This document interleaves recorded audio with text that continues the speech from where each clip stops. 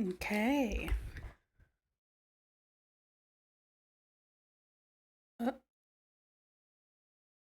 there we are. Okay, hello. We are back with Homestuck.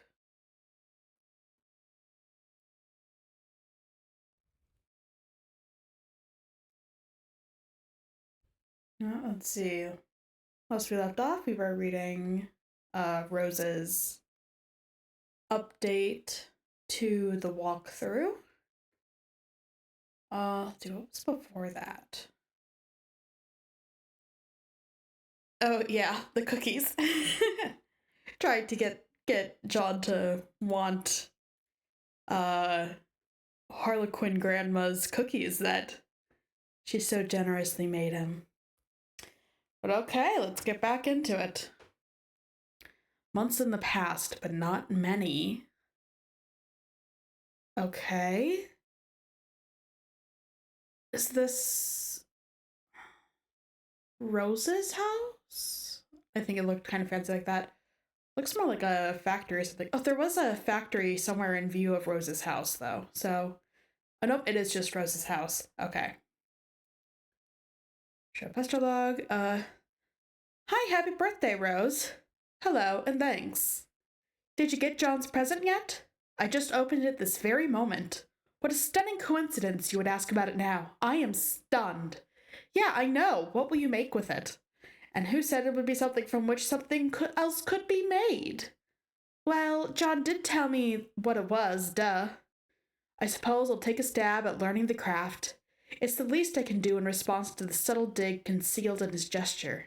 He often tells me I need a new hobby when I make perfectly reasonable analytical remarks. Oh, but Rose, I don't think he meant anything like that by it. You see, not everybody always means the opposite of what they say the way you and Dave always do. Uh So Rose and Dave are both extremely sarcastic. Not really new. Not really news.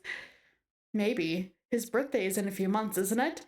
Yep, I finally finished a present for him. I've been working on it for years. Years? It's so hard to tell when you're joking, or if you're even capable of it. I just mailed it too, so it is sure to get there on time. Mail takes a while to get anywhere from here. Okay. So they're far away. They're probably in a remote location. And they have at least some prophetic powers or something of the like.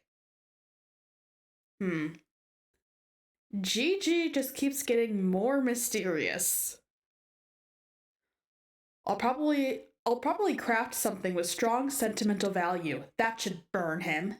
I don't think you really mean that. I guess not. So, shall I expect a green package dropped to my house via airmail from whatever screwball cranny of the globe you're tucked into? No. Sorry, but you are sort of hard to shop for. So John gets a birthday gift, but Rose doesn't. Besides, I have something for you today that I think you'll like better than something in a box. Oh? It's a tip! This is already intriguing enough to compensate for the grave scarcity of lavish gifts parachuting from the sky. Please go on. Did you have a pet a long time ago that died? Yes. Okay, well, how did you feel about your cat? Did you love him a lot? Okay, well, I didn't mention it was a cat or that it was male. Let's pretend I'm surprised and you're embarrassed and move on. To answer your question, I would describe my feelings towards the animal as lukewarm. Okay, that's fine. It doesn't really matter, I think. Just, what if someone told you you could play a game that would bring him back to life? If someone told me that, I would regard the remark with a great deal of skepticism, as you should. If that someone was you, on the other hand, then I would have to ask preemptively, is that someone you? Yes, that someone is me. I just thought you might find it interesting. So, what is this game? Oh, I don't know. I'm just saying is all. I think you'll hear about it later, and maybe you can talk to John and Dave about it. They're way more into all that stuff than I am. I'll see what the word on the street is about it in due time. For now, I should probably order a copy of Knitting for Assholes. It would be a shame if I ran late with John's present. Okay, so not only can they see some of the future, they can see some of the past and things that they weren't present for. If they can see things about Rose's cat. Dave, get katana. You capture-log your katana and prepare to venture out into the apartment to retrieve your bro's copy of the game. But first, maybe, just maybe, retrieve dead bird.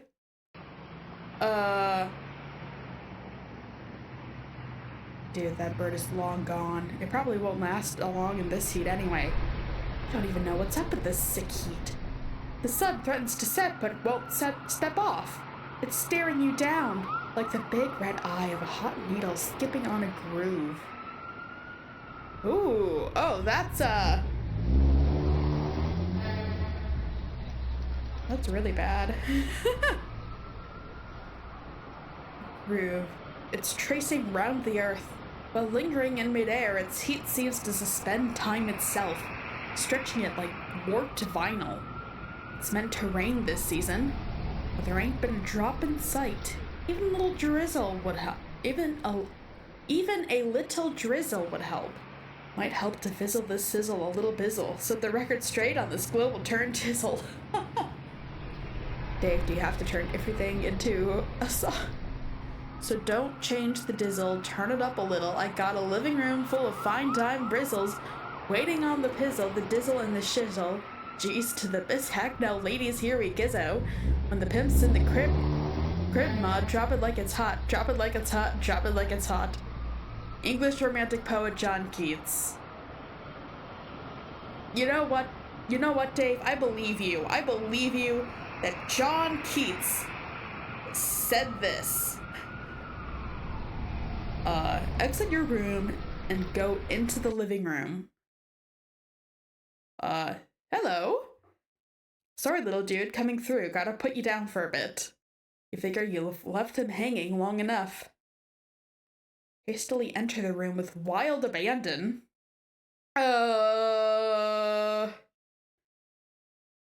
You barge in and see a familiar face. A friendly face. That was an extreme close-up. You stand in the living room. Your bro spends most of his days in here. At night, he crashes on the futon over there. You don't see him anywhere, though. There's the puppet chest he stores little Cat in when he takes him out on gigs. But when he's home, he usually leaves Cal on display somewhere. And with good reason, because Cal is totally sweet. So sweet. Man.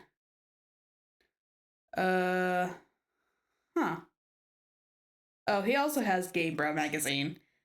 Burn it. Burn it now. A pity to fool.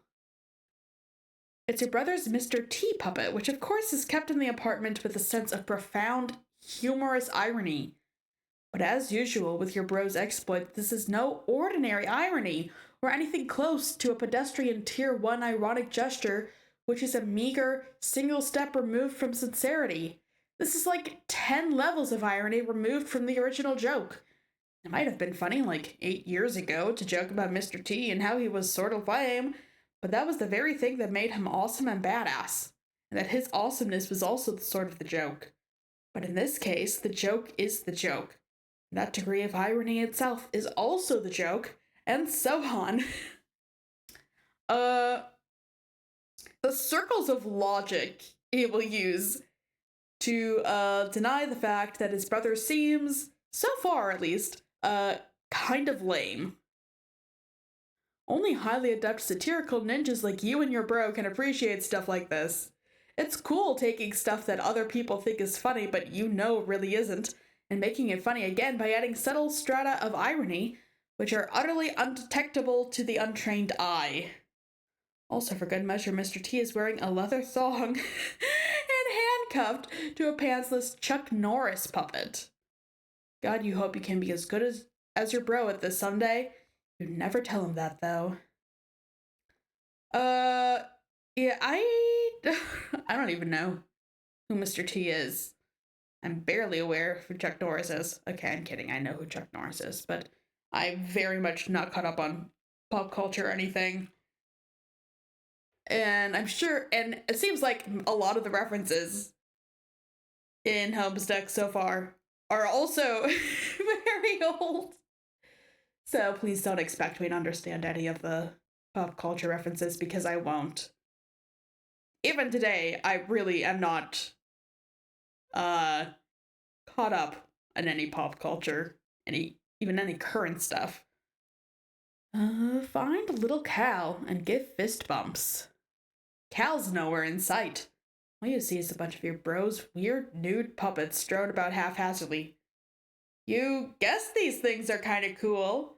Sort of. You're getting there, buddy. You're so close to the realization that the puppets are lame. Also, it's not.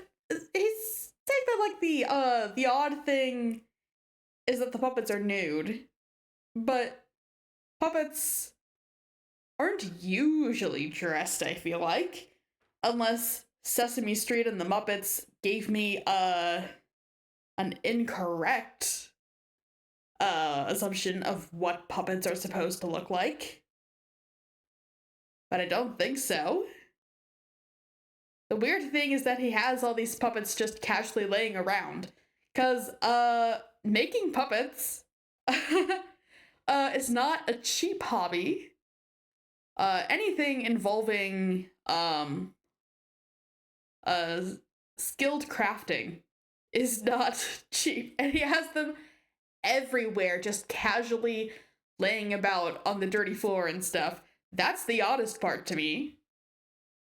Play a game on the Xbox. It looks like your bro was playing. It's not like him to leave in the middle of some totally intense gaming.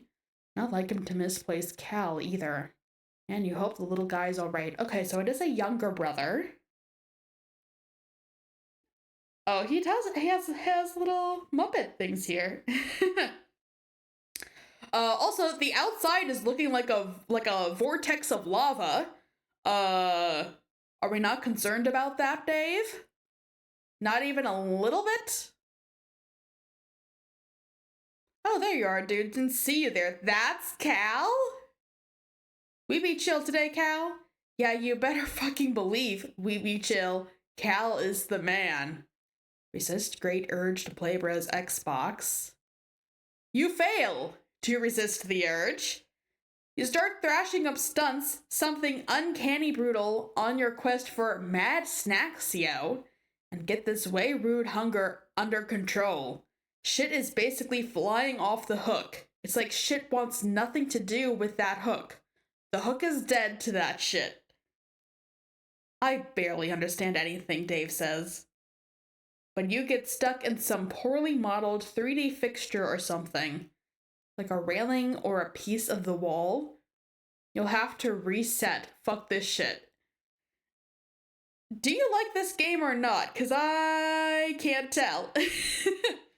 Give little Cal a bro fist bump.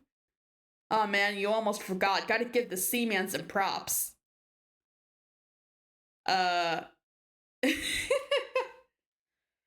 Check out your bro's sweet gear.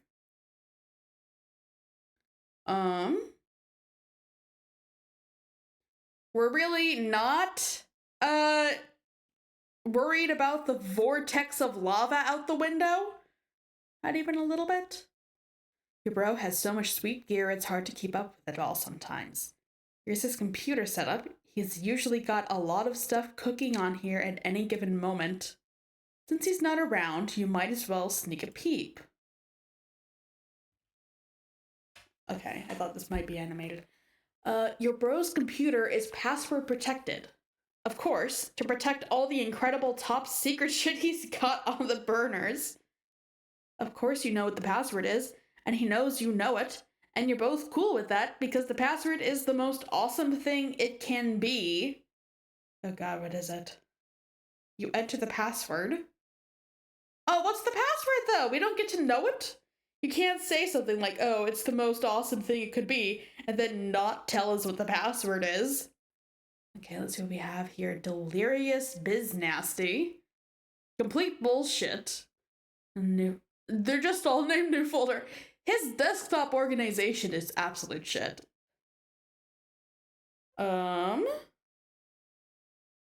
You enter the password. On the desktop is a hodgepodge of unnamed folders to store all the stuff he's working on. No one can decipher his organization system but him. Is there an organization system? Is there?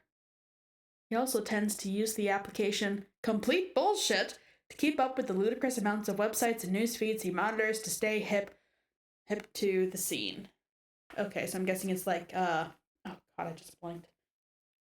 Like an RSS feed reader or something. Open Complete Bullshit. Oh god.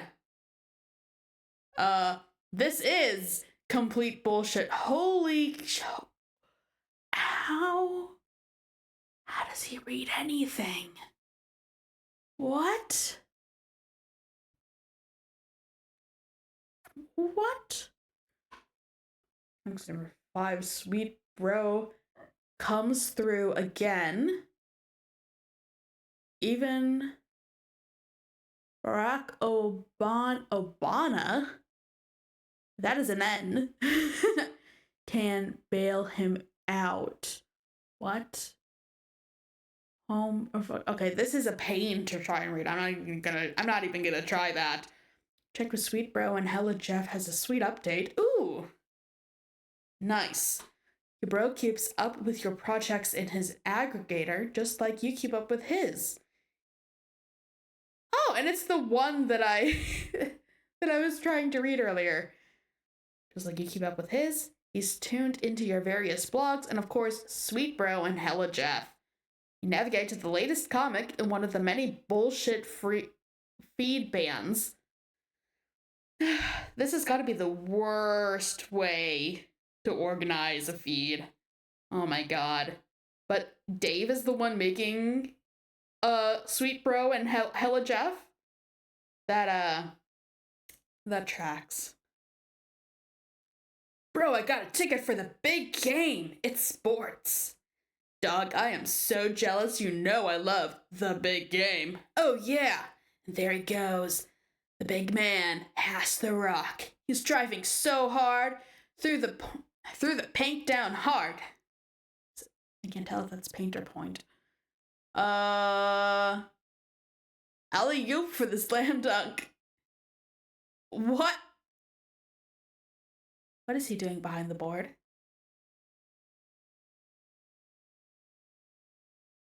Oh, is it like he's looking through his phone, and the backboard is the phone, and the players can see through to him too.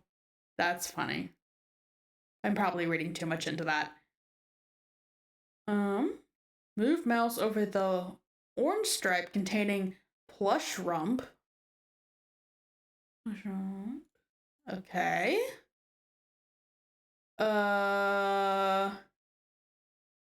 Puppet butts. Fun. Another one of your bro's many ironic websites. The difference here is he rakes in thousands of dollars a month through this enterprise. Smuppets are a multi-billion-dollar a year enterprise, and it's awfully hard to resist taking a firm squeeze from the plump udder of that cash cow. What? And the video marionette. I can't. Bunraku. This is a terrible font. Plush foam felt. Finger puppet. Go on the free tour for all your fuzzy, fluffy, frolicsome you can stomach and more. What the hell is this website? Stop wasting time and look for Bros Beta. The shine of the puppet butts is too engaging. Too enrapturing. You guess you've messed around on his computer long enough. Better get a move on before it's too late for Rose, or worse yet, your bro catches you.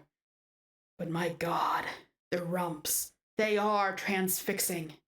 You know this is ironic and all, and your bro reaches echelons of irony you could only dream of daring to fathom. But on rare occasions, when your guard is down, it all seems just a tad unsettling to you.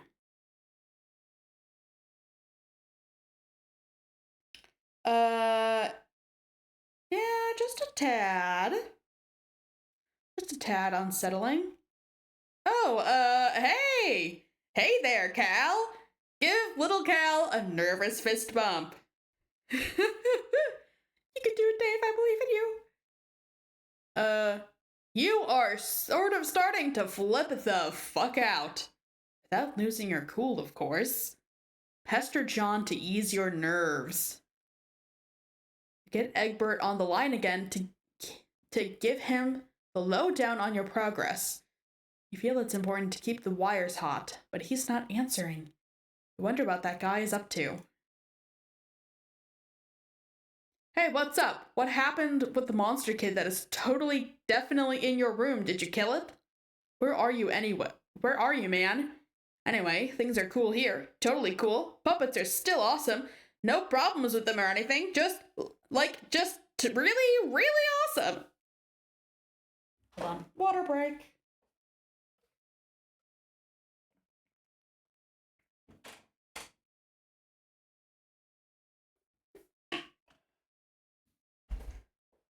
Okay. Dave, stop lying to yourself. You find the puppets creepy like everyone else.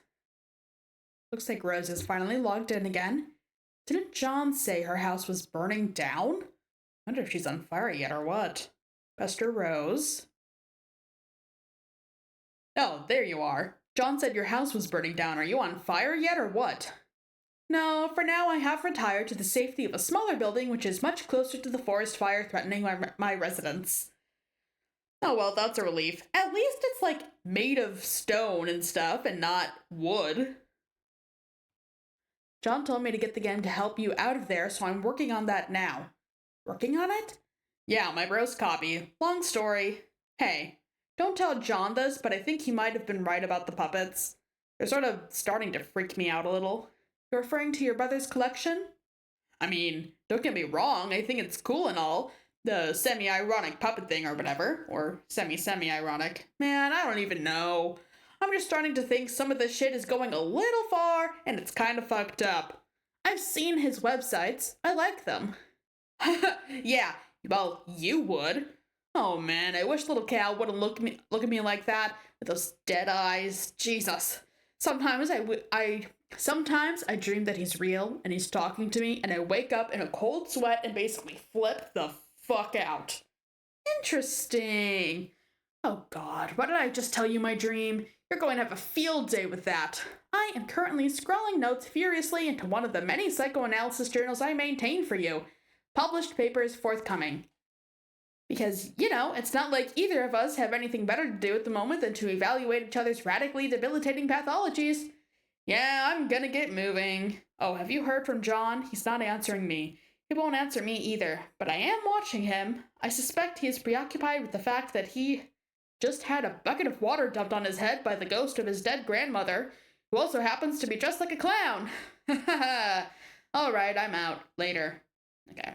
Now we had this whole conversation earlier, but it has been a while for me here in the real world, so it's nice to refresh on what's going on. Seconds in the future, but not many. John, what are you doing? Snap out of it! We ought to discuss what your grandmother told you, don't you think? Fine, enjoy your stupor. I'll go about my business elsewhere. Deploy the punch Designex. John, whenever you read this, you should know I put the shale you collected to use and finally deployed the punch Designex. It is in your study. I can only drop it, though. You'll have to be the one to mess around with it and see what it does.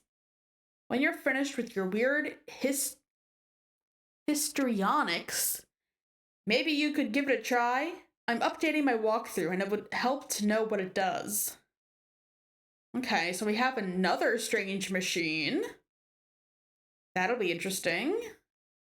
And we're down to, what was it, 9 of the, whatever these are called again? Oh, 6. That's even worse. Oh, dear. Yeah, it'll be interesting, because it seems like, okay, all the enemies they're facing are themed after whatever he gave to the orb. So we're definitely going to, in the future, like probably much further in the future, going to see different themed enemies from whatever the other characters give to their orbs. I am blanking on the terms. But this does not seem good. Also, I should probably warn you that your house and yard are completely infested with monsters now. Try to be careful. Ooh, okay. So I can see. Stupid lousy imps. They're mucking up all my cool stuff. Oh, there you are. Oh yeah, sorry. I'm not sure what came over me there. I was acting really crazy for some reason. But my head feels like it's clearing up. I think I'm alright now. We also learned that whoever the other person is, who's talking to John, just had the caps lock on the entire time. Rebuild the claw hammer and return it to Specubus. You are getting way better at this sort of thing.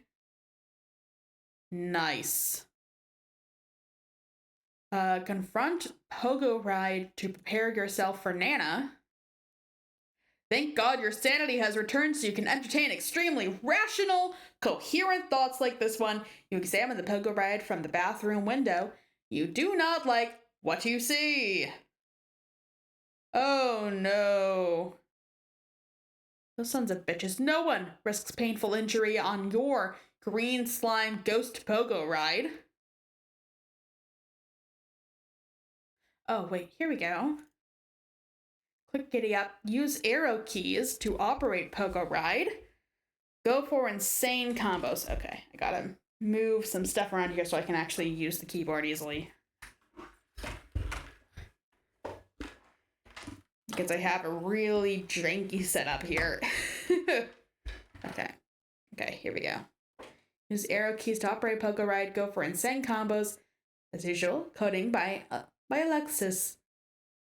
Gankro Bingisner. Thank you, Alexis. Okay.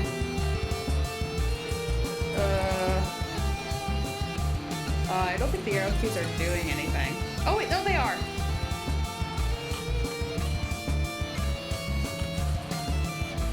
There we go!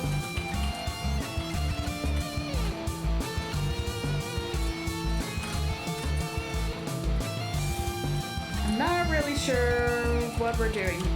Oh, here we go. We just gotta go really fast. Current high score is 6,232. No, we gotta do this again. No. Wait. Why isn't it working? Oh, there we go.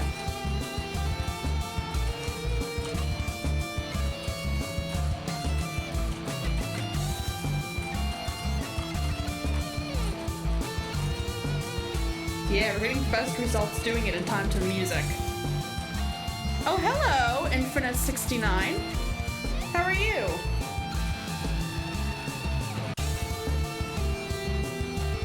Okay. Do we actually submit this somewhere? Yeah, thanks for stopping by. Drop something heavy on one of those imps. Well, goodbye, piano.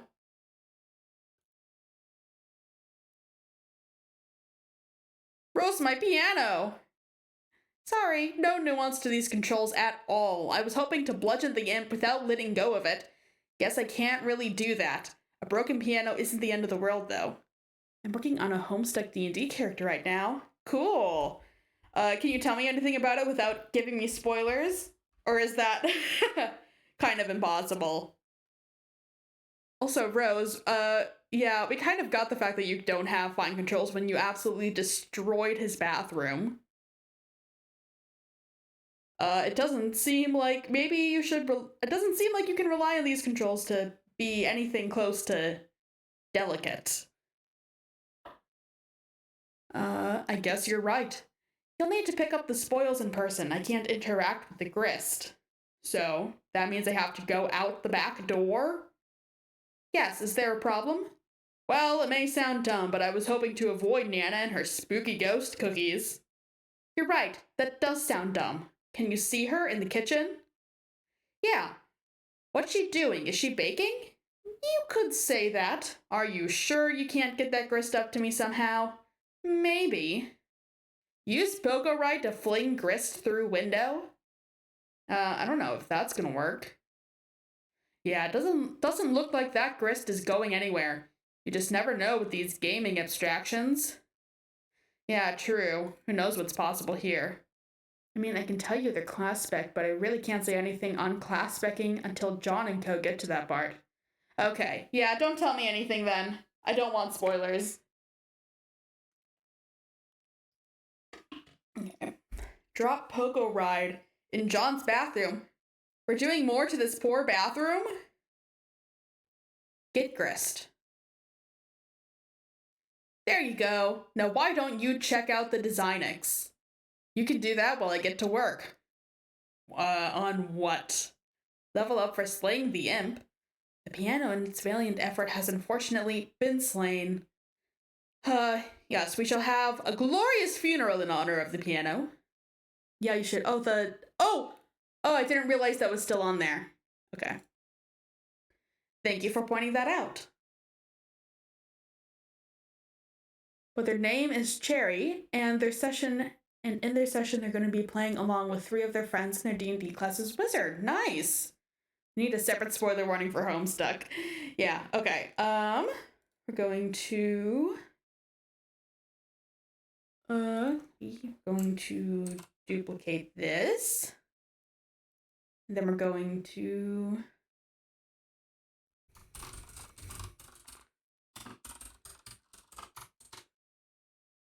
There we go. No spoilers for Act 2 Plus. Okay, that sounds better.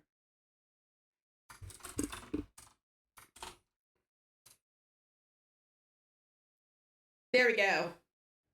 Homestuck has its own custom, no spoiler warning. The piano, in its valiant effort, has unfortunately been slain. But if it hadn't, it would have raked in so many bone dollars, you have no idea. So many. It's time to build. R.I.P. piano. It's given us some good times. Oh, we can just... How far can those stairs go? It would be funny if they could just break the whole game by just building the staircase to infinity and getting straight up to the end. Nana said to build, so that's what I'm doing. Oh, yeah, okay. Yeah, but they probably don't have enough grist for that, honestly. The rest of the party is another wizard, a bard, and a cleric. Nice! I hope that goes well for you. So hi, hope you're doing well. Yeah, I hope you're having a great day too.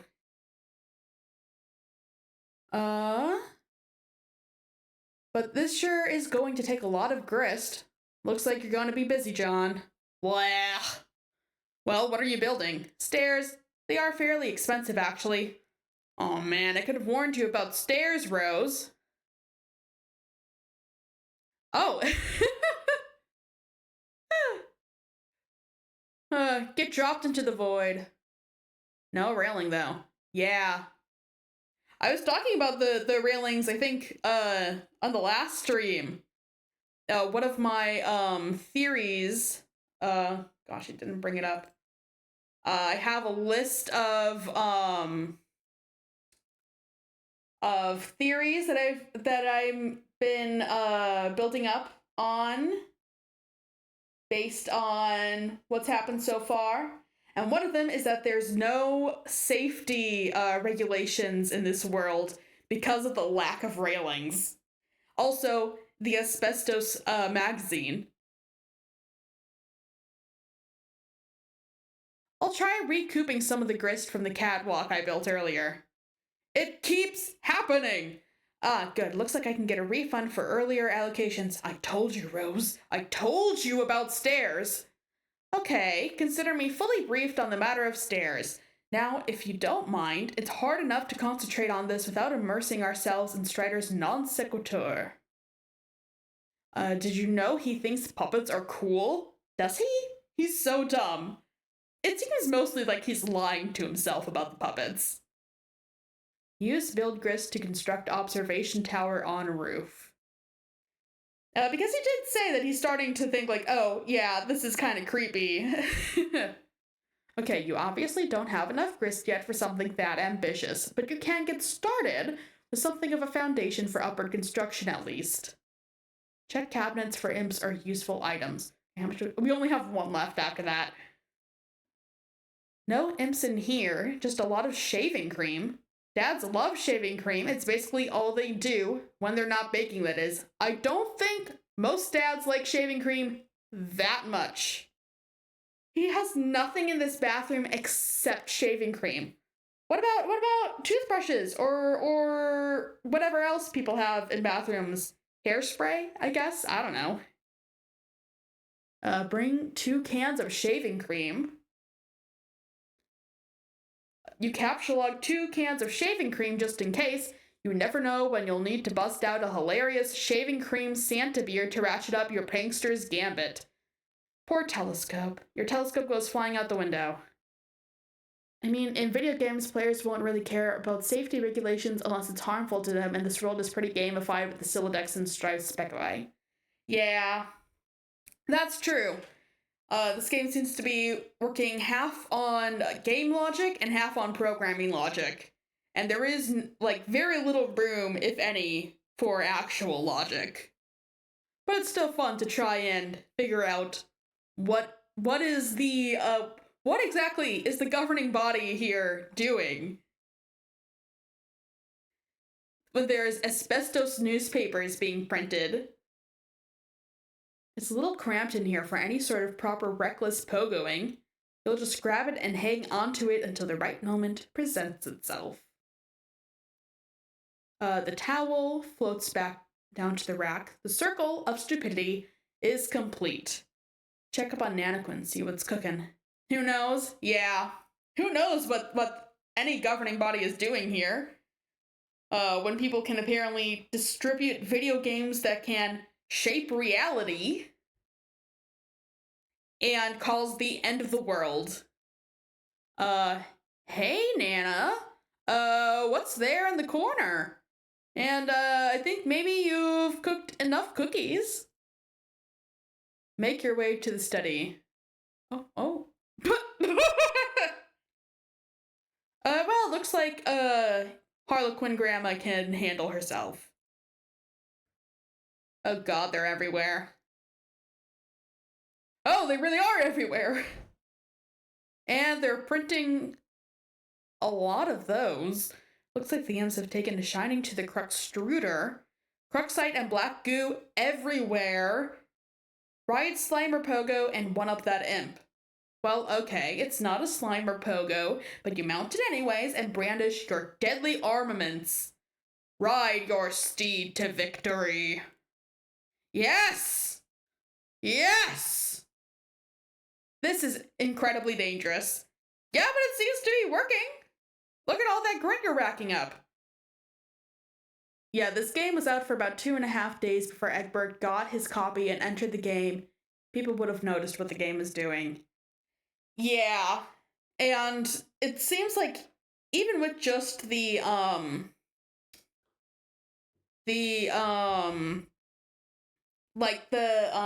God, why can I never remember any of the terms from this? The, Specibus and the codex and all of that, like, people have been able to use programming to interact with the physical world even before, Spurb came out. So, who knows what effects that had in the long term on the economy and stuff. I said earlier that that it would be great for when Rose was first using it to like extend his room and stuff, that it would be great for construction. flip the fuck out. Let's see how they like the old double barrel lather blaster. Whoops. Oh, shit. And now you're balancing. Mr. John respectfully asks that you please stand up. Oh, so we've gone straight from all caps to no punctuation at all. Or capitalization, whatever.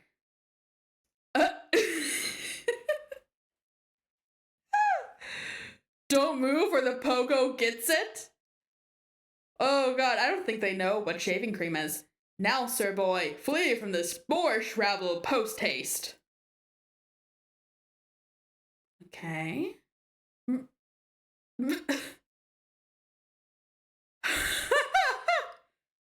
Yeah, okay, definitely video game logic going on here. Oh. Refrigerator level up for slaying the imp. The refrigerator skyrockets up the ladder to a new rung. 5-star General Electric and earns 285 boon dollars. Things are really looking up for this feisty appliance. Well done, John. Polite congratulations. I hope that fridge becomes an actual character. For some reason, you feel a sense of positive reinforcement. Wherever that feeling is coming from, it sure is a welcome change from your erratic moons earlier. Yeah, sorry not sorry, John. It was funny. Now, my civic fellow, I have a well-mannered query to ask. Okay. I blocked the entrance to the study to give you some space to work with the designings. John, Imp's behind you. Should I take care of it? You trapped your PDA again, didn't you? Why did you have to pick up all that stupid shaving cream? So pointless. Oh wait, I didn't notice what did happen to the, Oh. Drop something heavy on one of those imps. Oh, yeah, imagine to just be able to store an entire boat's worth of basically anything you would need to do. Just send that card through the mail and save a ton on space and shipping. Yeah. Yeah. Like I said, like, if anyone even a bit smarter than John had access to this, it would absolutely be a game changer. John, might I bother you for a can opener? Oblivious to the commotion behind you, you suddenly find yourself pondering the whereabouts of a can opener. You think there is probably one in the kitchen, but the path is blocked by your refrigerator. John is completely unresponsive. What the hell is that nincompoop doing? Ooh, years in the future. Ooh, we're back to this guy. Let's not get totally carried away here. A studious eye darts about the page like a honeybee gathering the nectar of wisdom. Typical human. Please, thank you. You're welcome. Good day. How do you do? Splendid, and you? Gratification. Further courtesy, favor is mutually curing. Okay. They ate it? Munch, munch, chew, burp, munch. Okay. Elixir known as tea. Absurd vestigial fourth digit is cantilevered. Everyone is polite. Okay, so they're eating this. I mean, they seem really hungry. Would be cool if they're just absorbing the information by eating it. Ooh. New update to the walkthrough. Appendix 3 screen captures part 1. I can't take as many as I'd like for comprehensive documentation. For what it's worth, here's what I've managed to collect so far. More captures forthcoming. Okay, co-player John assesses environment after transition to medium, followed by sprite Sans kernel, prototyped once pre-hatch, completely useless in this form. Yep. Severed from suburban grid, house remains mysteriously powered. Yeah, what is powering the house? Hold on, water break.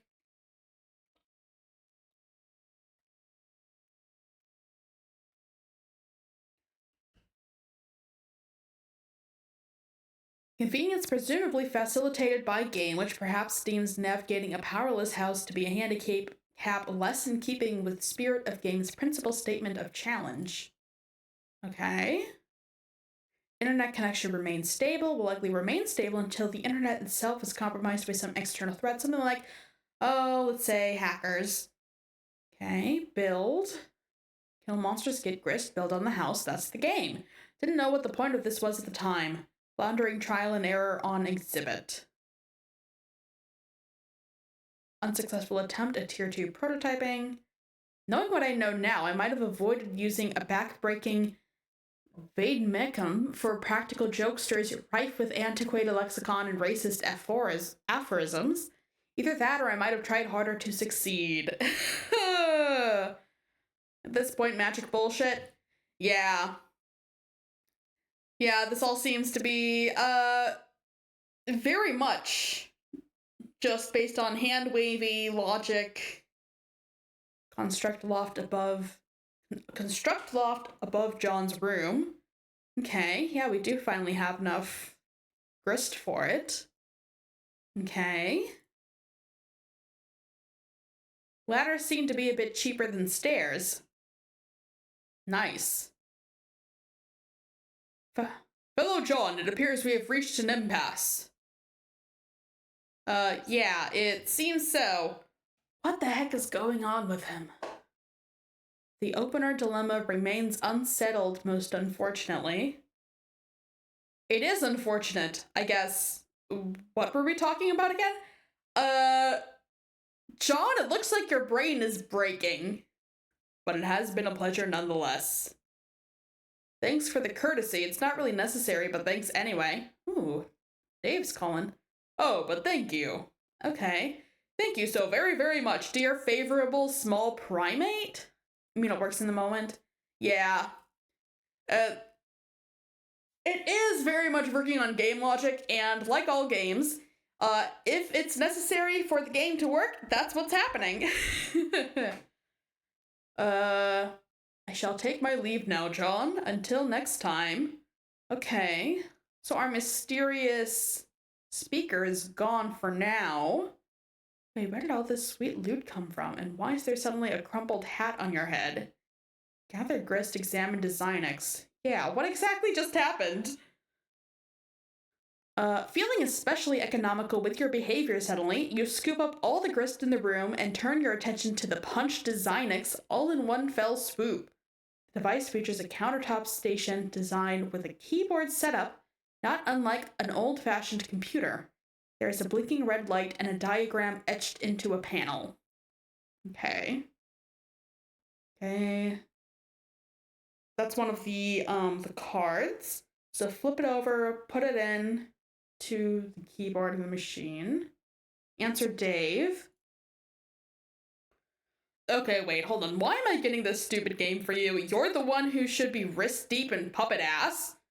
What is the specific problem? The problem is I am up to my goddamn neck in fucking puppet dong. You know, you like the mannequin dick. Accept it. I am enrobed in chafing, wriggling, god-fucking-damn puppet pelvis. An obscenely long, coarse Kermit cock is being dragged across my anguished face. Let's put this into perspective. You put up with the puppet prostate because you love it. Also, coarse is a good word. Rose, he's doing this to help you from being burned alive. Maybe be a little nicer to him. You don't seem to harbor any sympathy for the fact that I've burrowed fuck deep into lively, fluffy Muppet buttock. And also, Dave, she is about to be burned alive. Maybe stop complaining about the puppet. I'm whirling into the terrible cyclone at the epicenter of my own personal holocaust of twitching foam noses. It's like a fucking apocalypse of perky proboscis here. Like, the proboscopolis, I guess. Are you going to start rapping about this? What? No. I forget how funny the logs can be sometimes.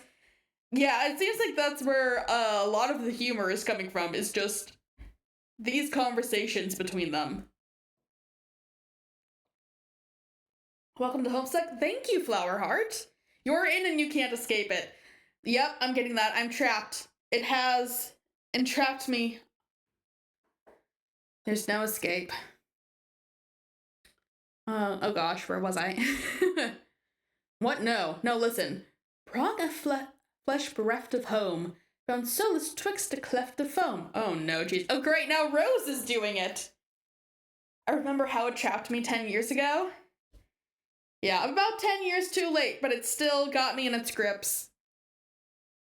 Of apocalypse your thoughts eclipse, a painted pair of parted lips, that dare through kiss to stir the air, that teases tufts of orange hair.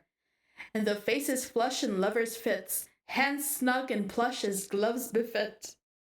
Okay, Dickinson, if you can shut your perfumey trap for half a second, this is serious. I'm just saying if I see one more soft, bulbous bottom being like kind of jutting out and impudent or whatever, I'm gonna fly off the handle. I'm gonna do some sort of acrobatic fucking pirouette off the handle and win like a medal or some shit.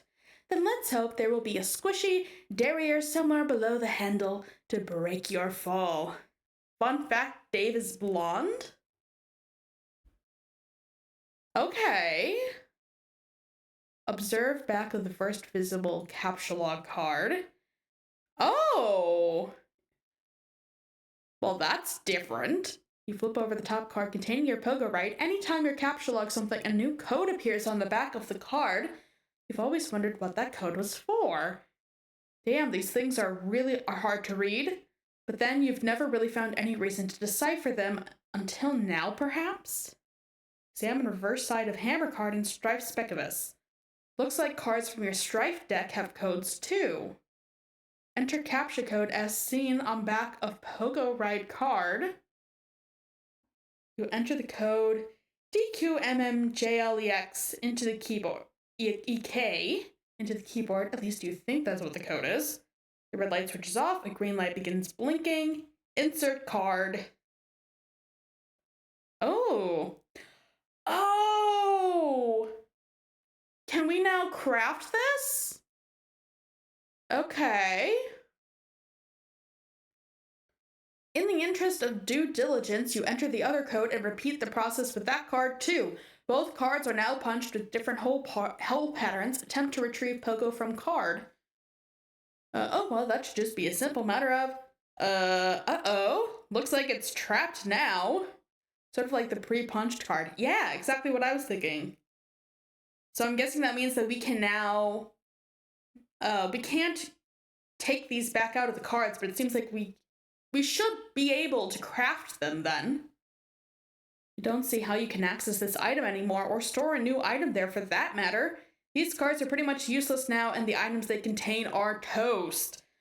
Oh yeah, that means we can't use them as regular cards now. But maybe all is not lost.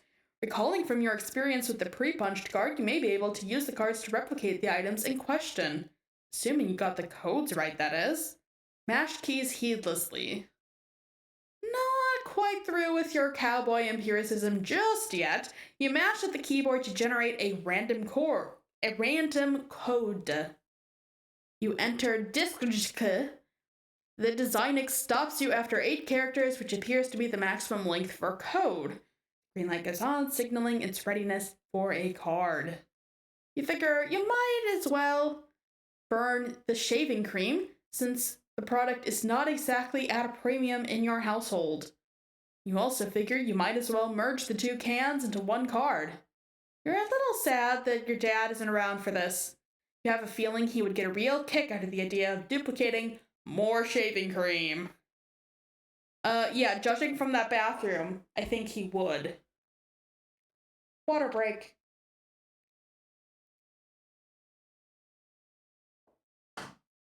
Okay. You punch the card with a pattern that is in no way related to the code for the item it contains. This should make for an interesting experiment. Mad science is a lot of fun. Oh, it sure is. Unfortunately, you just burned another card in the process. Your deck is really dwindling now. Maybe you should have thought this through a little better. On the plus side, you just freed up your PDA, which is overflowing with the pent-up chatter of anxious pesterers. Oh. Well, this guy, oh. Is this bad or good for us?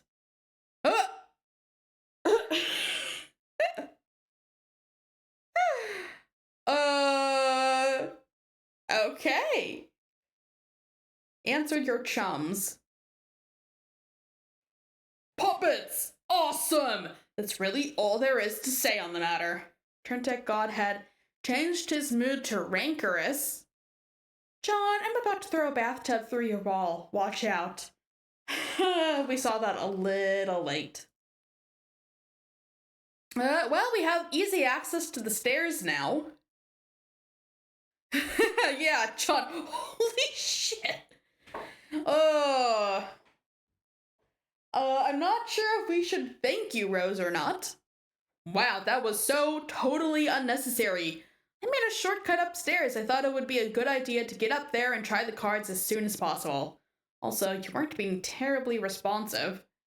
You mean these stairs? Man, look at these shitty stairs. They're so narrow. How am I supposed to climb those?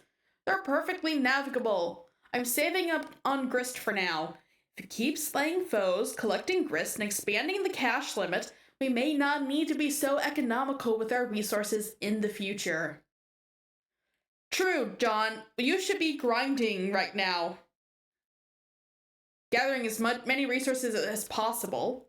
Because, the goal right now is to get through that first gate. But then, you're just midair. How are you supposed to get the rest of the way up to the other gates? So why didn't you just build a way up through the hole in my dad's room? Have you ever been in there? No. Exactly. Huh?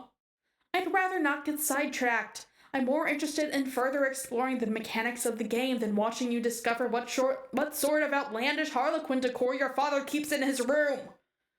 Oh, come on, what's the big deal? I'll just climb up and go right through. Will you? Yeah, why not? Are you saying you've never wondered what's in there, or why it's been kept a secret from you? Well, I mean, yeah.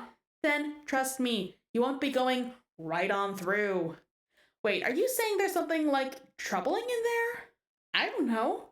What do you mean? What do you see in there? I can't see in there. Oh, but I don't have a very good feeling about it.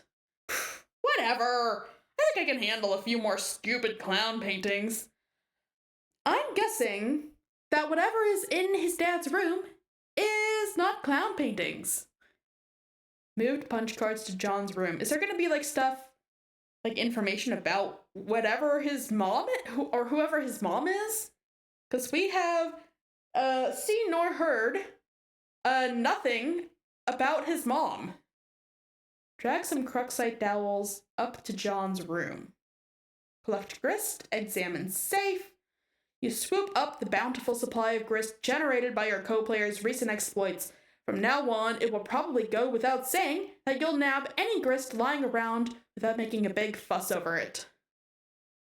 Yeah, no Mom Egbert. Oh yeah? Okay. So it's complicated? Okay, so there is something there. You swoop up the bountiful supply of grist generated by our co-player's recent exploits. From now on, it will probably go without saying that you'll nab any grist lying around without making a big fuss over it. You check out the busted safe, which has made a noble sacrifice in battle. Some of your father's odds and ends have spilled out, including some old newspaper clippings and 2 rather hefty tomes. It's a fair bet that these books comprised at least half the weight of the safe. Okay, can we read the newspaper clippings? Examine family tome of humor. It's another copy of Colonel Sassacre's daunting text of magical frivolity and practical japery. This one looks really old, perhaps an original printing. Could it be the same one involved with your grandmother's unfortunate accident on that fateful day? Dad would never speak a word about it. Maybe Nana wouldn't be so tight-lipped. Let's just say John both has single father since, like, very, very, very childhood, and also super complicated family tree. Okay. Well, that's an explanation for another time. All right. Okay, I won't ask any more about about John's family. I will assume it will be explained at some point in the future. You give it a cursory perusal. It appears to be similar to your reprinting, listing all the japes and chicanery you have come to know and love. You capture log it, thinking you may give it a closer look later. Examine contents of safe. The Fatherly Gent's Shaving Almanac. You take a look at the other book. You're sure Dad thought this was a scintillating read, but it looks pretty boring to you. Maybe you'll crack into it someday when you're old enough to shave. Everything in this safe was obviously very important to your father. Wonder why he kept it locked away from you. Some things about him you will never understand. The common hornographer. Space rocks knock local burbs block off. Populace oblivious to broader significance of events, assuming there is any, which there definitely isn't. Meteors. Shortly after 4 a.m. today, a downpour of meteors in a residential neighborhood became yet another instance in a pattern of recent rocky cosmological phenomena. The incident, aside from property damage and the loss of life, was downplayed by authorities as not all that big a deal. Okay. So, assuming that this has to do with everything going on with the meteors crashing into Earth and Spurb and stuff, this didn't start with Spurb. This has been going on for a while, at least since whenever this thing was published. Seems he has been collecting scraps from the news over the years. These articles go back decades. So this has been a long time coming, apparently. Look at the piece of paper taped to the wall, and his dad probably knew about it. And he knew this would be important, and now he's gone. I'm very suspicious of Dad right now. Son, if you are reading this, it means you are now strong enough to lift the safe. You are now a man. As such, you are entitled to what is inside. I know you will take this responsibility seriously. I am so proud of you. And the card over. 24913. The combination to the safe, completely useless. It's already open. Examine back of capture log card on the floor. You guess these are all zeros? Or are they capital O's? Zeros would probably make more sense for an empty card, you think? That makes me think that they are definitely O's. But why would Dad Egbert want to give this to John? Yeah. It's almost like he knew somehow that John would get involved with whatever's going on with the end of the world and stuff.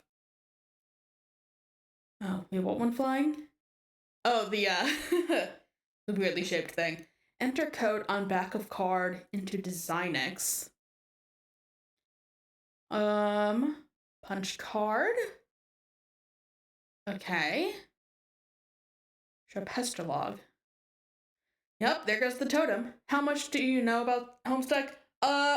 Pretty much nothing.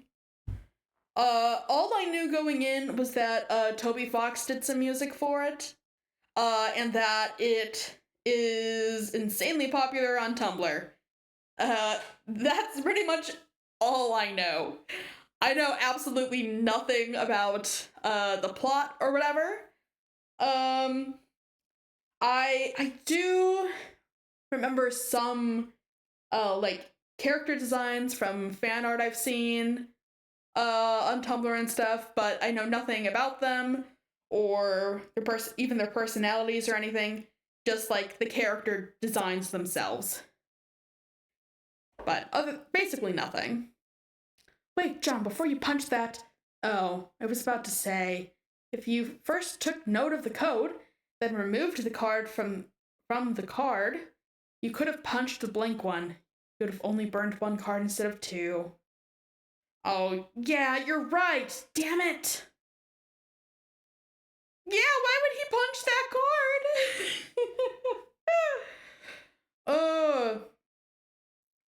like I said, in the hands of anyone even a bit smarter about it than John, this whole system would be godlike. Throw hat down in disgust. Capture log punched capture log card. Did we just... Oh, thank goodness. Thank you, Rose. So there's a guy out there. What? Take PDA. Well, I guess if anyone's smarter... Well, yeah, good point. He's 13. But I can judge the people sending in these prompts. Because...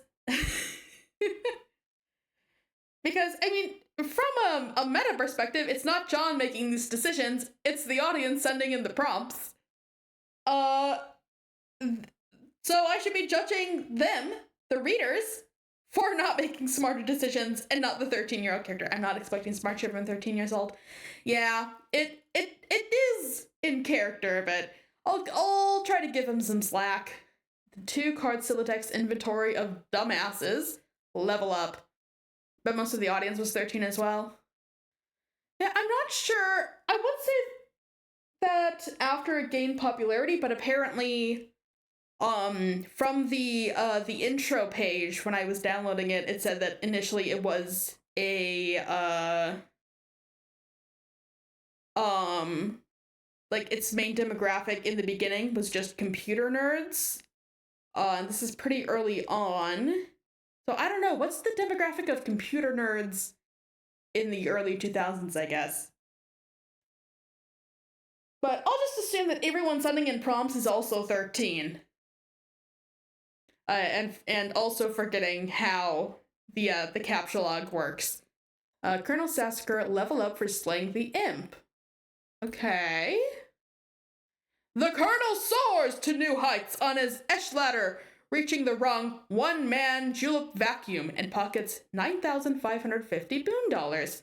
Chump change for the genteel, aristocratic Southern Colonel. I don't know, my knowledge doesn't extend that far.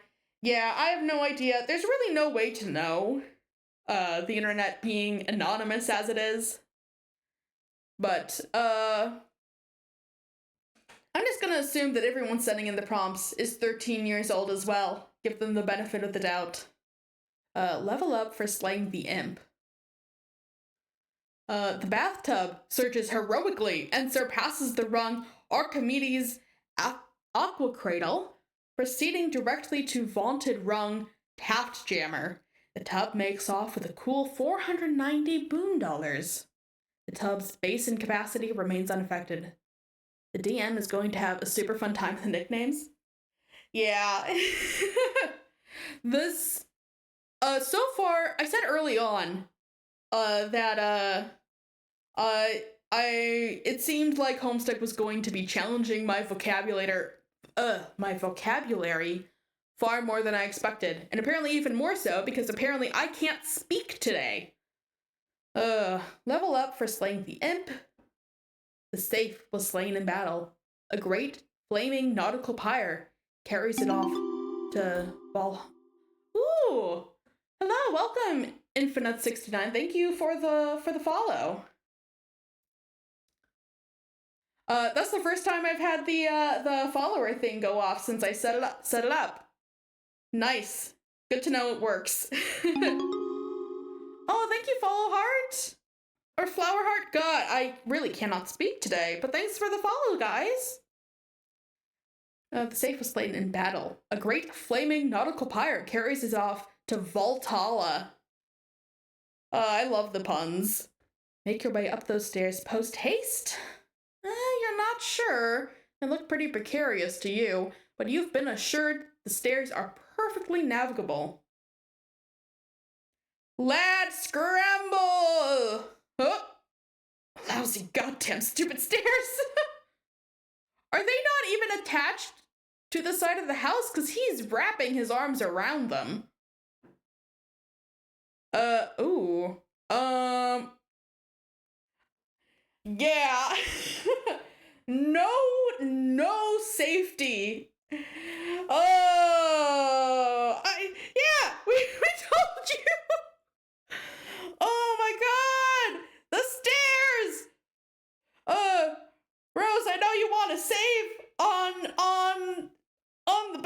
materials, but we still need to actually be able to use the stuff, or it's just a complete waste of materials to begin with. I have a feeling that book is going to be important, so maybe we should not allow this imp guy to get their hands on it. Dave, ignore little Cal and find the beta. Yes, help Rose! The fire inches ever closer. You wander over to the place where your bro keeps his sweet turntable gear. Man, that setup is sweet. You feel pangs of jealousy whenever you walk by it. Really cool jealousy, though. Like the kind where instead of getting all worked up about it, you don't actually give a shit. Dave, it sounds like you're lying to yourself. One of your brother's rad and extremely expensive ninja swords is missing, though. You know this drill all too well. Trouble's a brewin'. Take expensive ninja sword. What sword?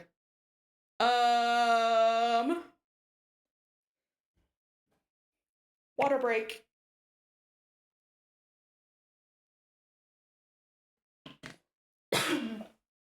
Make sure you guys are hydrating too.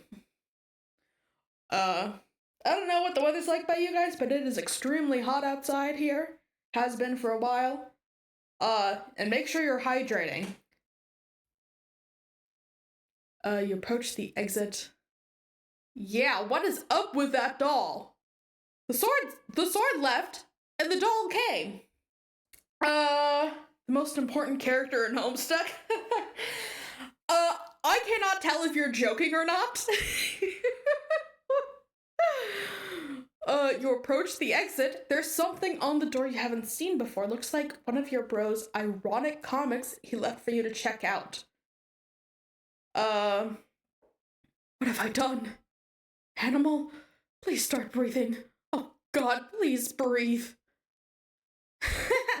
Okay, make-believe time is over. Oh God, oh God, oh God, oh God, oh God, oh God, oh God, oh God, oh God. What will Nanny do to me if she finds out? No one can ever know. I have to hide the body, but where? Think, imagination! Ugh, the one time I really need you! I'm joking, of course. I figured, but like, it is hard to tell with something like Homestuck, where the most ridiculous things seem to come back in big ways. Click. Hello, Rolf. I want to play a game. I want to play a game. I want to play I need to use the reverse slash because Twitch is stupid and thinks I'm trying to use a command. Yep. Okay, some of this stuff you know he's just leaving around to get under your skin. This is obviously another ploy in his relentless siege of one-upsmanship to get your goat. The same goat you've been meaning to bleat like ironically, but that will still have to wait for a more appropriate time. Did his bro watch too much Saw? It seems so. You think he knows that deep down, you feel like you're still not ironic enough to get stuff like this. And this is probably some weird gauntlet he's throwing down to see if you will get it. But honestly, you think this material is just a little too ironic. You just don't need to see this shit right now. He's ripping it up? Dude, you don't even know for sure if your brother left that for you. You're just ripping up his stuff. Go into the kitchen. No sign of bro in here either. But that's a crazy kitchen, dude. Well, aside from the absurd quantity of awesome, dangerous stuff he leaves lying around, yeah! There are multiple weapons here. Not even just limited to swords. There's fireworks. There's throwing stars. There's just a skateboard on the stove. Bro, you are taking care of a 13-year-old. So it's just them. They don't have parents taking care of them. It's just him and his brother. Oh my God.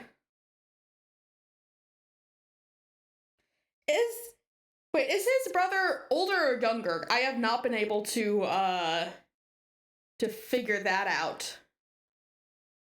Oh, and it seems like he is older? Yeah, okay. Yeah, take this shit to your room, dude.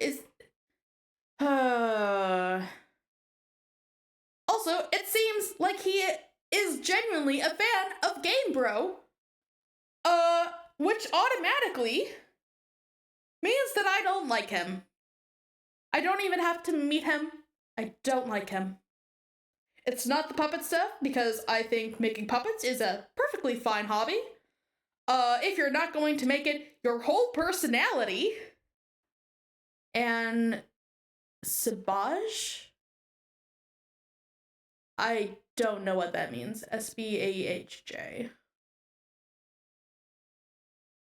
Transfer katana to strive specibus. Sweet Bro and Hella Jeff. Oh, yeah. With an escalating sense of threat, you think it's time you shift your katana to your specibus. You figure it's better to free up the card anyway, since you might need to grab some of this stuff. Set blender to mix. You guess Bro stuck some fake blood capsules in that puppet? Pretty gross.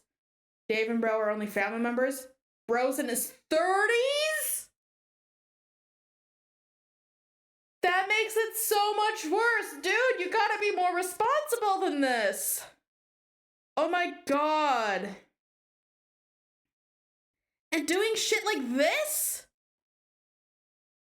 Bro, Dave, get out of that house now. Oh my god. Get out of there. I'm seeing lots of red flags. Oh. Was that there before? Oh, there's a camera in his eye. No, that wasn't there before. I don't.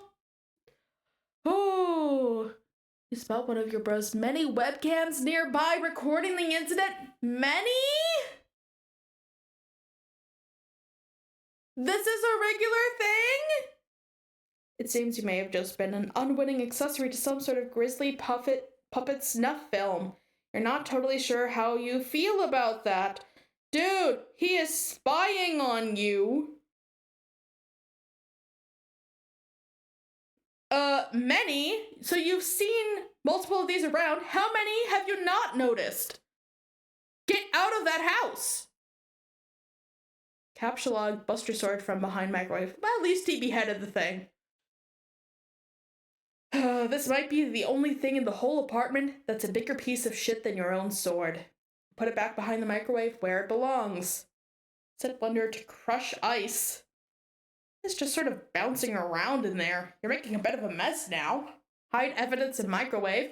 What's the point? He saw you on camera. Oh.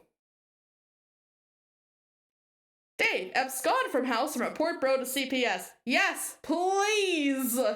If that is not the next prompt, I'm going to be so disappointed in the people who sent in these prompts. What are all the puppets doing in the microwave? See, like, his hobbies are cool and all, and you guess he's got to put his shit somewhere, but what if you had just wanted to heat up a burrito or something? This kitchen is pretty much useless. Dude, the whole kitchen is like this. How are you supposed to, like, how are you supposed to, like, make any food? Yeah, bro, keep it in your damn room. Your hobby should not be overtaking the whole house.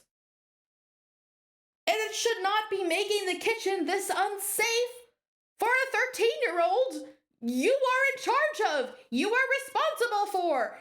Dude! I haven't even met the guy and I'm already thinking there's something seriously wrong with this dude. It has nothing to do with the puppets. That's just a fun arts and crafts thing. It's what he's doing with the puppets that's disturbing me.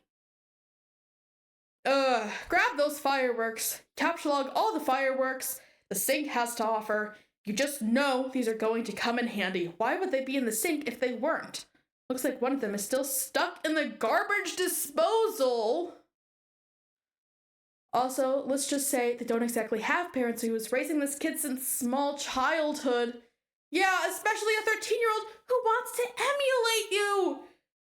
Dave looks up to his brother so much. And his brother is so undeserving of it. Oh my god. I have a feeling, it seems like his brother is trying to psychologically torment Dave. Putting puppets with blood capsules in blenders for him to just come across. Also, this is just completely unsafe, having fireworks in the garbage disposal. Capsulog shurikens. Grab the shurikens and, hey, careful where you're putting that stuff. Especially if you're looking to turn your Siladex into a powder keg full of sharp things. Dave, this isn't your fault. Yeah, Dave's just a kid. Yeah, this ain't your fault, Dave.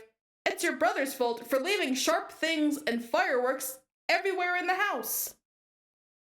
You put the box of fireworks back into card 5 and prepare to start or card 3, apparently. That settles that, you guess. Take nunchaku. Take the nunchaku. Like, once again, grabbing without thinking ahead.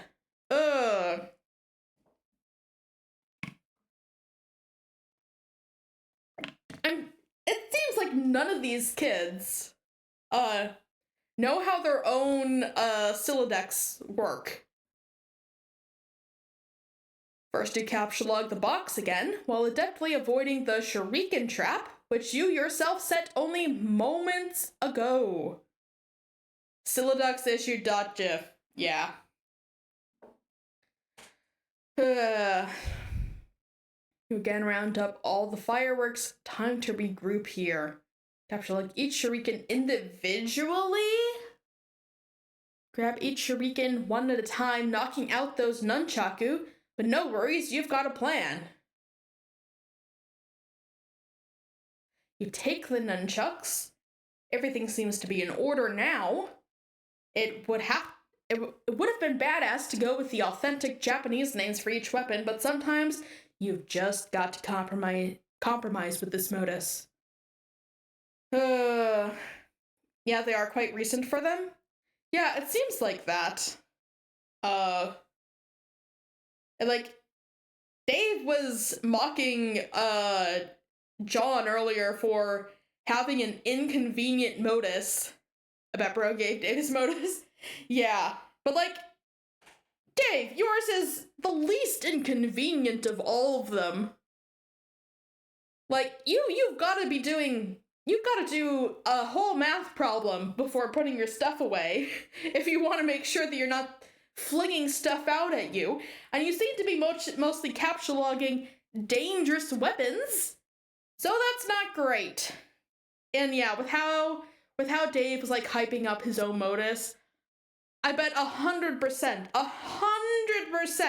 that he got it from his brother. Examine fetch modus. You flip over your fetch modus and check out the back. You're not really sure where it is you're keeping this thing. Oh well, who cares? Press eject button. Oh hell no. Not after all that trouble you went through to get that stuff situated. This is potentially a very dangerous button. Change to Scrabble Points hash modus. First you program your modus with the Scrabble Points hash function, adding it to the list. This might be a cool function to use, but it looks like you'll have to empty your Siladex to select it. You're just not gonna do that yet. No way. Why is Dave dedicated to keeping the most inconvenient modus as possible? Check the box, detect collisions. What? Okay, what does that mean in this context? Take the skateboard. And just what is this guy so happy about? What's he looking at up there? You think if you see one more soft bulbous bottom being like kind of jutting out and impudent or whatever, you're gonna fly off the handle. You know what, Dave? At this point, I would too. Wait, what was that? Was that the tip of it? Oh yeah, it was the tip of his nose. You take the skateboard. Actually, no, you don't. A collision has been detected. What?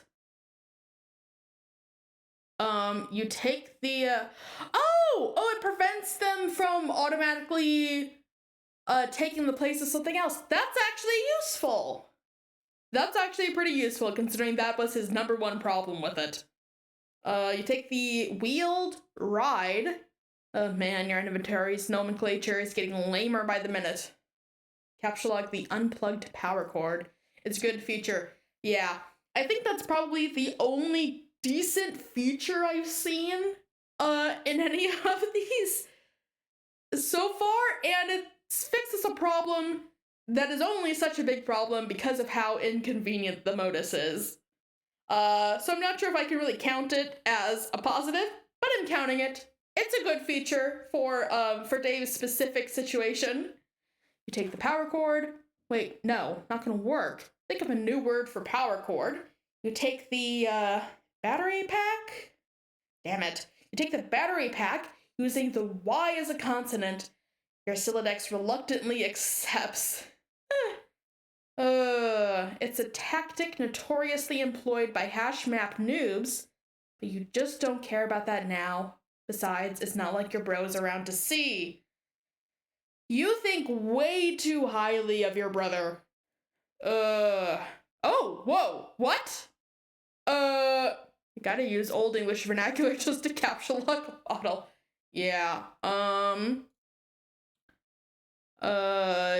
yo, what the heck is going on here? What, yeah, what? Is that his brother? Just sneaking around like a shadow? He is definitely just doing this to freak out his brother. Oh my god.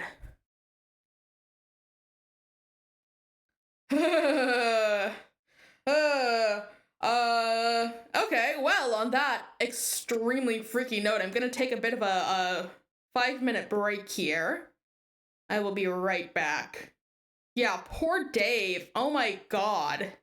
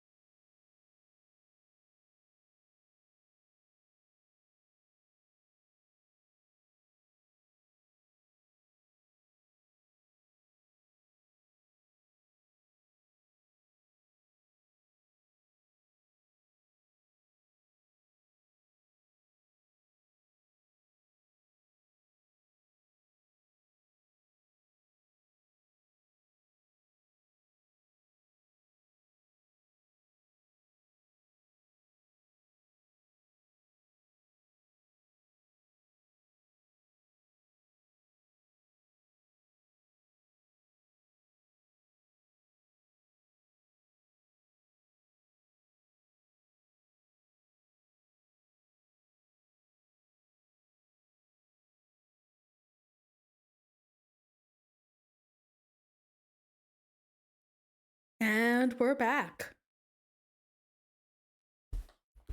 Okay, I hope you guys took the chance to get up and stretch, get some water, grab a snack, do whatever you needed to do.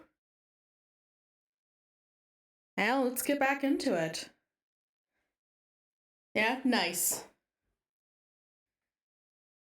Back to Homestuck. Yep, we've had our 5 minutes of being normal people, and we're back to Homestuck. We're back to being insane. Yeah, oh my god, poor Dave, having to live in this house with his crazy brother? Oh my god.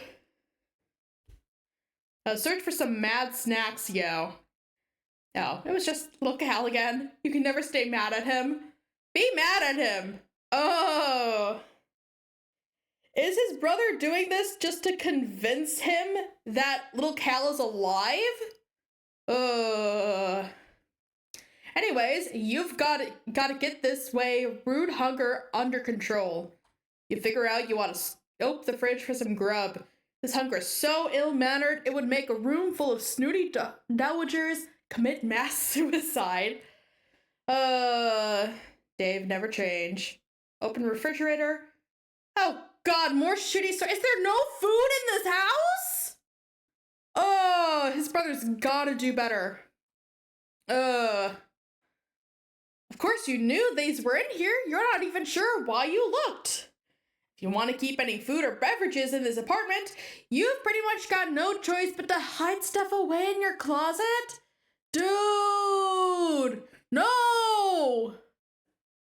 No, dude, you are in a bad situation. Just get out of that house! Get out of this house! Oh my god. The hell with it. You try to take the entire jumble of unbelievable shitty swords. Embrace yourself for... Looks like that works, actually. You capture the jumble of unbelievably shitty swords. Oh. Use ice maker. It's still hot around here. You dispense several cherry bombs.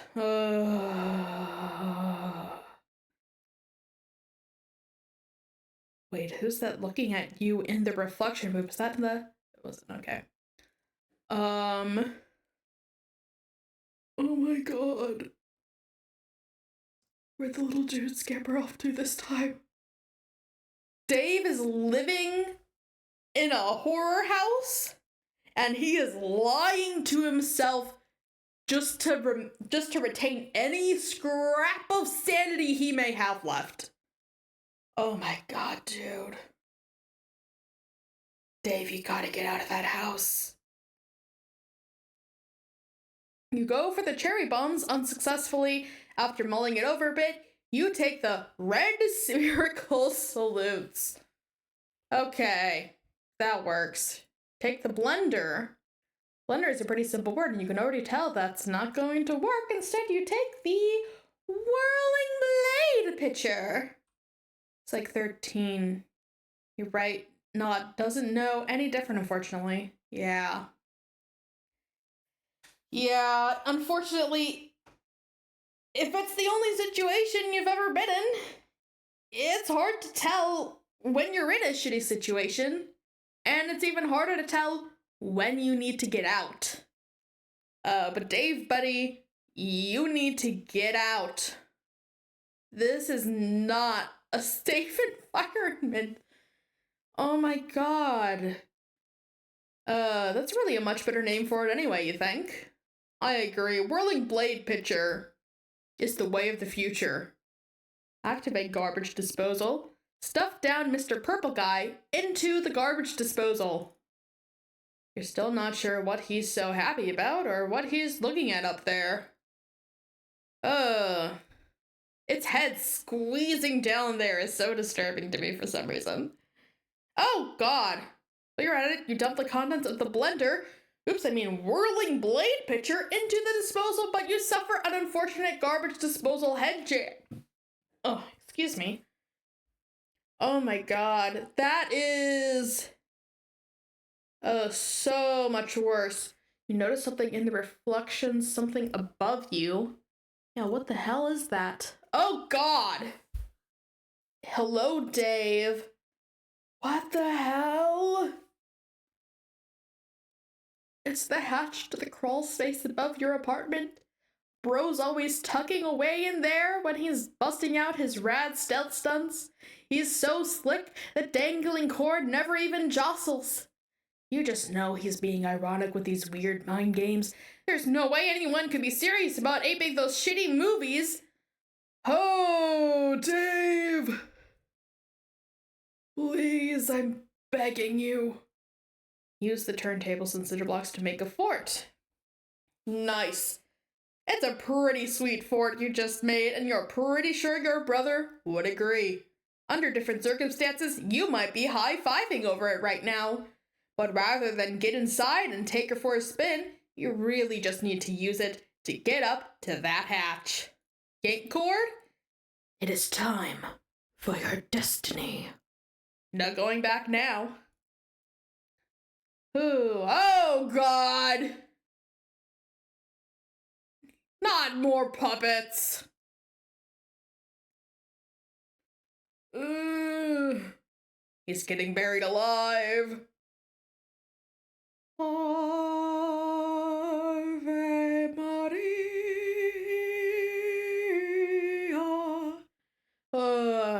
God damn it, bro.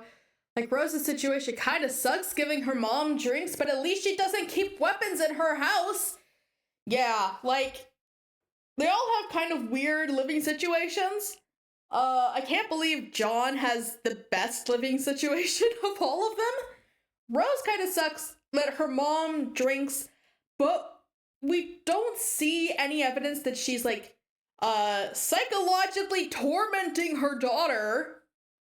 Or even doing any physical abuse stuff. There may be some neglect involved. But Rose is at least physically safe. There's, at least seems to be, there's food in the house. She has a room to herself. Where she has her own personal spaces in the house where she can be on her own and feel safe. Dave doesn't have any of that. Oh, God. Yeah, there's pretty much no way there wasn't going to be a bunch of puppets in there. Dave, I'm so sorry. Rose's mom is kind of neglectful, not dangerous. Yeah. I am genuinely concerned that Dave's brother, would do something drastic. Like, if you told me that in an alternate universe where the Spurb stuff didn't happen and, like, their lives didn't get thrown into a wildly different track, that one day his brother just decided to kill Dave and then kill himself, and that was all over the news, like, I would believe that. That would not surprise me. Dave needs to get out of that house. Oh, God. And you know what? If the end of the world, if a world-ending video game is how he gets out of there, that's fine by me. Oh, I just want him to get away from there. Okay, wait, hold on. Why am I getting this stupid game for you? You're the one who should be wrist-deep in puppet ass. What is the specific problem? The problem is I'm up to my goddamn neck and fucking... Okay, this is the same conversation as earlier. I love Rose doing the same thing to him, turning it into a song, or a poem rather. Prong of flesh bereft of home, found solace twixt a cleft of foam. Of apocalypse your thoughts eclipse, a painted pair of parted lips, that dare through kiss to stir the air, that teases tufts of orange hair, and though faces flush and lovers fits, hands snug and plush as gloves befit. So there would be a squishy derriere somewhere below the handle to break your fall. Okay, read the note on the hatch. Bro, roof now, bring Cal. We're doing it, man. We're making this happen. Okay, I'm concerned now. We're making what happen? And he has a batarang. Oh my God. Burst out of the puppet pile like the one. Be the other guy. You are now the other guy. Take dowels and sheet from bed and make a tent. This is so much fun. A huge waste of time, but so much fun! Yeah, take a moment to just be a kid there, John. Someone needs to be having a good time here. Oh, what's happening there? Oh, oh, Rose, tossed the poor fort. No, not the fort! Carve a totem of the punched pogo card. You put the punched card containing the pogo ride in the slot and carve a totem from one of the Cruxite dowels. Repeat process with other cards and dowels. Okay. Use the card containing the code for the hammer as well as the one with the random code you punched over the shaving cream card for the hell of it. You carve the respective totems for the cards. Do the same thing with capsulog cards. Make a totem for a capsulog card. Pretty bare bones looking totem, if you ask you. If you ask you. Dave should do things like John, building a castle out of stuff, not having weapons in fridge. Yes! I would love to see Dave doing normal fun kid stuff. Instead of having to worry about a whole bunch of being suffocated by puppets or having a bunch of weapons flung out at him. Or even just, I would love to see him having, food to eat in the house. Oh my god! Yeah, that is pretty bare bones. Collect totems. Okay, you stow the totems in your Athenium. Nice. Produce capsulog card. Yeah, but puppets are kind of awesome, right? Puppets in real life are awesome. I took a class once in high school. I took an elective class where we got to make our own marionette puppets. It was really fun. Mine unfortunately fell apart pretty soon after the class ended because I didn't bake the clay enough. So, the little, hooks we put in, that we attached the strings to fell out. But I put a lot of work into that thing and turned out pretty cool. Got to make little clothes for it and everything. I even tried to make a wig for it for hair. It didn't turn out very well, but I made it work. But yeah, in real life, puppets are kind of awesome. But in fiction, they are almost always used to indicate something's wrong. Something inhuman. Cause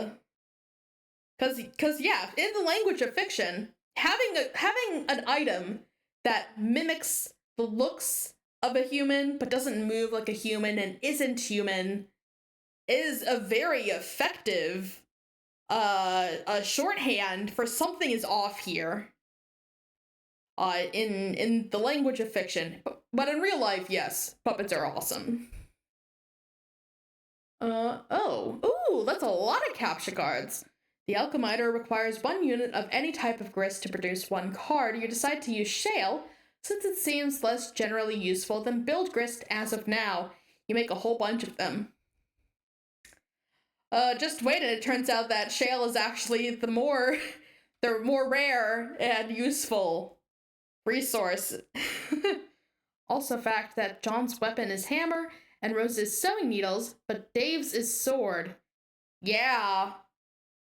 John and Rose are just using stuff they found around the house, and Dave is also using stuff he found around the house, but it's an actual weapon. And that's not great. Whoa, did you just make all these?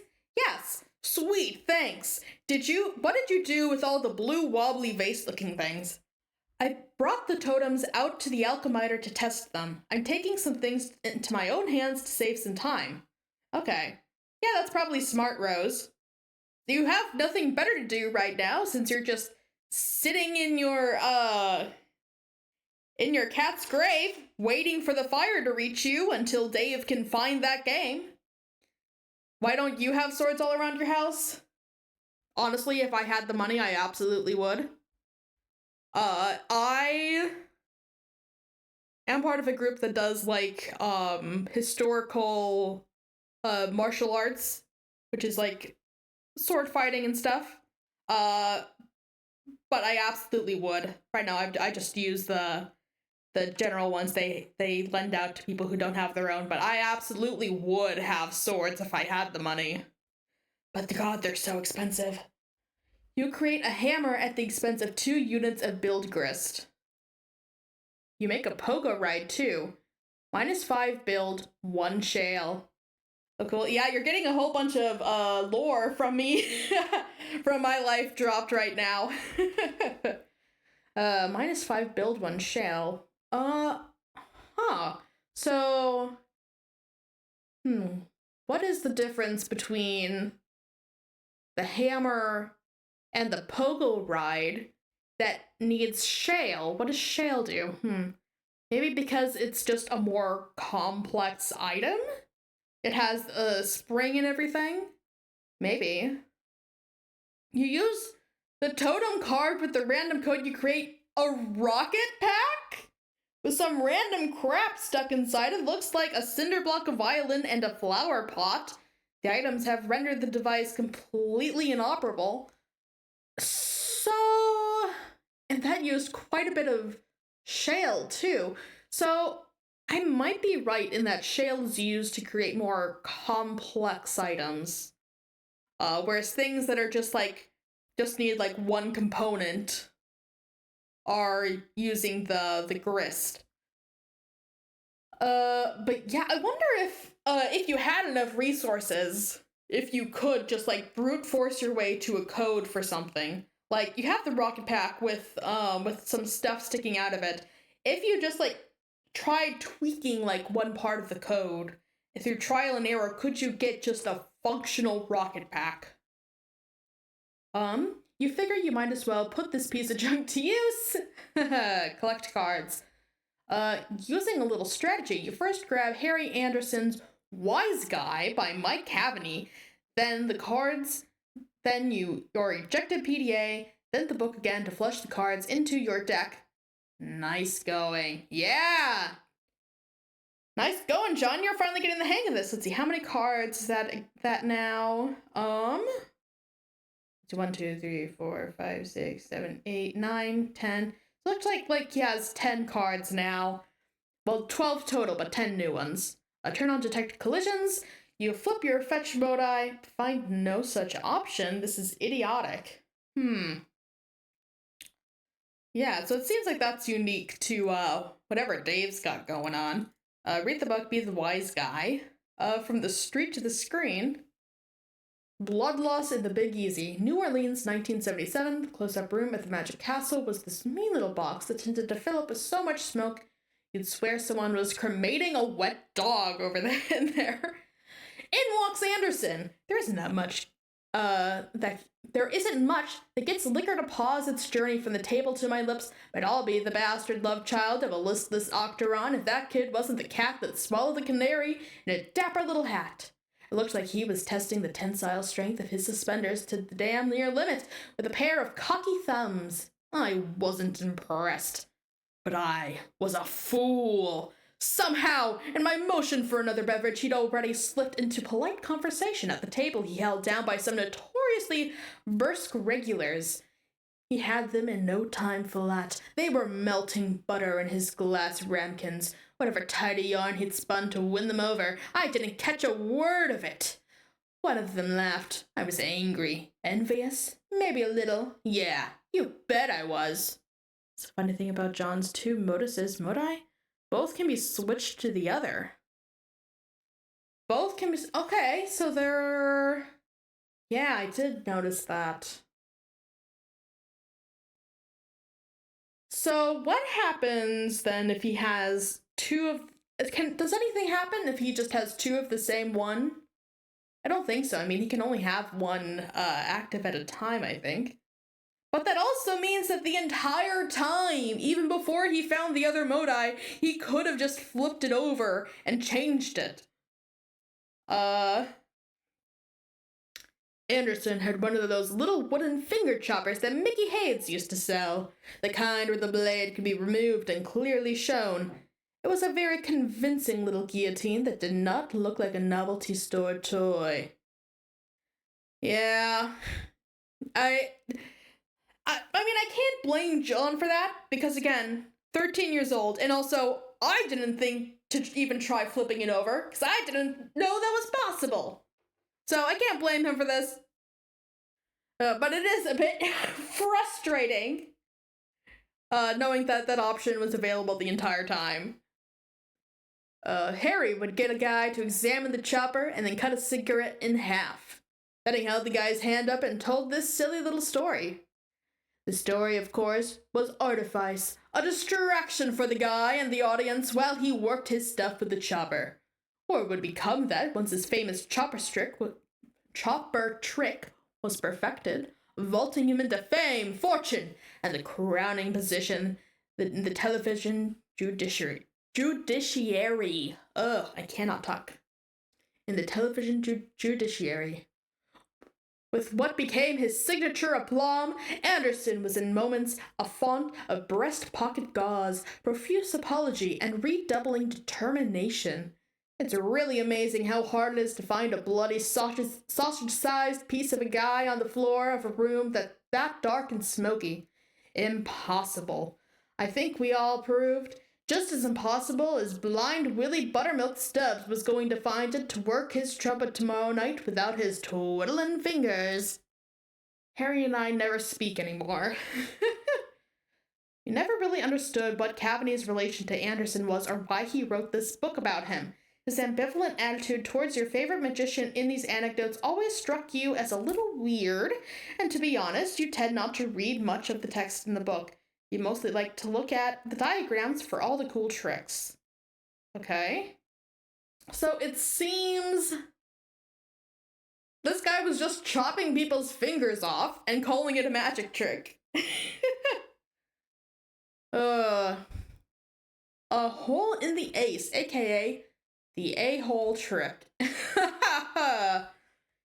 Here is a perfect example of how Harry could ruin several decks of cards, waste everyone's valuable time, and have you love him for it. He was good at that. One day he noisily... Hold on, let's check this diagram first. Okay, so you punch 2 holes. Okay, yeah, that tells me nothing about what the trick is. One day he noisily emptied his suit jacket pocket onto the hood of his car in search of change for the meter. A chunky metal thing slid from the pile and bounced onto the sidewalk. As I retrieved it for him, I asked what he was doing with a hole puncher in his pocket. His face lit up at the question like he was an elf, and I asked him how he felt about climbing into the hollow of a big tree to bake some cookies or something. 2-foot 6-inch height differential between us caused the comparisons to enter my mind. Like their completely understandable situation why Rose has needles, 'cause it is not a weapon. Yeah! Like, they're just knitting needles. They're not even the first example that comes to mind is like gosh, I just completely blanked on the actual name, but MDZS Murazushi, where I just forgot her name, but the Wen doctor, where she uses her needles as weapons. Yeah, they're just knitting needles. They're not like acupuncture needles or even needles that can be used as weapons. They're just regular knitting needles. As I retrieved it for him, I asked what he was doing with the hole puncher in his pocket. His face lit up at the question like he was an elf, and I asked him how he felt. Okay, I read that. A small crowd had already gathered around even before he produced the first pack of unmolested cards. How people seem to gather and how they even know a street performer is about to take place, I'll never know.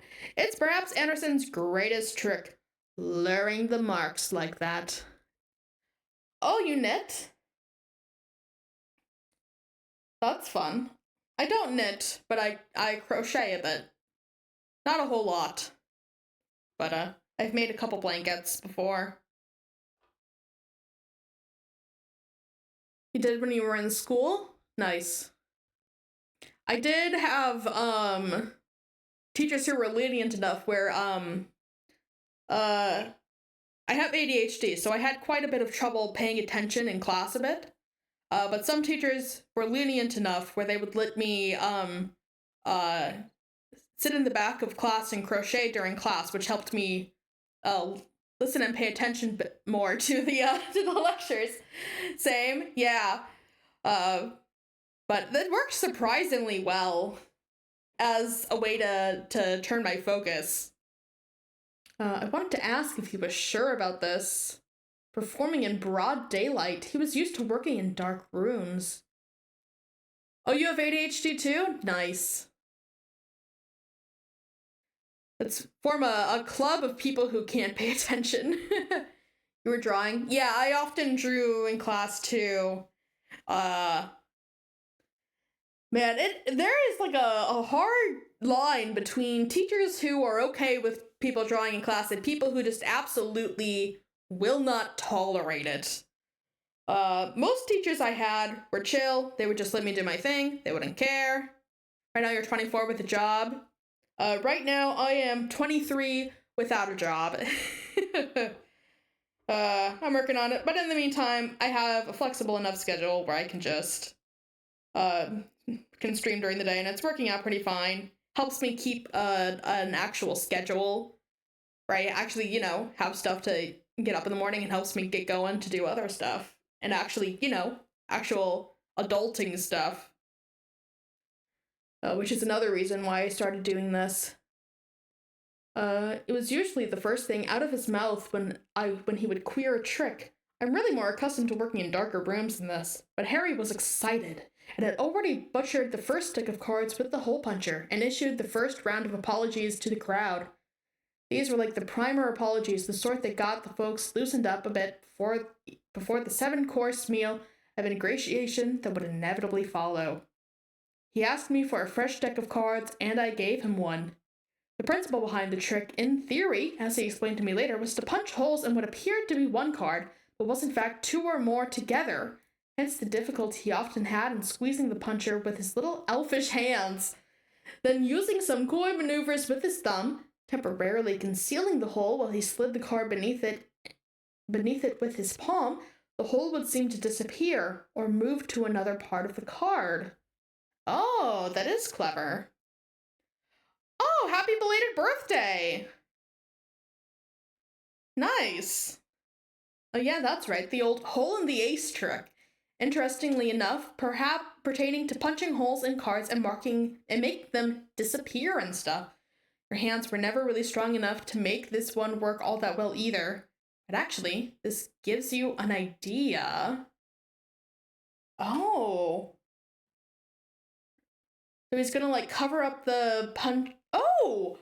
Combining them to overlap 2 punched cards, they mask each other's hole patterns. Both cards in the totem lathe. Oh man, it looks like Rose really made 1,000,000 hammers for some reason. Get all this shit out of the way, you're about to make something sweet. What can a hammer and a pogo stick make? Oh. Huh. You got the pogo hammer! As a birthday gift to you, I give John the pogo hammer. Practice with new weapon. Boing, boing, boing, boing, boing, boing, boing. The imp does not look impressed. What did you do? I combined the cards in the lathe thingy and made this. It is so sweet. Man, look at me go. I see. That was a really good idea, John. Nice work. Thanks. I got the idea from Harry Anderson. Who? You know the show Night Court? No. Oh, well, bottom line is, he's awesome. That's really all there is to say on the matter. This is definitely something that a 13-year-old would make? Yeah. If you gave me this thing at 13 years old, I would never stop hitting things with it. Attack the nearest imp to test Pogo Hammer's strength. You get a vicious rhythmic bouncing combo going and easily slay the imp in one blow. You and the Pogo Rider catapulted sky high in the process. Oh, did they? Oh no, the actual Pogo Ride. That is a surprisingly powerful weapon. Oh, it's gonna land on him? Oh. Sweet catch. We would be screwed without Rose. John would be dead.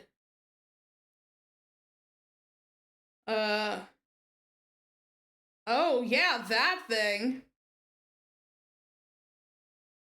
And the old book. Yeah, the big guy, I think, took the book. Now it's apparently... Wait, is that a different guy? So there's the big guy in the giant hole. Yeah, now there's a guy climbing up here. Ooh.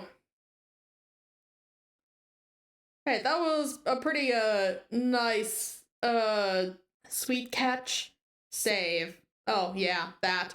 This is pretty comfy. Why don't you just, like, carry the bed around with me on it? Up to the gate up there. I can't interact with you directly or anything that you're touching. If it would result in moving you. See? Oh, lame. This game probably regards that as kind of cheating. In a way, thieving you of your free will is an adventurer and the need to advance by your own skill and ingenuity. The server player is just a facilitator. Well, okay. All that scurrying around kind of wore me out. I think I'm going to rest here for a bit. Rose, can you keep the imps at bay? Like, drop some stuff on them if they sneak too close? No, you should pick up your hammer and defend yourself. What? Come on. I have no idea what the hell Dave is up to or if he's any closer to recovering the game. There's some stuff I'd like to try in case he doesn't come through. Oh, alright. I'm just gonna rest my eyes here a second, though. Okay, let's grab some sleep. Ooh.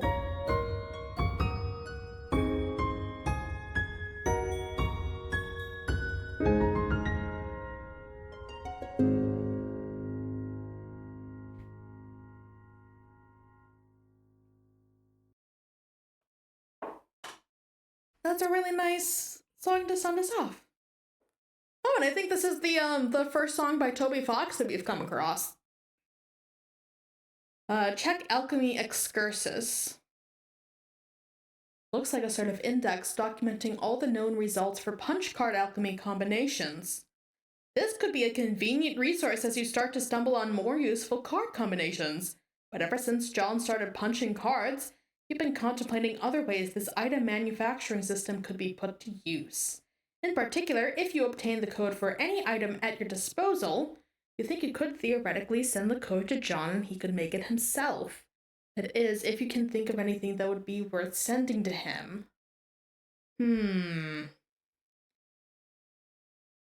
Capsulog Spurb's server CD. Okay. Reject the disk and Capsulogs the server CD. Message John the CAPTCHA code. Oh. God damn it. Oh no.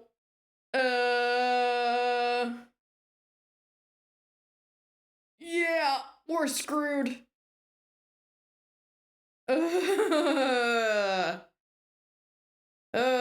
Yeah, meteors, fire, death. John, wake up.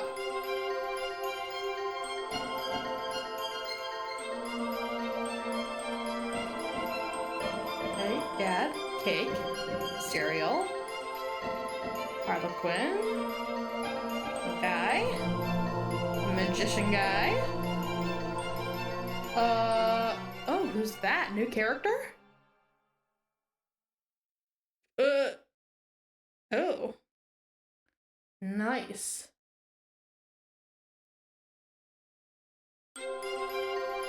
Yeah.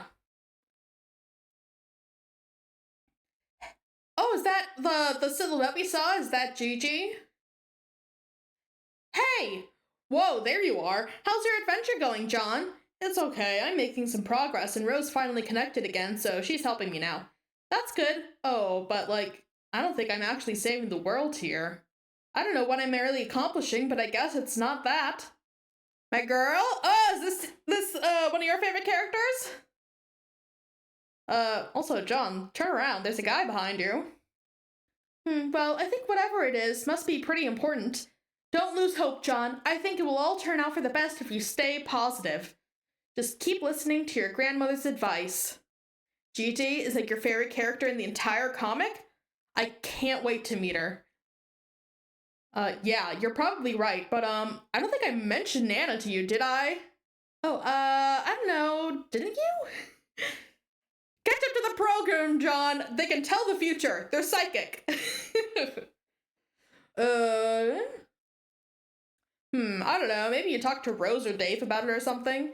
Yeah, maybe that was it.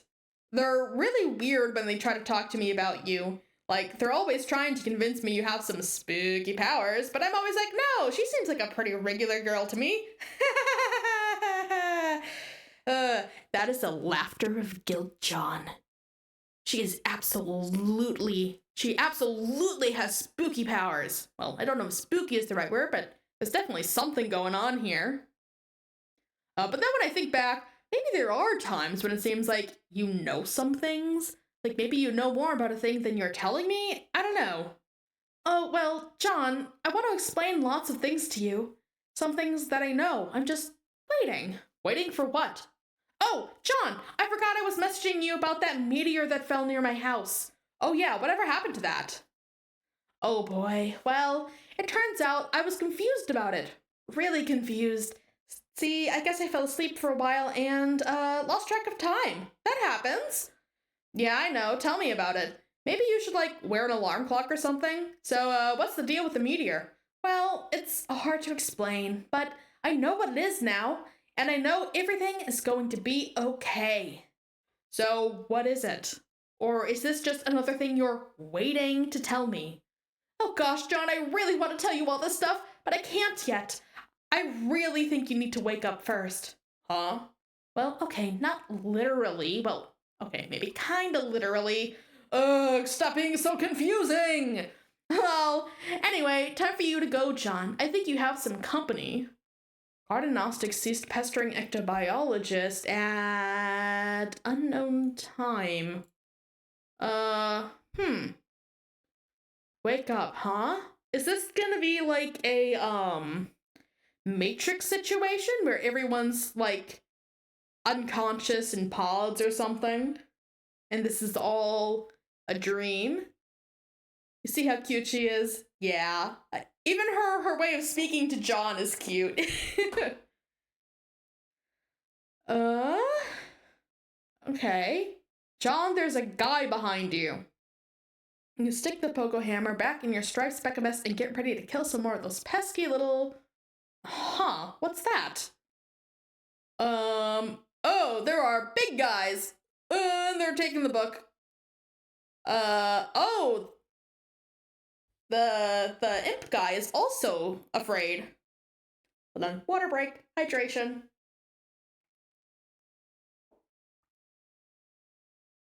Drink that hydration juice. Tentacle therapist ceased pestering ectobiologist. Rose, why aren't you dropping something on that thing? Oh no. Be the imp? You beat the imp and quickly abscond the fuck out of there. This is what weaker adversaries do whenever things get too hot to handle, which is frequently. Prepare for boss battle. You stop being the imp because that was stupid and scurry over to your magic chest that you suddenly remembered was on the roof. There are some things in here that would be good to stock up on for a major battle, but it looks like someone has plundered your chest. This is outrageous. Ooh, things are, not looking good. You are being ambushed! There's so much room to maneuver on the sloping roof. Maybe you should consider making your way to higher ground. Ascend to the highest point of the house. You go up here, look down, you peek over the edge.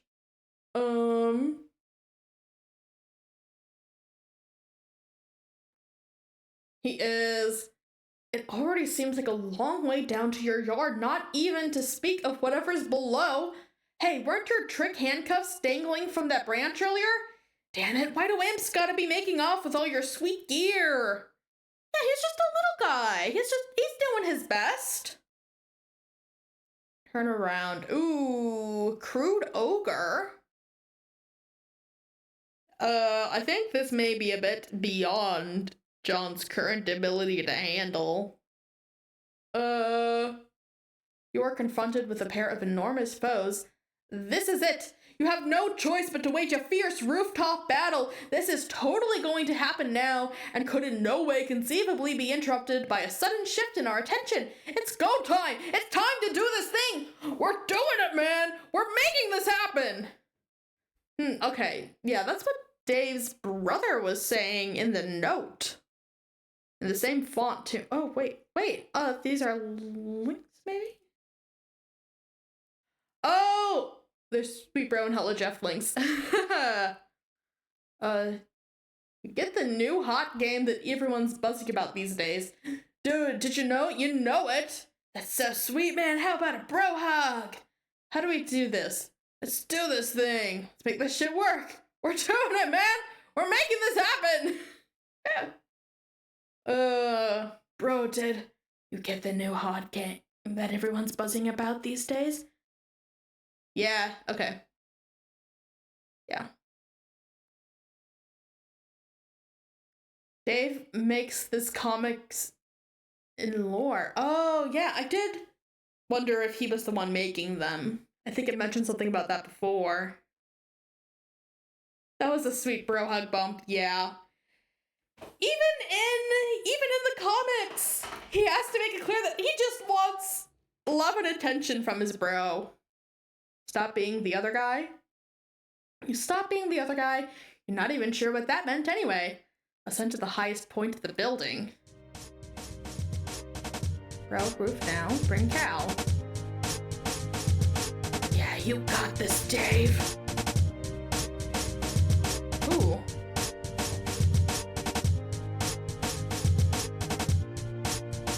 He's got some crazy acrobatics going on, too. Gets Eddie makes those comics for legions of devoted fans. Yeah.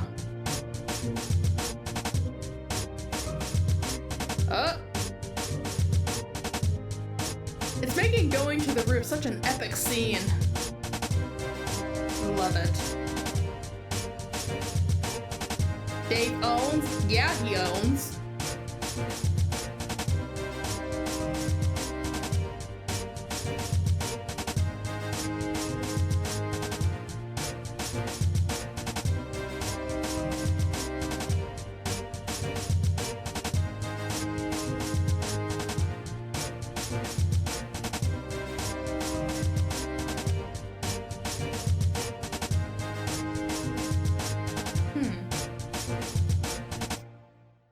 Psych. Oh, wait. Double psych out combo. What? No, I thought we were gonna see Gigi. Oh, well, we get to see our guy now. That's fine. You are now the wayward vagabond. I wanted to meet your girl! I do like the wayward vagabond stuff, though. I'm very curious what it means. Retrieve. Got him already. Examine rotten pumpkin. What pumpkin? Oh, we're back to the pumpkin! At least you agree she is adorable. She is so cute. What is it with this guy and disappearing pumpkins? Also, dude, don't eat that. Check the little red bar.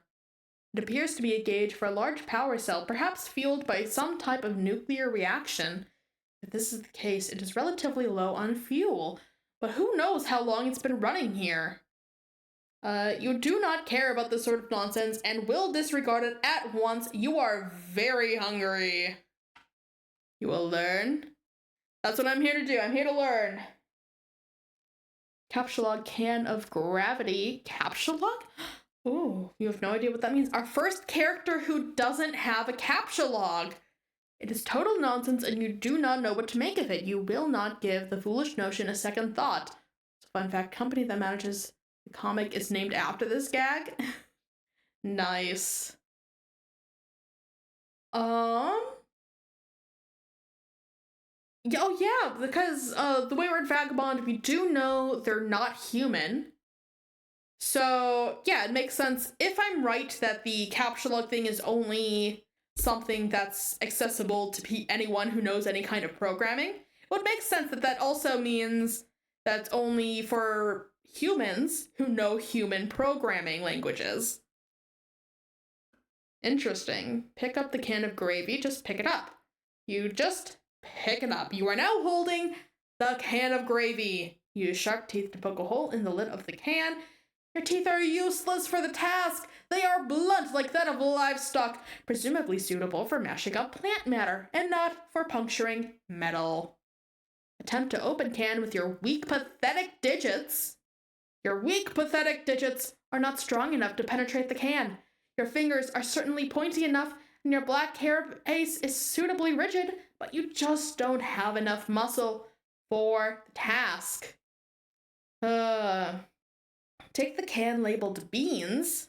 Okay, you take that too. Examine can of mustard.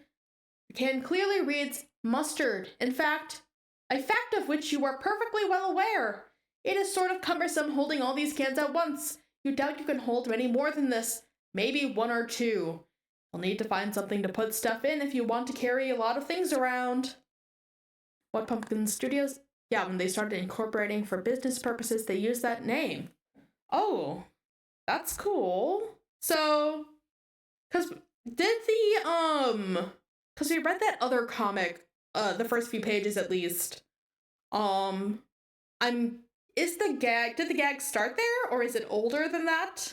Because they had the pumpkin thing too in that comic. That's interesting. Examine marking on wrist. You drop all the cans and take a look at your wrist. It is a sort of specialized barcode pattern. It started there, yeah? Cool. That's cool. I'm glad that we stopped to read a bit of that comic then. Because that means that I now know where it comes from. It wasn't their first comic, but it was their first comic of this game style. Oh. This brings back unpleasant memories, and you would prefer not to dwell on it. Is it like some sort of like slave brand or something? That's usually what that means in fiction. Examine the small potted plant. What plant?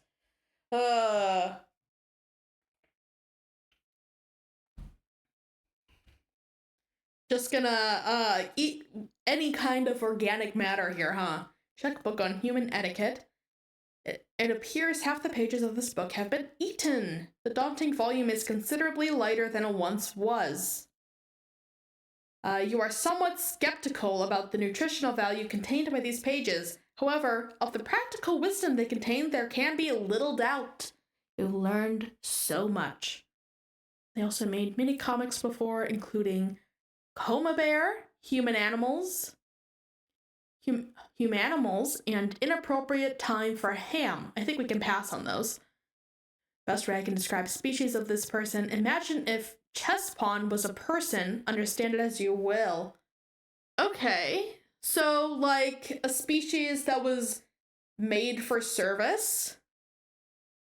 Like people who were made to be subservient and are probably now fighting against that.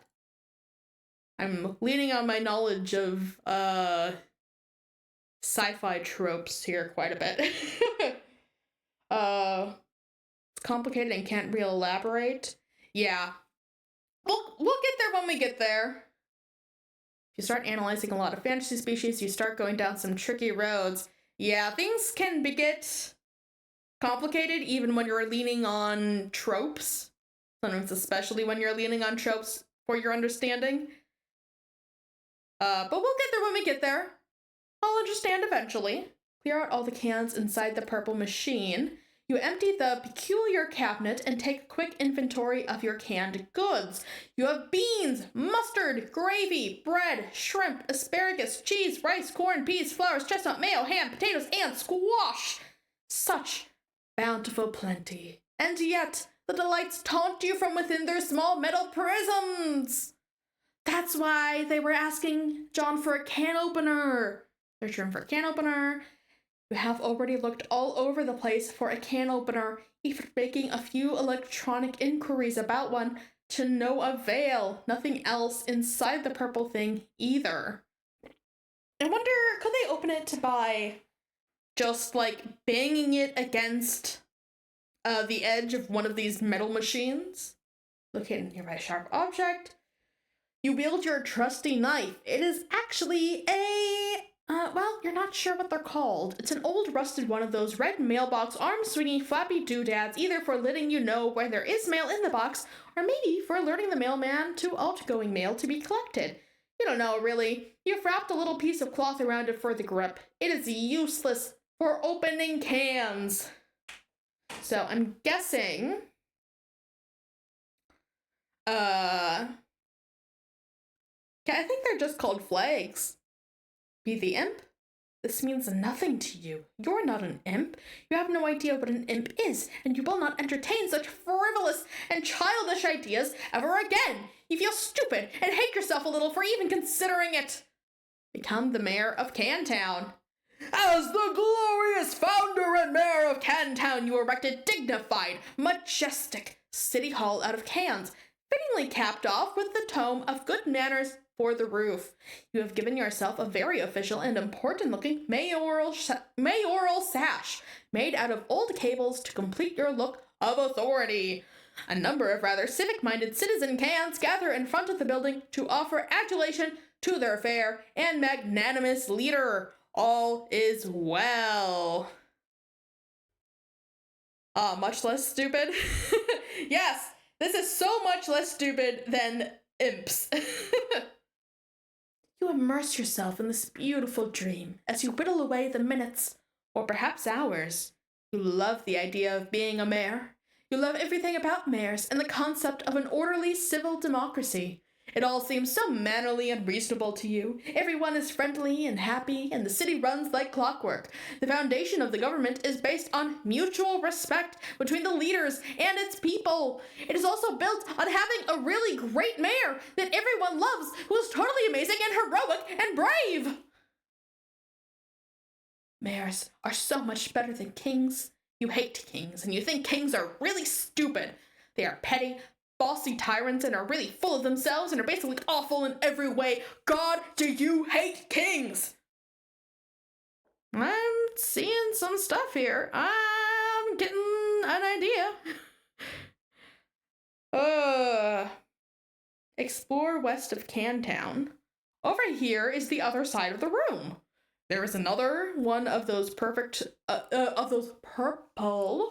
storage boxes and some useless objects scattered on the floor.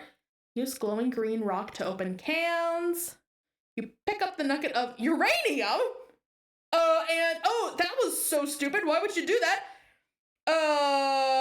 Why is there uranium just hanging out on the ground? Examine box of crayons. It's chalk, numbnuts. Okay. Inside the box, there are 12 pieces of chalk in every color of the, 10 pieces of chalk in most colors of the rainbow. You are excited by this. Okay, so either they really like green, or they really hate green. And those are the only two options. Try to open the storage box. It's locked. There must be some sort of release mechanism for this thing. Examine contents of yellow container. The container is full of motor oil. This does not seem useful to you right now. Rescue that poor lightning bug. There's nothing you can do for this new little friend. Attempting to crush the amber encasing the firefly would likely cause it harm. It nevertheless bravely flashes on. You find its light alluring, inspiring. To you, it seems as if it could quite easily serve as the light of democracy! Use the chalk to draw some roads. You sketch a handsome network of sprawling thoroughfares for your citizens to traverse. The adoring population applauds it. Oh God, I really can't speak today. Applauds its mayor's keen instincts for city planning. You even add some lush vegetation to your city with a piece of blue chalk because you can't seem to find a more suitable color for some reason. Yeah, they were cute. They just want to have fun with their little city and survive by getting those cans open. Lay a chalk foundation for Cantown's civic growth. You develop westward, settling those fertile plains and claiming them for your city. You section off a number of residential and commercial zones for civic growth, arranged in the only logical pattern that occurs to you. I'm definitely seeing the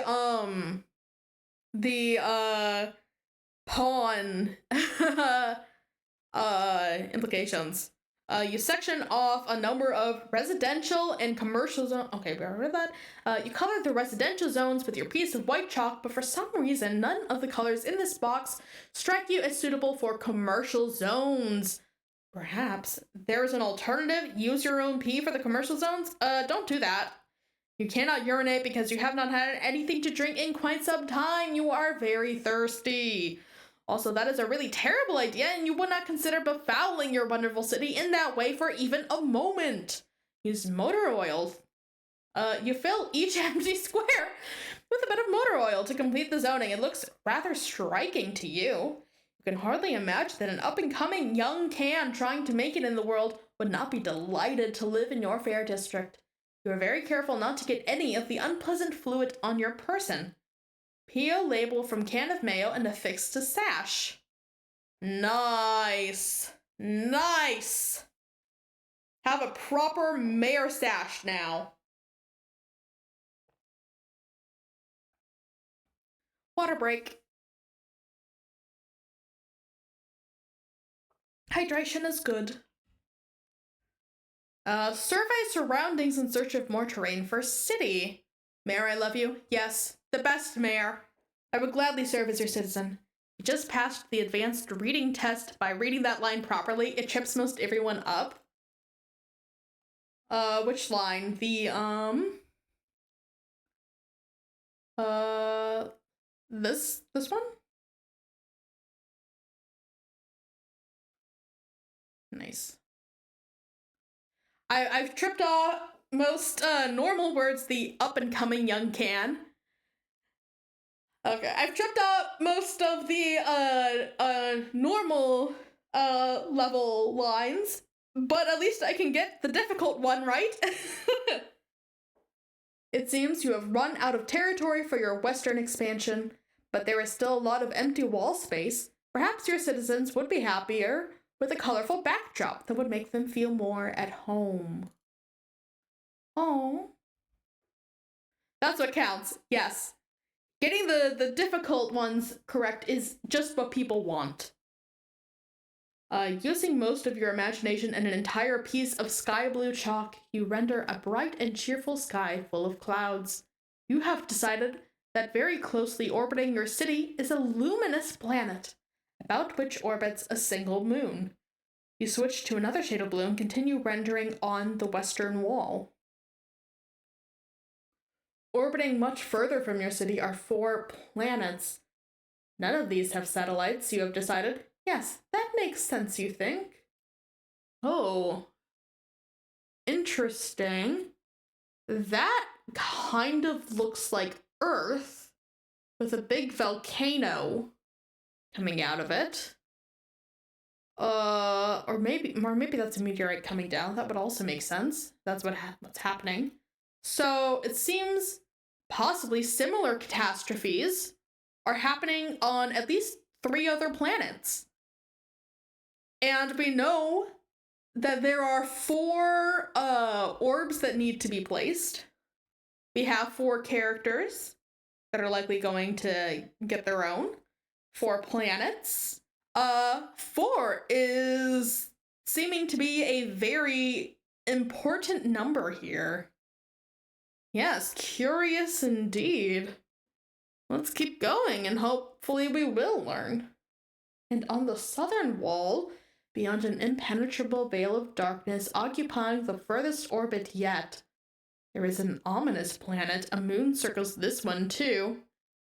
John! We're getting important lore stuff, we're examining, we're theorizing, and there's just John going boing, boing, boing, boing, boing. He's living his best life. Check that rampaging boy on the screen. Oh yeah, it's that guy. You had almost forgotten about him and his confusing shenanigans. Seems like he has things well in hand at the moment. He does not appear to need your help, and you have already concluded that he cannot help you, at least for the time being. Turn on the other 3 screens. You have no idea how to turn these on. There is no mouse for this weird Quadra-monitored computer. It can only be operated through text commands from its keyboard. Perhaps there's a special key or command which will allow you to switch to another monitor? Press tab.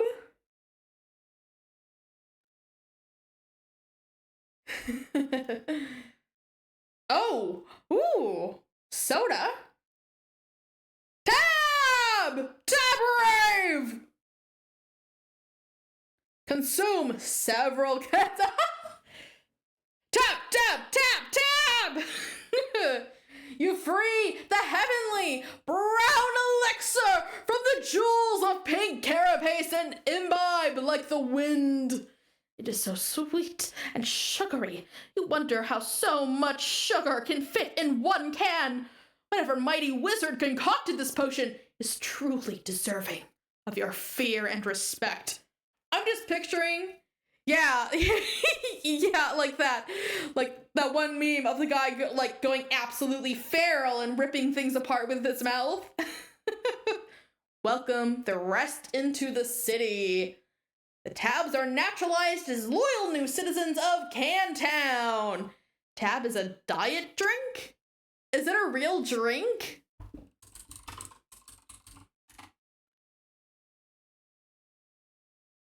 Tab was a diet cola soft drink produced and distributed by Coca-Cola, introduced in 1963 and discontinued in 2020.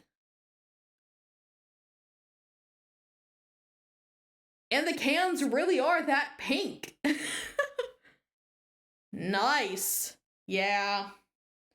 Unfortunately, it would be fun. A sad day for Homestuck fans. I bet. It would be fun if it wasn't discontinued. If I could just go out and grab some Tab, come back, and be drinking that while I do the rest of the Homestuck. But unfortunately, 'twas not to be. They discontinued it because they knew it was making people too powerful.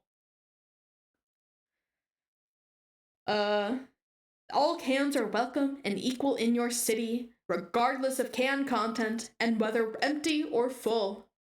It's not like emptying a can kills it or anything. They're just cans after all. Hit escape. Feeling refreshed and heavily caffeinated, you go back to work on the big computer. You hit escape, which seems to minimize the action window thingy and reveals a history of all the commands you've entered.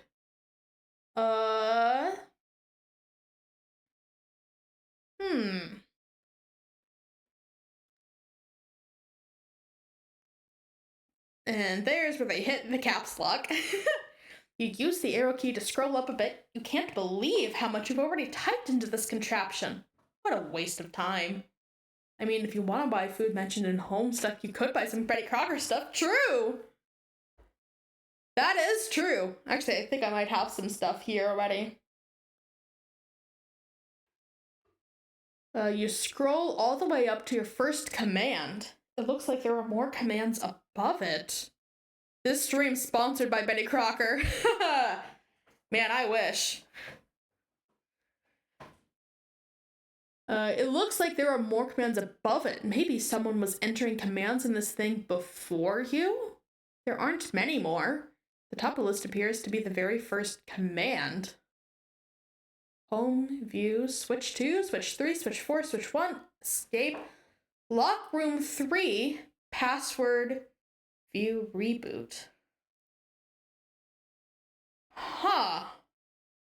Oh! Oh! It does the different screens. Okay, so that seems to be... That's the statue that was in Rose's house. John is actually a hero of Betty Crocker's empire. Yes. So the whole world, this whole story is sponsored by Betty Crocker. It's actually, oh, the heir of Betty Crocker, of the Betty Crocker Empire. I don't think he'd be a willing inheritor, but but he's gonna get it whether he wants to or not. The signal is garbled and you have no idea what you're looking at. Some sort of filthy beggar pleading for help? No one is around and nothing is happening. You seem to be locked out of any sort of interaction with whatever's happening on this monitor. Switch 3. Oh. Looks like Dave's going through some stuff. Oh my god. That's another one of these rapscallions. This monitor is locked too. You can't tell him what to do. Not that you really want to, since it just looks like more confusing nonsense to you. You consider switching to screen 4, but decide against it. You have a feeling that whatever's there would just confuse you even more, and you don't even really care all that much anyway. Okay. Hey, Betty Crocker is calling. You nerd, you need to sell cakes. That's the real purpose of this. All of this was just to get John to sell baked goods. Screen 4 is probably the worst one. I'm guessing that's Gigi. And apparently we're not ready for it yet. Type home.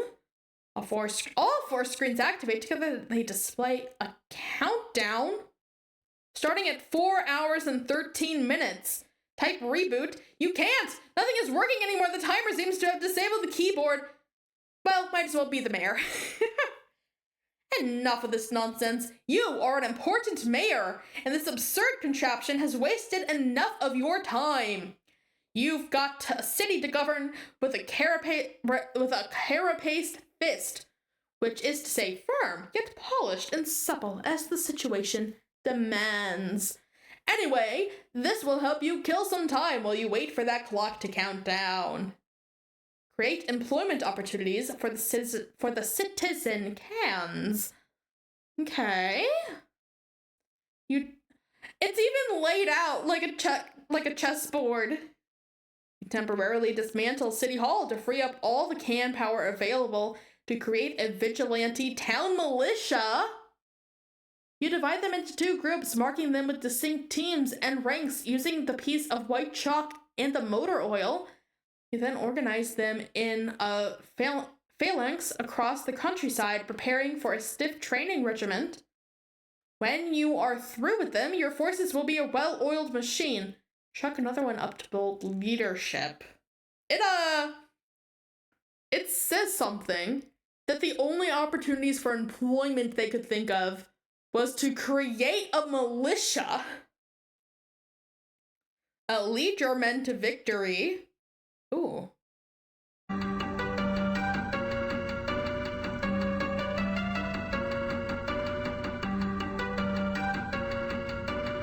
Huh.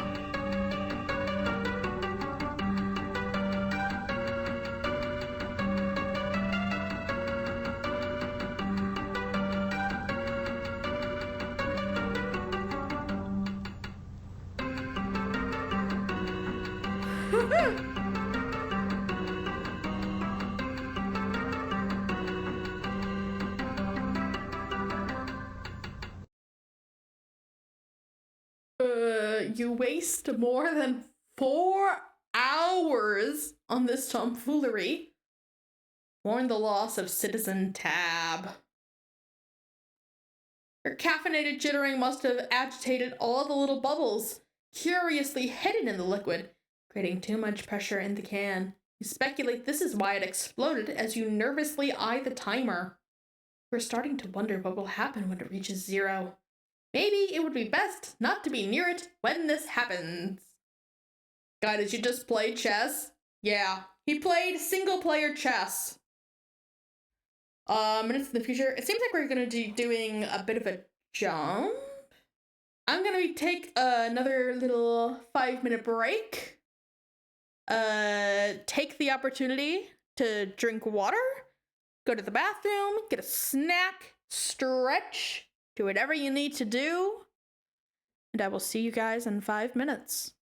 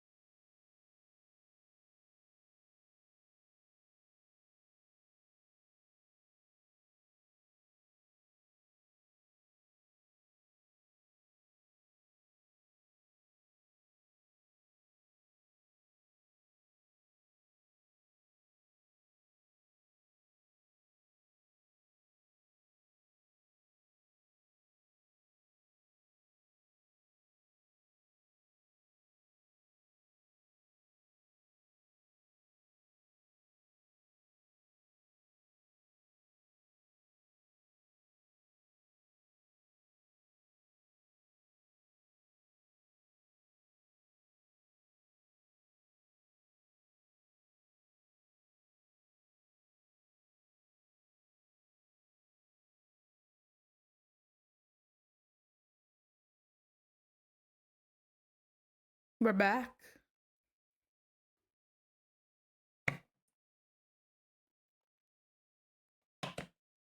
Hope you all had a good 5 minutes. And now let's dive right back into Homestuck. Minutes in the future. Though perhaps not as few as implied by circumstance, a peregrine mendicant trundles precious cargo beneath the gleam of the celestially ominous.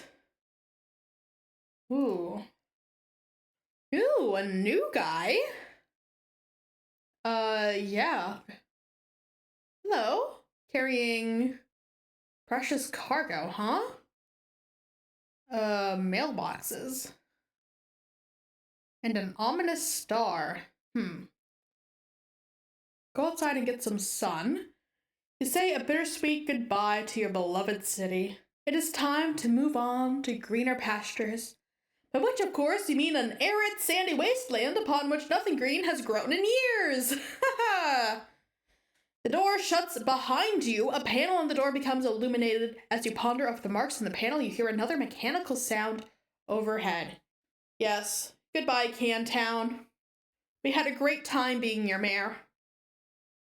We hope you could thrive without us. Ooh, oh no.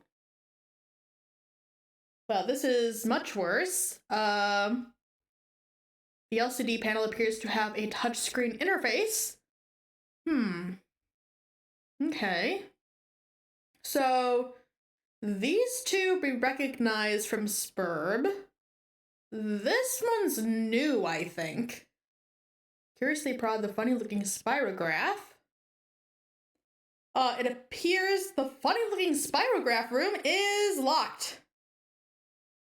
The floor rotates a full 360 degrees beneath you, while the surrounding wall seems to stay put. Select the triangly fractal. The triangly fractal room does not appear to be locked. The floor turns 120 degrees, and the door opens. You go through the door to find another room. It's the same size as the other one you just wasted all that time in, while a clock was ticking down to something which may or may not be your doom. Maybe there's something in here that will help you escape. Against the wall, there is another perplexing contraption. Against the opposite wall is some sort of control panel, which catches your eye. It has two large screens, but only one appears to be active. There are fields for numbers which appear to be modifiable, with the dials to the right. Some numbers are already supplied by default, perhaps entered by the previous user. There are a few buttons below, the largest one bearing the symbol marking this room. Also, it looks like there is a meter stick propped up there for some reason. Okay.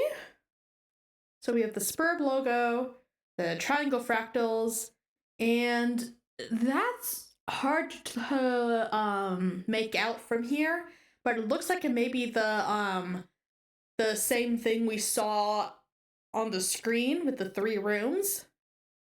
Attach your trusty knife to the meter stick. You immediately craft a measuring spear through possibly the most advanced form of alchemy employed thus far. This is obviously the most important thing to do first. Obviously. Oh man, I love Wanderer so far. They'll say like, oh, this is ridiculous and stuff, but they'll go along with the ridiculous stuff. So cute. Or it would obviously be the most important thing to do if you had remembered to bring your trusty knife! No! You feel so insecure without your trusty knife, it makes you want to slit your wrists, or at the very least, flog your carapace with some sort of measuring apparatus. Look at the other wall. You examine the perplexing contraption across the room. You, of course, have no idea what it could possibly do. You adopt the only obvious course of action, which is to poke and prod it with your handy ruler. You're quite sure this is what science is all about. Press the triangle pattern. Go back to the control panel, which probably obviously controls that gizmo, and you push the big blue button which is obviously probably the most obvious thing to push. You appearify a pumpkin. Examine the pumpkin. Oh, we actually get to see the pumpkin this time. Nice. It seems this mysterious gourd was transported, appearified, from a specific time and location somewhere on this planet you are on. It's real, you guys! The pumpkin is real!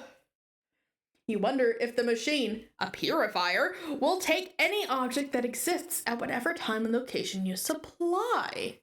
There's a symbol carved on the pumpkin. You don't know what it means, and you doubt it will ever prove to be relevant in any way. Oh, I doubt that. So that where it go. Yes, indeed. Devour pumpkin. You consider dining on the ripe flesh of the plump vegetable, but your curiosity about the purifier gets the better of you. You try to sneak a nibble from the pumpkin nonetheless. Inspect green buttons. Okay, so that is the 3-room diagram. You first examine the attractive green buttons. The icon for the one on the left is that house shape you've seen plenty of times before. The right one, on closer inspection, appears to be the map for this underground facility with an X marking its center. Press the green button on the right. Push the button. All of the numbers change. Perhaps these are the coordinates for the location of the center of this facility, along with the local date and time? If this is the case, it would make a useful reference point for your current bearings. Okay, fiddle with the dials. One way to find out would be to attempt to purify something from this facility. It should be easy. Oh, get your knife! Yes! It should be easy to zero in on a location relative to the center because you have an uncanny knack for tracking precise distances you have already traversed and which units you choose. Your handy ruler gives you a good clue as to the basic unit of human measurement. You'll go with that. Purify your trusty knife. Yes! Yes! We got the knife back! You nudge the coordinates very slightly and bump up the elevation by 0.5 human measurement units. You make sure to keep the time approximately what it was to begin with. You purify your trusty knife. Oh, I didn't notice there was, oh yeah, there is one for time. So, okay. Longitude and latitude, altitude, and time. Okay. So you can bring things from time as well. They could use this, if John actually found a can opener, they could use this to get the can opener to themselves. Okay. A purified can town. You nudge the numbers a bit more and purify a bunch of cans. This is so much more efficient than walking back to the other room to get them. You are to believe that time is at a premium after all. De-purify the pumpkin. Does this machine look like a de-purifier to you? Honestly, the idea that a purifier could just purify and de-purify things is so laughably ridiculous. You would wish someone would de-purify your brain and re-purify it with a brain that is more smart and less dumb. Yes, we've brought Cantown back.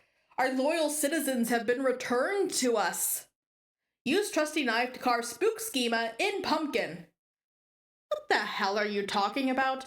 That idea makes no sense at all and is basically meaningless. Try using that mushy stuff in your gourd next time. What a ridiculous notion. Yeah, see, they say it's ridiculous and they go along with another ridiculous idea anyways. Instead, you just carve off the top, exposing a decadent cache of gorgeous seed-laden ambrosia. Needless to say, you consume all of it rather quickly, but it turns out to be too gross for us to watch. Move spirograph switch. You cannot move it. It has a spirograph-shaped indentation and possibly will require a special kind of key to turn it. These 2009 players suck so much at this. Okay, it's a good idea. Uh, purify firefly out of the amber. Oh, the firefly has been freed. I should have purified their keyboards from them. Let me play. Yeah. Like, I want to check stuff out.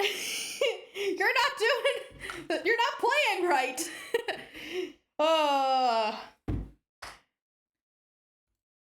You release your blinky new friend.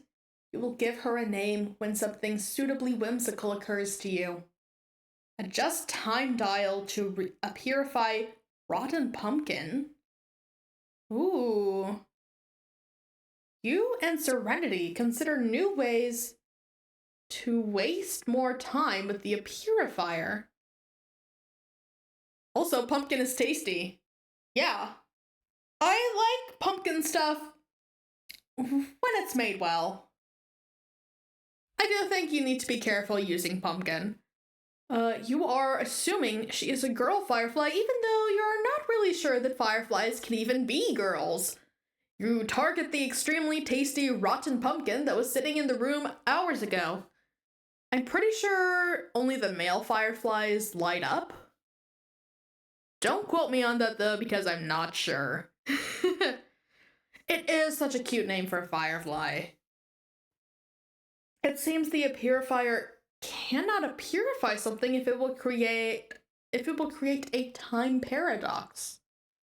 A gelatinous ghost pumpkin purifies and quickly dissolves into a pile of unappetizing sludge. Purify the grate over the entrance to this facility. Ooh. Oh.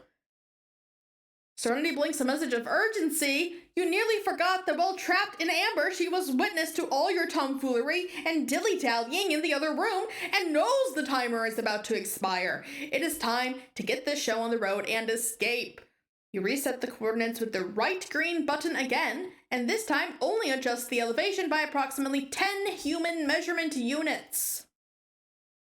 Ooh, nice. Hasten to the exit post-haste. Okay, so it does use heat or something because the edges where they were broken off are glowing red hot. Ooh.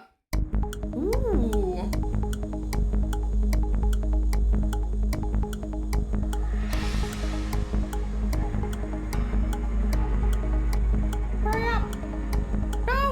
No!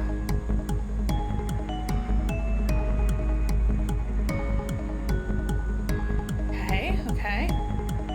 Is this really necessary? This is incredibly silly. Yes. 2, 1. Oh no!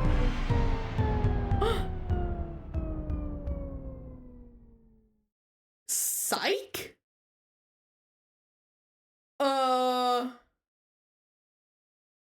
What? Oh, wait. Unpsych?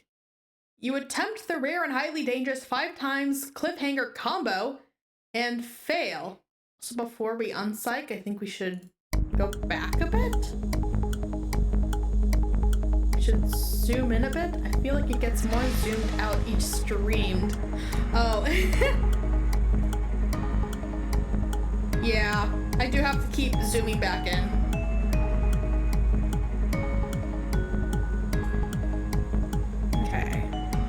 Does this feel good? Serenity is my new favorite character. Nice. And fail. We're doing it, man. We are making this happen. Ascend.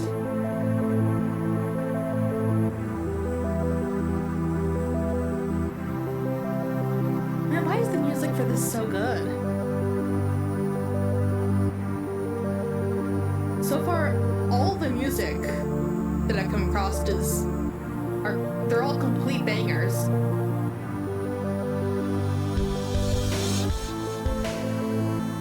Ooh.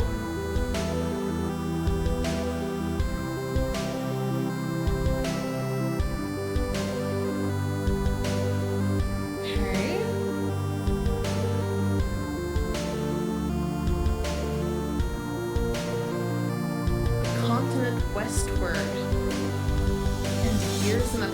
but not really. Oh!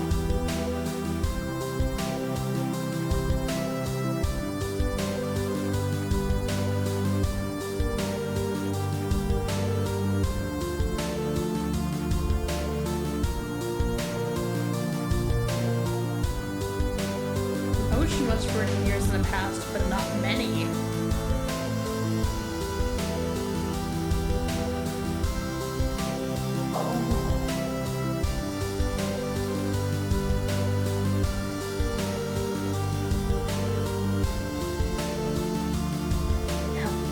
The ominous star.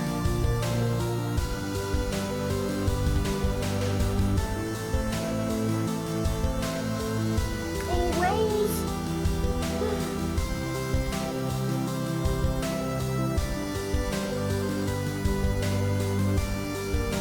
Oh.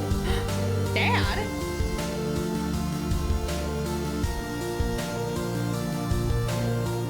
Yeah, you go, Dad!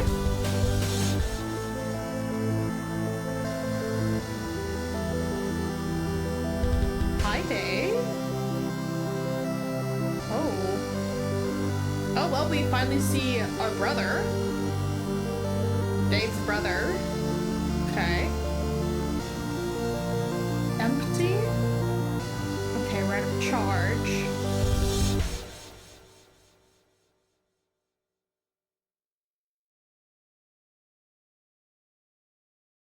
Okay, so I'm having a bit of trouble understanding what it is that we all just saw. Okay, so the capsule that got launched out. Yeah, that was a lot.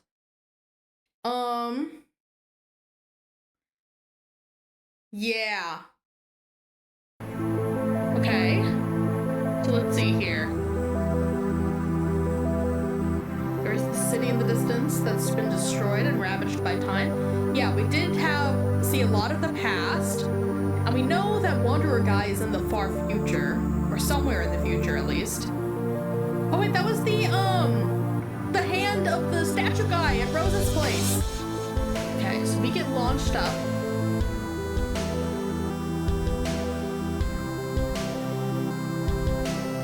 Okay, we have coordinates of some sort here. Being launched up.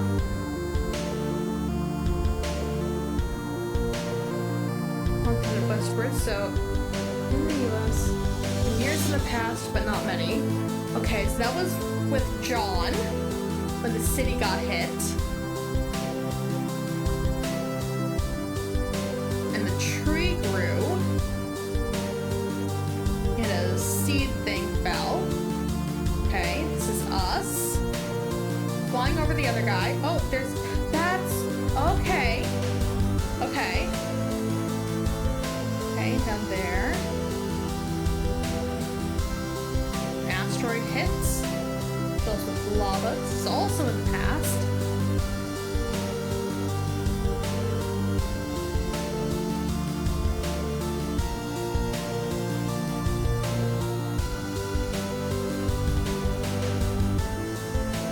Okay, let's see Rose. And her mom. Okay, and it has the symbol there. She opens a secret bunker, and our dad is escaping from the imps with shaving cream. We see Dave and his brother watching a fiery inferno approach. Okay, this is us. Landing. We run out of fuel and we land. And this is the frog thing, the other thing that we saw. Yeah, that's where the trick handcuffs went. They used it on our dad. Okay. So it seems like the other guy, oh, but the not many got crossed out? So it was long ago. Okay. So the one with the lava and the frog happened long ago. Okay. And the guy with the cart full of mailboxes, he is where he's near where John's house was. Because we saw the tree grow where the crater was and drop that bomb looking thing, and that guy was standing right next to it. So we know that he's near where John's house used to be. And we know that the guy got launched out of near where Rose's house was because it had the hand of the statue of the wizard guy.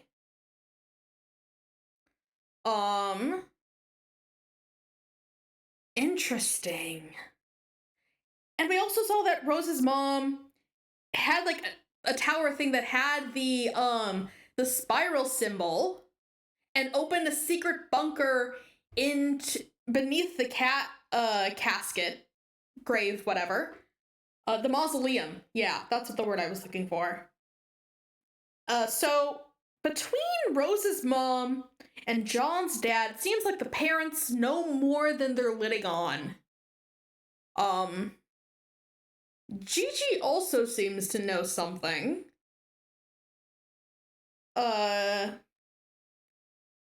Yeah, that's a lot of information. Oh yeah? Yeah.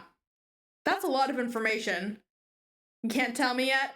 That's okay. That's what we're here for. We're here to learn and find out what's happening. End of Act 2. Ooh.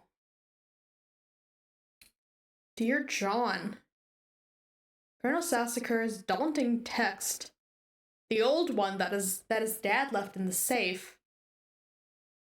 The Colonel amuses men marginally less soothed than he on sweltering Mississippi evening. In true Sassacre form, he puts his astonishing julep intake to use with a textbook execution of Butterfinger's solitaire.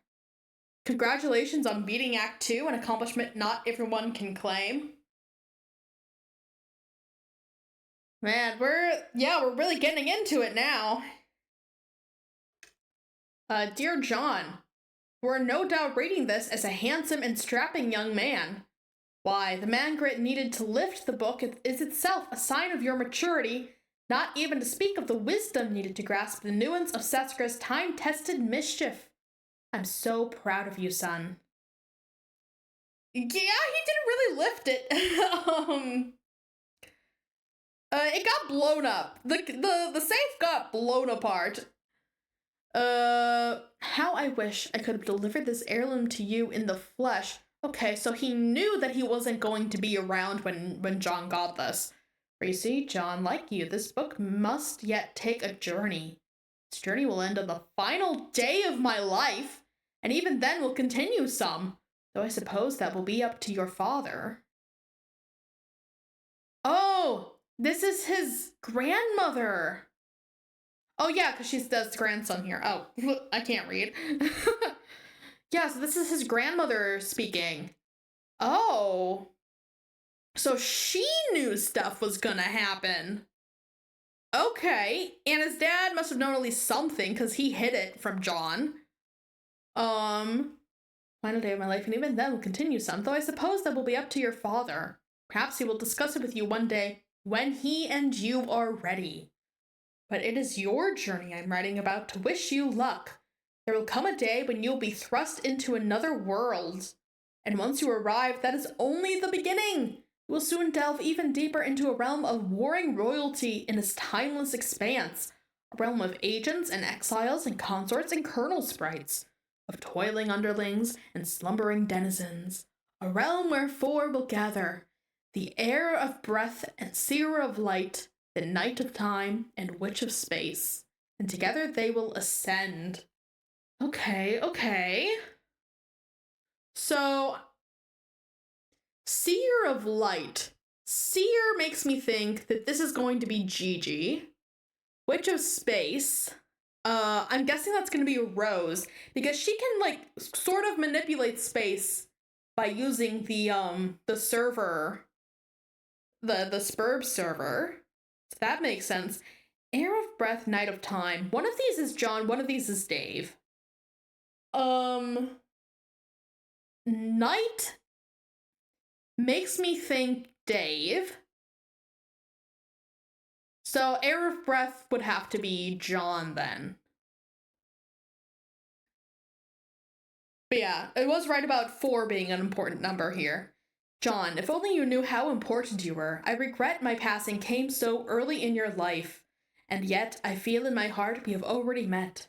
But what I know for sure is that we will meet again. Until then, John, I do hope your father keeps you well fed. Oh, he certainly did. So much that John got sick of it. Unfortunately, Dave cannot say the same. With love, Nana. P.S. Hoo hoo hoo. On that note, this would be a perfect opportunity for a small SBH jailbreak if you want. Ooh, yeah. How do we get to Sweet Bro and Hella Jeff? Let's see. Can we see? Oh wait, no, this is something else. Okay. Let's see, where were we? I think we lost right around to comic 5.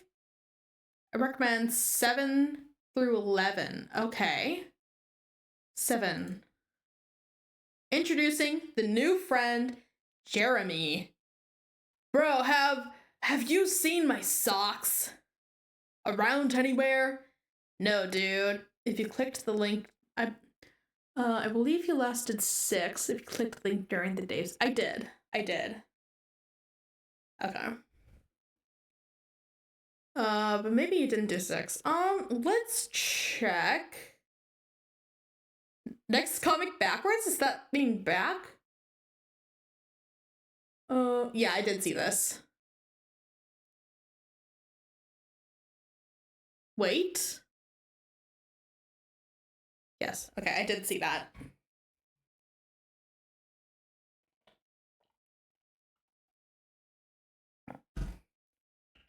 Okay. Bro, have you seen my socks? Around anywhere? No, dude. Again with the socks? What is it even with you and socks, man? It's like you must be toking up on a joint to make you stoned or something. I can't even think of who leaves all their socks lying around like that. Ugh! Oh. The sock ruse was a distraction. I have the car. Can you check when you're already locked in UHC?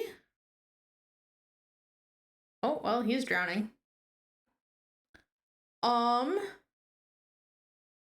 We've already unlocked.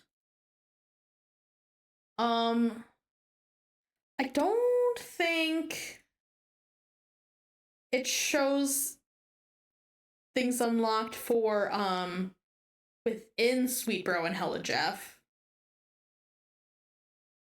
Yeah, I don't think it tracks Sweet Bro and Hella Jeff, but, this is what I've unlocked so far. Let's see. Whatever this is, will be the next thing I unlock. Let's see, what page are we on now? Yeah, that won't be for another, 300, 400 pages.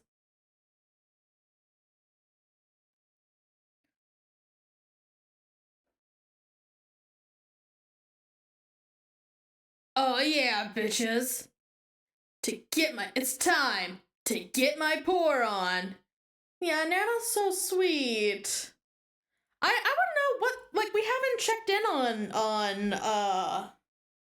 on Harlequin Nana in a bit. Last we saw, she was making a lot of cookies and killing a few imps on the way. So I wonder if we're going to see her again soon. I need to know what angel to use. It isn't coming out.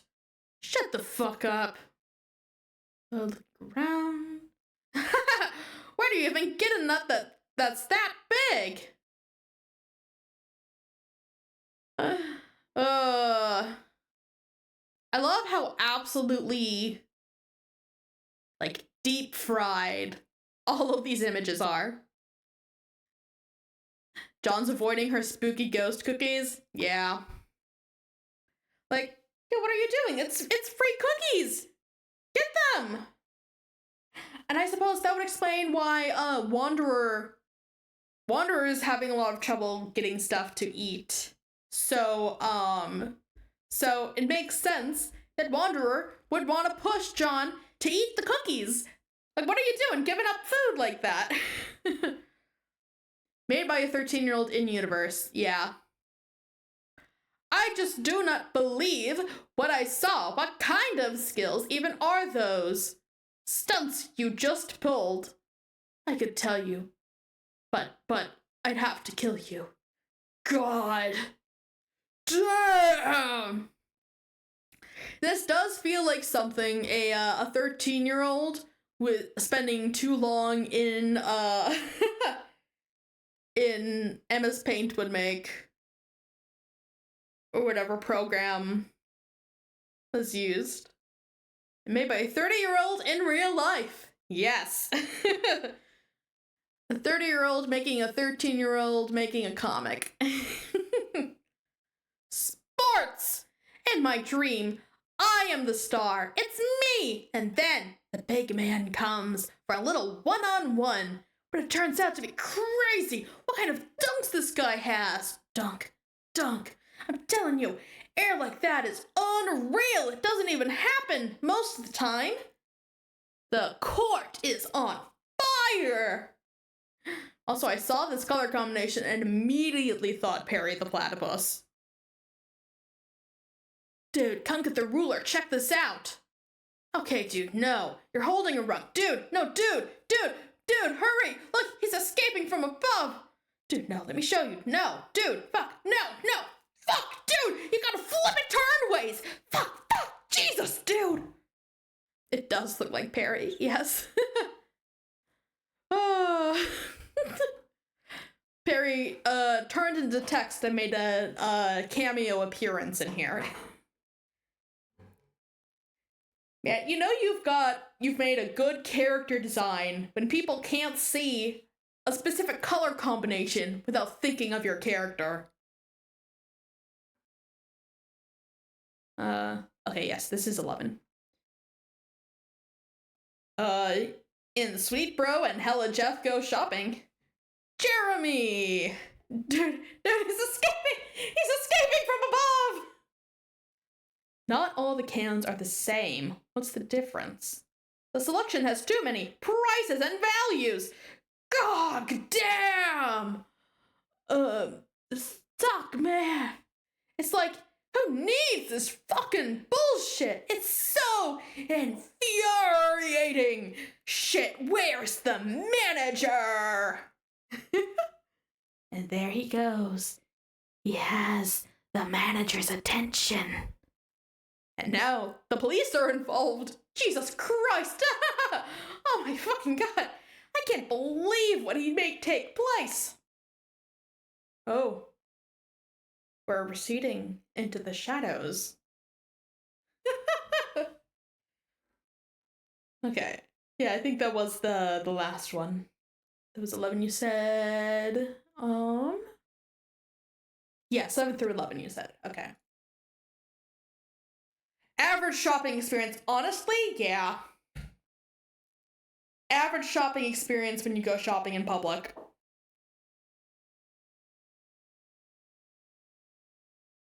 Okay. Yeah, okay. Close that. Okay. I think we filled the hella quota. Yes. Okay. Act 3. We meet Gigi! We meet Gigi! Oh, and she has the pumpkin! A silly girl naps by her flowers. It is quite likely that she tired herself out with a variety of silly antics, as silly girls are often known to do. It's your girl! She's here! Cause that's her username in Pester Pals is abbreviated with the letters GG. Good old GG. Silly girls are often known to do. She may have a silly nickname too, or maybe not. It's hard to say for sure without asking her. But since she's slumbering peacefully, it would be a shame to wake her up. You might as well just give her a name right now. We're gonna get her name! Also, those plants look so cool. Oh, they look like they're using some version of the spirals that we see when we boot up Spurb. Technically gardenostic. I can't forget my other pals. Emi and TG and Tilty. Oh, Titty. Okay, here, we're gonna get... Wait, we're actually naming her Farm Stink? Why are we accepting this name when we wouldn't accept the others? Is her name really Farm Stink?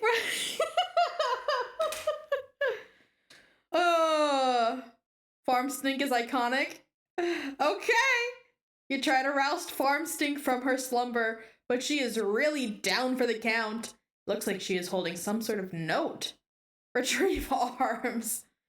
They're right there! In plain sight! Look, they are flashing red. Drop pumpkin on Farm Stink. What pumpkin? You see no pumpkin, and frankly, it is hard to imagine there ever was a pumpkin in plain sight or otherwise. Anyway, that would be a really terrible thing to do to poor, sweet Farm Stink. Read note. Farm Stink? Question. That is incredibly silly and a little bit rude. My name is... Oh yeah, Wanderer took it.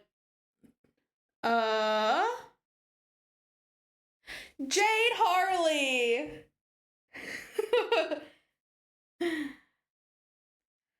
Hello, Jade. Nice to finally get your proper name. Suddenly wonders where Pumpkin went. Oh, it's no problem. Welcome back.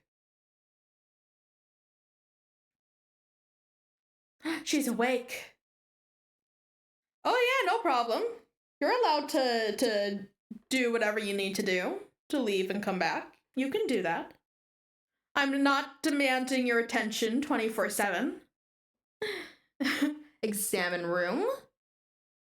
Yeah, I'm loving these flowers. Your name is Jade. You have just woken from a restful nap, and as usual, you have no recollection of having fallen asleep. You have quite a number of interests. So many, in fact, you have trouble keeping track of them all, even with an assortment of colorful reminders on your fingertips to help you sort out everything on your mind. Nevertheless, when you spend time in your garden atrium, the only thing on your mind is your deep passion for horticulture. What will you do?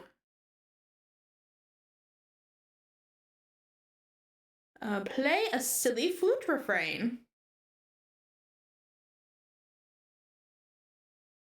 Ooh.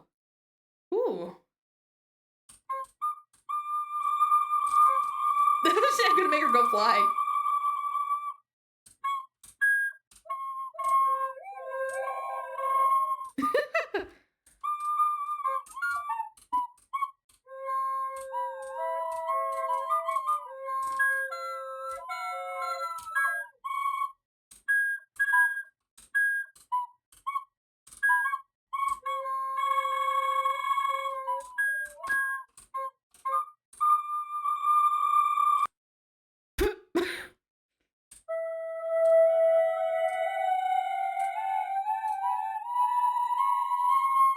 Oh, helped you figure out a name for your character's sister. Oh, Antigone! I'm gonna be honest, I read Antigone in my English class. I remember liking Antigone. I remember nothing about Antigone.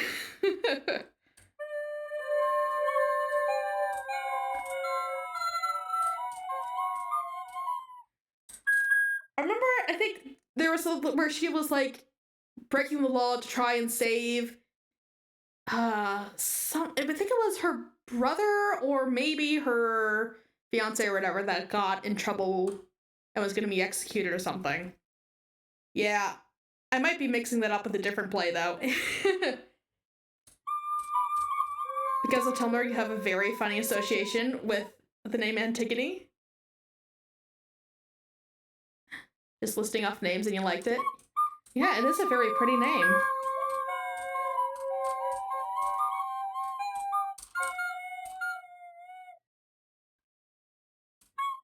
Gonna get a beautiful flute solo while you tell us your funny name association.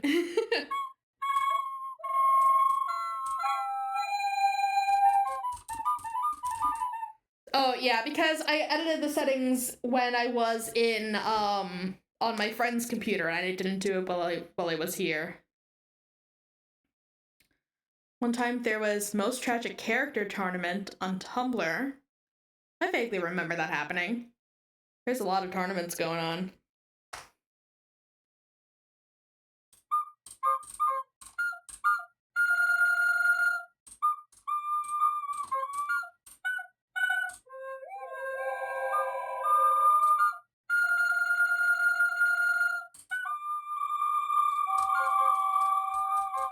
Antigone was one of the finalists.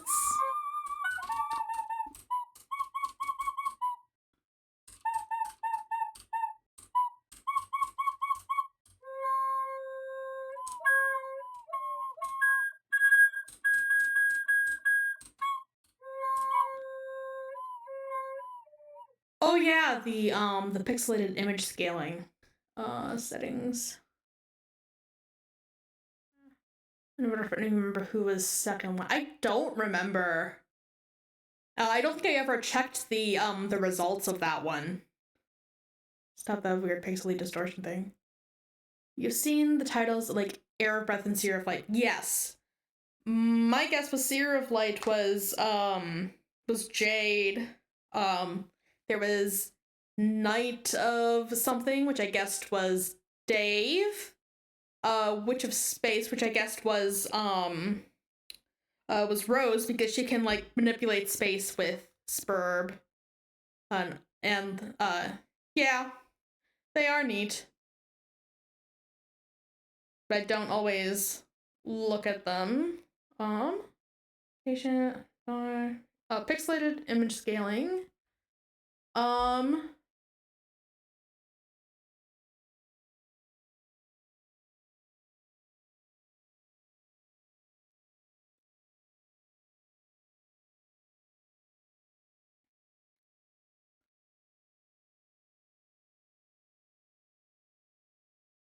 Content.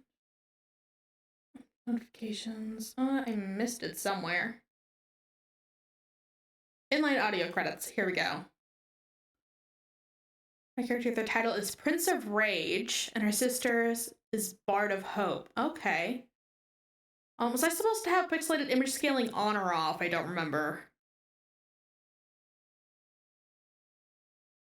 Turning off. Okay. Yeah, that was already off.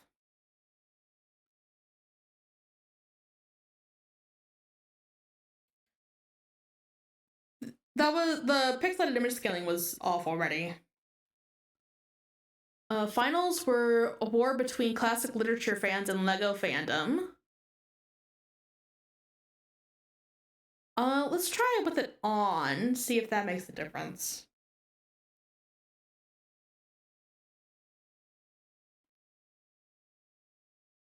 Yeah.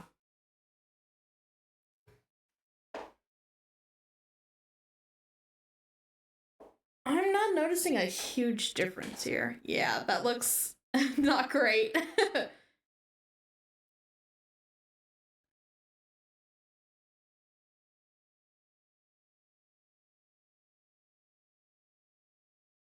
Yeah, it's probably just because I'm streaming it. Something's going on. Hold on, let me see what it looks like on Twitch here. Oh yeah, it's because the quality is getting crunched a bit between my end and Twitch.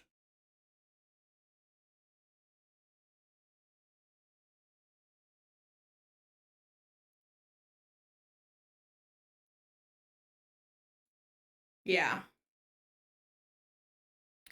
Can't really explain what those titles mean yet, but I think I like those titles. Yeah, I'll pay attention to finding out what the titles mean, and maybe that'll give me some insight. Were you in Lego? I was not in Lego fandoms. Change the URL to 249. The page should be readable. 249. Okay. See, we're in 769 here. Hold on.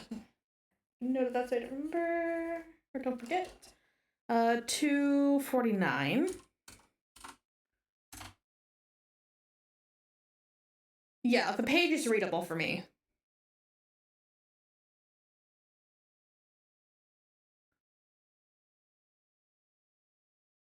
Okay. Nice. Yeah. It's readable for me. I think it's just you guys are getting the short end of the stick here. Yeah. But I am oh wait, my thing fell asleep. But I am also recording simultaneously as well, so I get nice quality for when I upload the VODs to YouTube.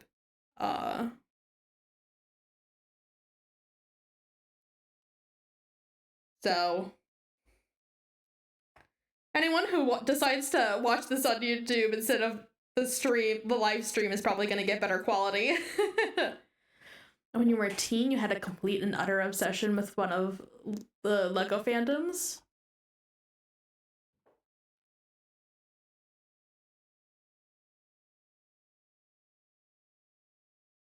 Okay, I'll just leave it how it is for now. I'll just leave it off. Wow, you really suck at playing this thing. I recommend this so you can read the small text. Yeah, it's readable for me. I don't know how it is on your guys' end.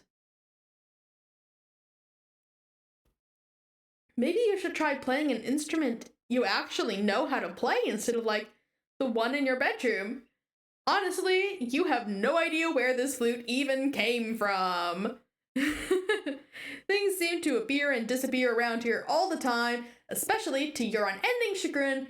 Any sort of large orange cord that might be lying around. You consider throwing the flute down in disgust. Looks good on stream? Nice. Okay, that makes me happy. Captcha log flute. On second thought, it was a perfectly nice flute and there is no reason to take your frustration out on it. You just need some practice. But before you captcha log the flute, you will need to set your fetch modus first. Set modus. Ooh, we actually have a lot of options here. You have a wide variety of fetch modi to choose from. You were really excited when your grandpa bought you this modus set for Christmas. He is a total badass, even if a little strict. That obsession was 4 years long.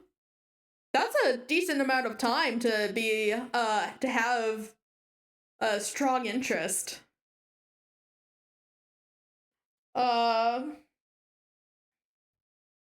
Yeah, I think usually when I get really into something, I think that level of interest usually lasts about maybe 3 or 4 years, but it's a pretty long time. I say from experience, it can pretty easily take over your life in that time. You typically opt for the memory modus when it comes to matters of day-to-day practicality. Select memory. Set your modus to memory and captcha log the flute. You allot 9 cards to the modus from your deck, since that will be more than enough for your needs. At the moment, the modus grabs 9 more cards for matching purposes. What would be my pick of these? Let's see. Joe had like 10 seasons while you were obsessed with it. That's a good amount of content to base on. Memory, Operation, Guess Who, Ouija, Battleship, Jenga, Connect 4, Clue, Yahtzee, Monopoly, Pictionary, Boggle. These seem to all be based on board games. Just based on that, I'll go with Clue because I really like that game. And I always win at Clue. Well, almost always. I almost always win at Clue. I can't remember a time I've lost in it, but that's probably why I like it so much, but I think it's fun because it involves not just the strategy of figuring out, of paying attention to the cards, but also paying attention to what your fellow players are asking and what answers they get. If you ever watch the Clue movie, oh yeah. Yeah, we have that movie on DVD. Would watch it a couple times as I was a kid. Bankrupt my modus into giving me an item. Monopoly. Oh yeah, but yeah, I always loved seeing the different endings for that. Because for anyone who doesn't know, when they released the Clue movie, they released it with multiple different endings, and every theater was showing it with a different ending. So people would be talking to each other about the movie and be like, what do you mean it ended that way? No, this is how it ended. You're crazy. What are you talking about?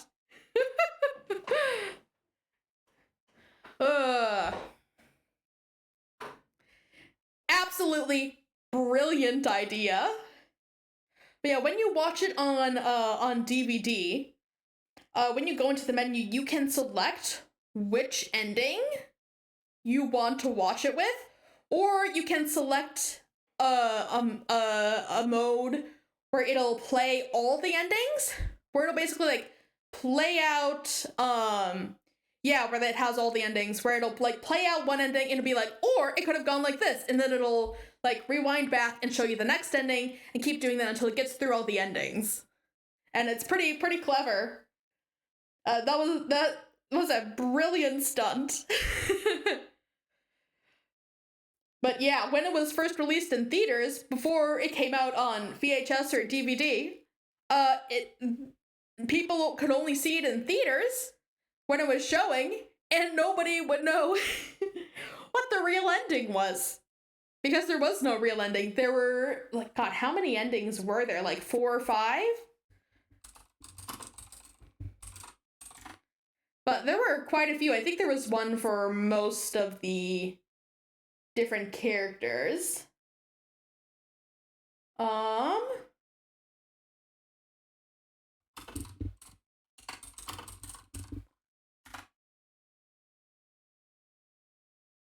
Okay, there are 3 different endings.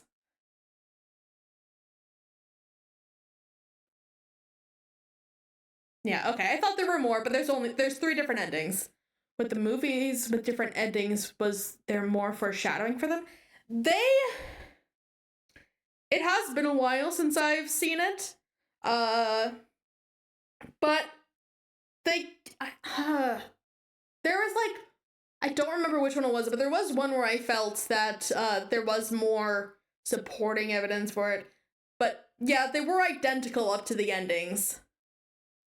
And it was basically up to the viewer to decide based on what they... When you watch it on the DVD version, it's basically up to you, the viewer, to decide based on everything up to that point in the ending where it diverges. Based on the information given to you up to that point, which do you believe is the most plausible ending?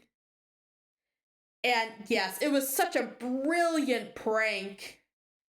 And I don't think it was like an unsuccessful movie either, so a lot of people saw this film.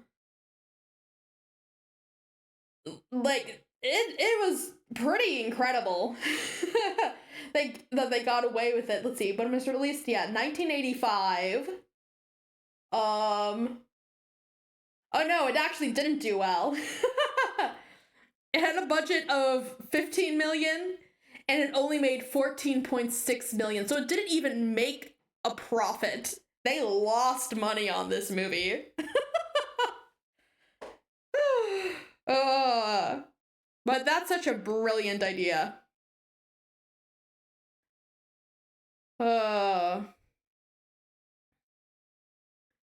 Yeah. The Modus grabs 9 more cards for matching purposes. The flute is split up on 2 blank cards and mixed randomly into the grid. To retrieve the item, you must first pick one card and then pick its matching card. So does that mean that if I did a Clue, I would have to play through the whole game? Or would I just have to like say like, oh, I think these are the cards for it, and if it was right, then I get my item. Which honestly would not be too different from the memory modus. For the typical Silodexer, this modus presents a frustrating guessing game and a lot of wasted time on mismatching, but you like it because you seem to have a knack for always guessing right on the first try. It was me in this room with the flute! Yes, you just have to declare that every time and you get your item. Jay, the reader, picked it themselves?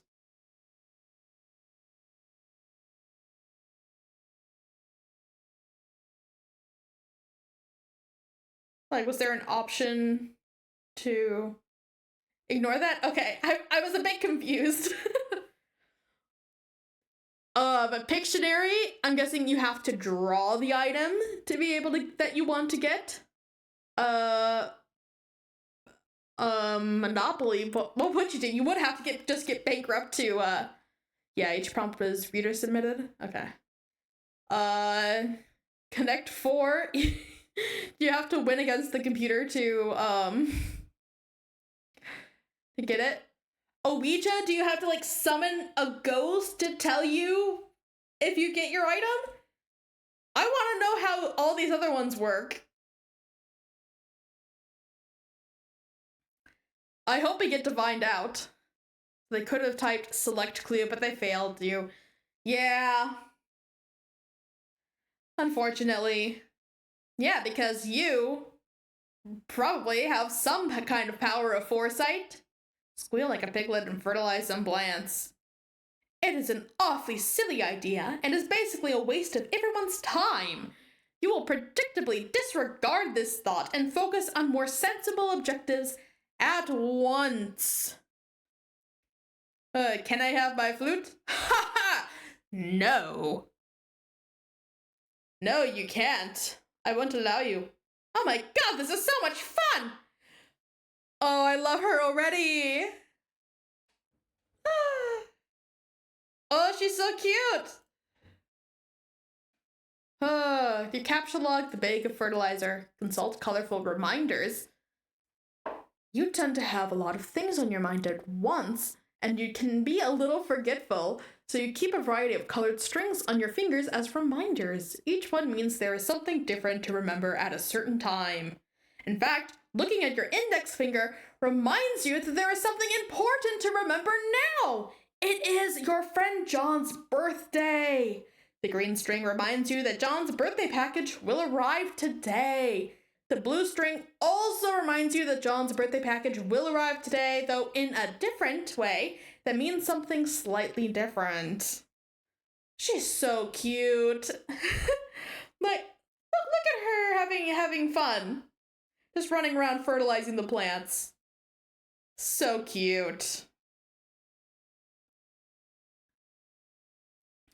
You are further reminded that you have some things to do outside your house soon, but you should stop by your room first for some supplies, and most importantly, to see if John is online and wish him a happy birthday. The readers tried to be mean, and Jade didn't let them. Yeah, she beat them by being cute. She's too cute to let it get to her. Capture log the pumpkin growing next to you. You snap up that pumpkin, which seems suitably ripe for the taking. Hopefully, the safety of your Silodex will prevent it from being spirited away like so many of its ephemeral predecessors. I want to know how she's growing these plants that seem to have spiral patterns very similar to what we see in that other world with the portals and when we started up Spurb. Yeah, what pumpkin? Also, this is such a pretty room. Ooh, the triangles! You make your way to the middle of the garden atrium where a stairwell joins the 4 atrium wings. Maybe it's magic flowers? Yeah, maybe. Farmstink has a very green thumb. Yeah, I'm currently trying to get into a bit of gardening. I'm trying to grow some herbs. The only ones I have successfully grown are a couple of lemon basil plants, which seem to be doing good so far.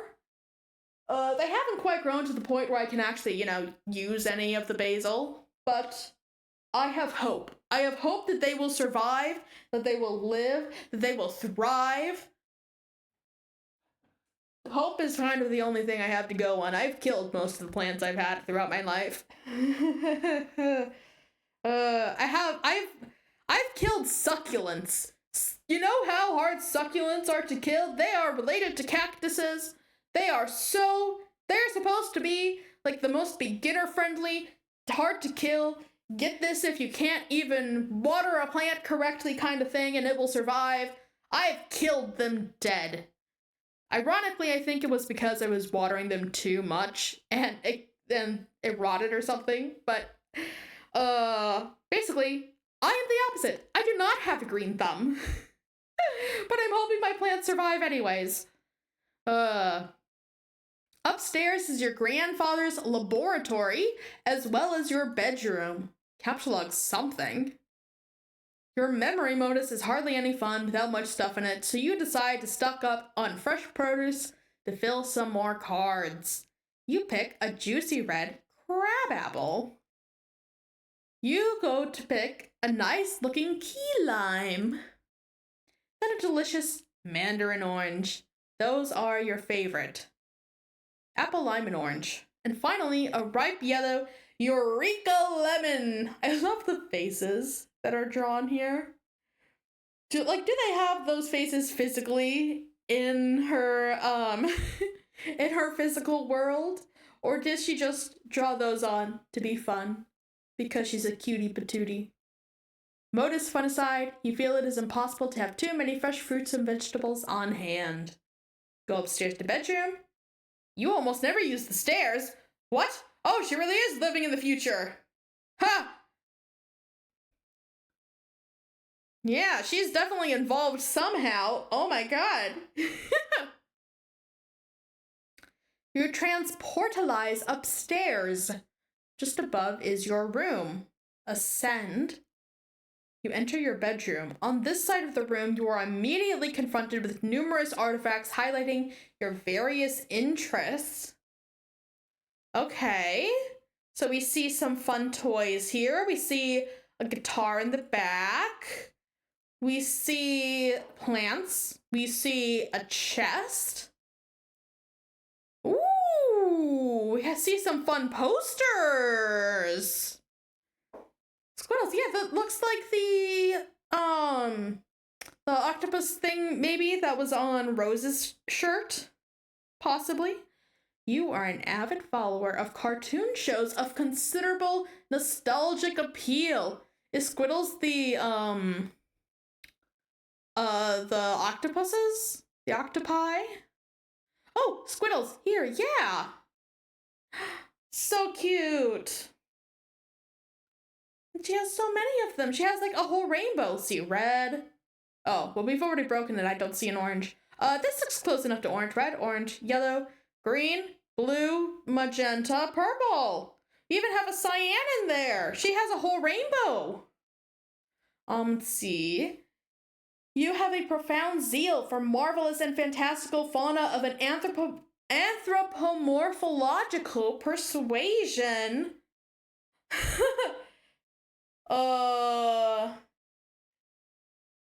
Yeah. I mean, she's definitely at least adjacent to furry. She's got some nice posters here. You have an uncanny knack for nuclear physics, and not infrequently can be found dabbling in rather advanced gadgetry. You know, just your average, just your average, teenage hobbies. Just some nuclear physics, advanced gadgetry. You enjoy sporadic fits of narcolepsy. Your love of gardening transcends the glass confines of your atrium, and you are at times prone to patterns of precognitive prognostication. What is not friendship if not drawing furry versions of your friends' OCs? Yeah, you get it. You consider very briefly the question, what will you do? But you quickly realize this is only one half of your room, and is therefore host to only half of your interests to choose from. Explore the other half of your room. Ooh, over here, there are yet more articles of your aforementioned interests, and then some. It gets even better. Does she... Oh, she has guns. Manthro chaps. I wonder what these guys are from, too. Because she seems to have just as many, as the squiddles. Over here, there are yet more articles of your aforementioned interests, and then some. Additional telltale signs of your enthusiasm for nostalgic television mingle with your assortment of game-hunting firearms. You are a skilled markswoman, though your crosshairs would never settle on an innocent creature, anthropomorphologically persuaded or otherwise.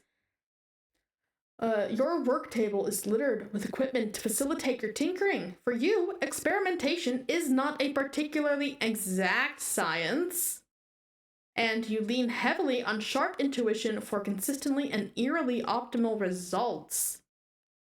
Nevertheless, you have still not been able to get that broad, flat gizmo there to work, which is a design you have borrowed from one of your grandpa's more mysterious inventions.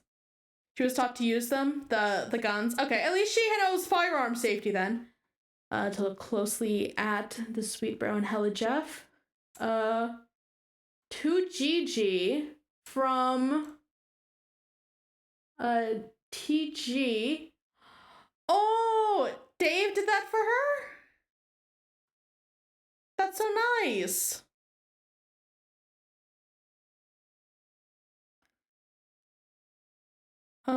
You are a great admirer of his, and you're not alone. Your grandfather is a world-renowned explorer, naturalist, treasure hunter, archaeological scientist, adventurer, big game hunter, billionaire extraordinaire. He has taught you everything you know. Taught to use them still better than bro. Though everyone are better than bro. Yeah. But in spite of all his lessons, it is still difficult to escape his stern lectures when you are on the way out of the house to run your errands. He spends most of his time in the grand foyer, stewing in his own intensity and charisma. Okay, and today will likely be no exception. Among the errands you have planned is to venture out to find your pet and best friend named Bequerel. This animal must be fed, and he will not be happy if he is not. And if he is not happy, then you will not be happy. But first, you really should dig out your computer and say hi to John. Now, what will you do? Quickly retrieve firearms from wall. Okay.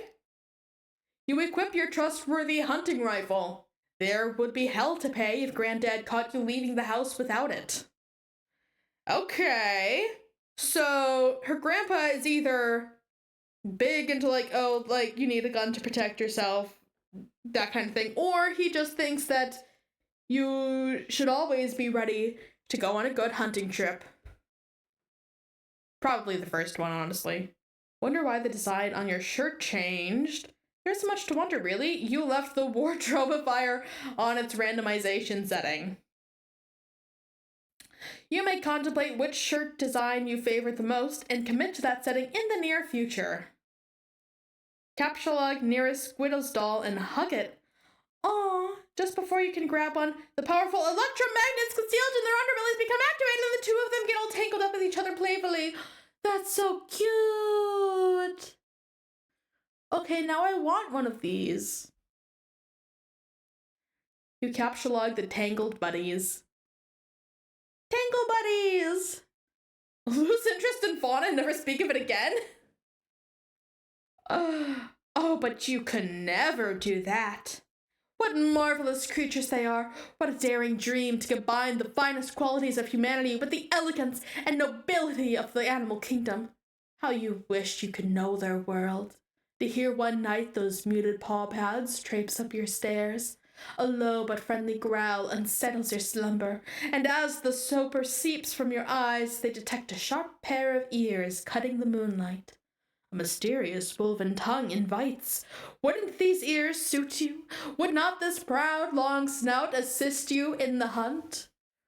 No need to answer. Words slog from the busy mind like a useless dead membrane as a more visceral sapience takes over. Something simpler is in charge now, a force untouched by concerns and burdens of the upright, that farcical yoke, the bipedal toe. It now drives you through the midnight brush, your paws whisking through creepers, unearthing with each bold stomp, bright odors demanding investigation, but not for long, as you and your new friend must claim the night with piercing howls moonward. You eat a weird bug and don't even care. So she is absolutely a furry and she is proud of it. And can definitely tell that she hangs out with Rose. Pick up your toys. Speaking of which, you pick up and admire your Manthro chaps. They are wonderful friends and are always cheerful and pleasant fellows. Why, dear Mr. Coxcomb, however will you be received at the Barnyard Gala without the trappings of a proper gentleman? Each Manthro chap comes with a number of accessories, including articles of formal attire, a vaccination kit, and a dishwasher-safe slop-through. Yeah, why wouldn't you be a furry? It's fun! Organize all your dolls. Oh, nice. They're so cute. I want to see just like a big pile, like all of them just snap together, just become a big tangled pile. You gather all your dolls into a rather cozy looking pile. Change wardrobifier settings. You deactivate the wardrobifier's randomization mode and set it to cycle through these 3 shirt designs. The decision was tough, but you think you came to the best possible conclusion. Oh, they did a poll. Okay, let's see what won. Adam? Okay, yeah, seems like Adam won. Look out the window. It is another beautiful day in your neighborhood. Beautiful day in your neighborhood. Neighbors, be mine. Won't you be mine? It is beautiful and quiet as usual. A rather imposing volcano looms over your house, which has been inactive for centuries. Though dormant on the surface, the volcanic activity deep underground provides your house with a source of geothermal power. You are not sure why your grandfather decided to draw from this source of energy when he has the unlimited power of the atom at his disposal.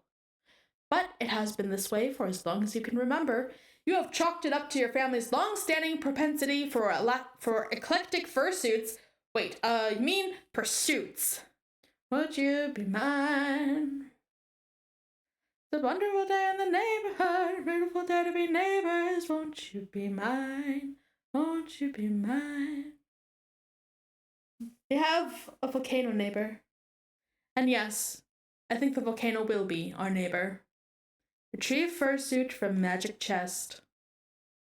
What is this nonsense about fursuits? You do not own a fursuit. You think anthropomorphic fauna are really cute and enchanting and all, but it has never occurred to you to dress as one. Well, that's okay. Not all furries have fursuits. Sure, it's fun to imagine what it would be like to run wild with a pack of wolves or purr and frolic with a litter of kittens, but dressing up as an animal just seems ridiculous. It would still just be a silly girl draped in a raggedy synthetic tufty piece of crap. And seriously, who are you trying to kid with that sort of baloney? The classic anime, My Neighbor Volcano. Yes, where a group of kids get brought into magical adventures by a sapient volcano. Anyways, it is not a magic chest, it is your gadget chest, which you have adapted for storing a number of useful gizmos. It was once your oracle's trunk, a gift from your grandfather, of course, and still contains many silly fortune-telling knickknacks, all of which are completely bogus. Open chest. Among the fortune-telling knickknacks are these items: a crystal ball, plus compulsory velvet pillow, a tarot deck, a magic 8-ball, a magic cue ball, and one of your favorite books of all time, Problem Sooth. Damn, can make the if a furry can afford a $30,000 fursuit, then they can afford a $3 bag font joke. Among the useful gizmos are, of course, your computer, which you keep inside a fun lunchbox for easy transport, and a couple of gizmos you keep handy so you don't always have to make a long trip to the kitchen. There is a cookalizer for preparing delicious meals, and a refrigerator, a name which clearly is a wacky variation on the much more common household item, the refrigerificator. Refrigerificator. Refrigerificator. I got it. Problem Sooth. A classic. Yep. I could never do a fursuit though. They're too hot. I would overheat instantly. Examine magic 8-ball and magic cue ball. Squiddles themed lunchbox. Wait, yes. I want the Squiddles themed lunchbox. Not that I would take it anywhere, but just to have, just to hold, just to love. These things are stupid and useless. What's my pronouns? I use any pronouns. I sort of default to they, them, but I'm fine with any. Yes, to have and to hold. A Squiddles lunchbox. Yeah, thanks for asking. When the magic 8-ball isn't being frustratingly ambiguous, its forecast is always wrong. You have tested it numerous times with certain facts you know to be true. This is its reply when you ask if it is your friend John's birthday today. See? Stupid! Here's a she, her. Nice. I mean, I think considering the events that take place, not exactly is an accurate answer. Because we do know that there's some time travel finaglery stuff going on. He, they? Nice, thanks for sharing, Infinite69. You too, Flower Heart. Oh, Mixolita, you're on E2? Nice. We can form a club. We're the pronouns gang. We collect all the pronouns. The Any Squad. Yes.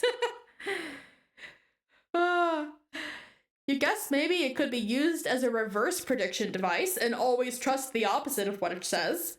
But that seems dumb to you, and anyway, the thing gives you a bad vibe. You might consider smashing it, but you are a little superstitious about whatever ominous consequences that might have, even if the occult talisman in question is a cheap piece of garbage. The magic cue ball, on the other hand, I do love that it's a cue ball and not a crystal ball. That is huge for a cue ball, by the way. Is said to make predictions with alarming precision and specificity.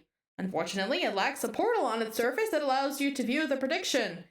You put both of these pieces of junk back in the box. I'm surprised someone didn't try cut hole into magic cue ball.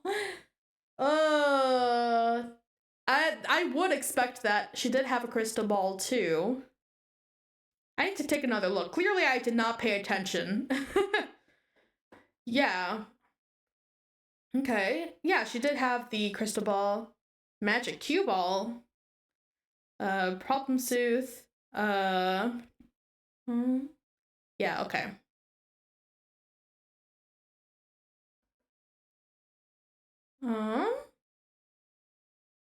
Capsule log refrigerator. You take the refrigerator. You might as well grab the cookalizer too. No portable kitchen is complete without it. 3 balls, all crap. Yeah. You take your lunch top too, because obviously you're going to be using that pretty soon. Whoops, there goes your flute, but who cares? Feed your friend. Before you go out to feed back, you will need to prepare a meal for him. You clear some space on your work table so you can set up your refrigerator and cookalizer.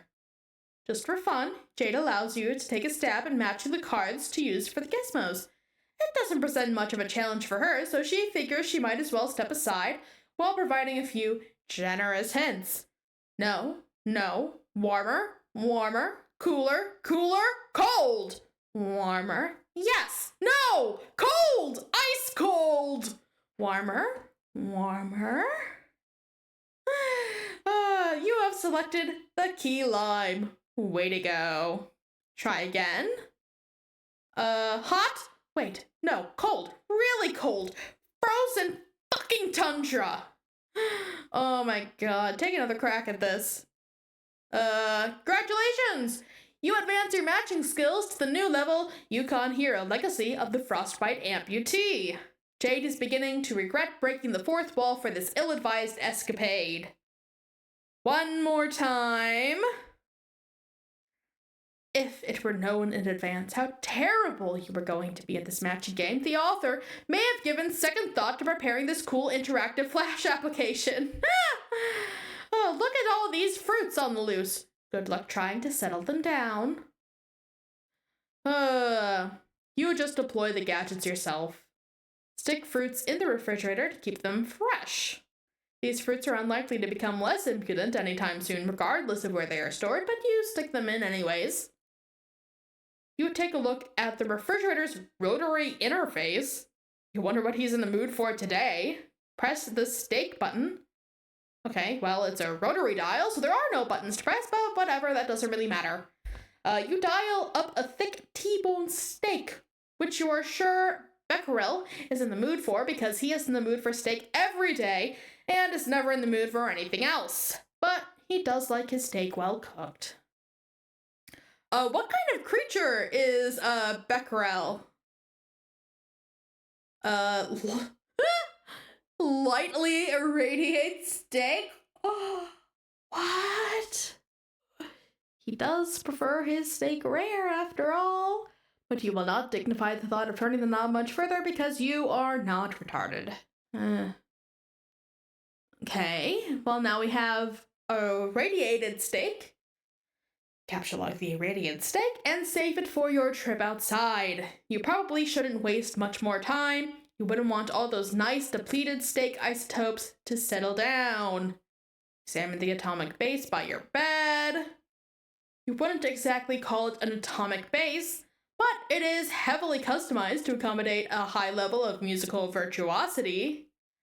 The perfect instrument for the eclectically spirited.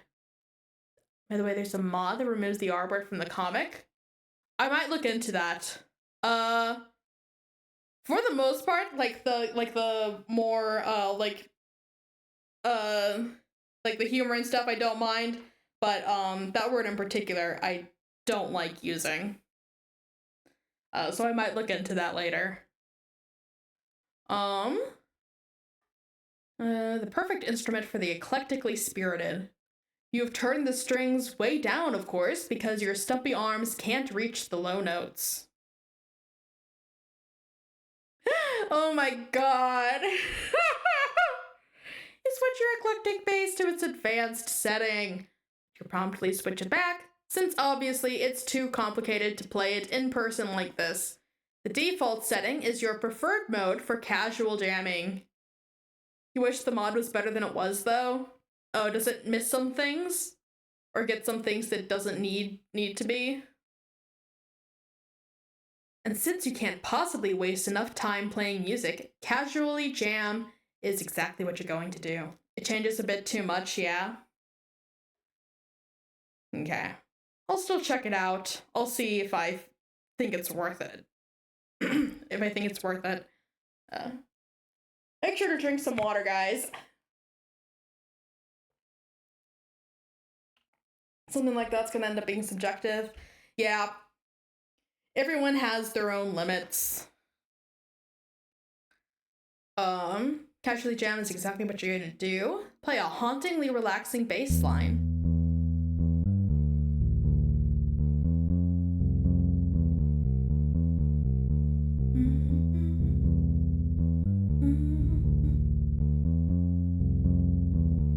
That is a cool bass line.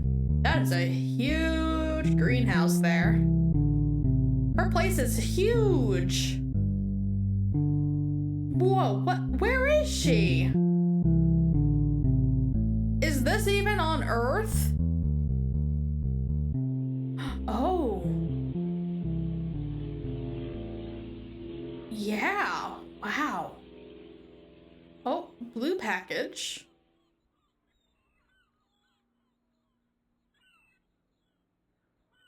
Grandpa must be rich, yeah. And there goes another pumpkin. Hey, look at the cute little froggy.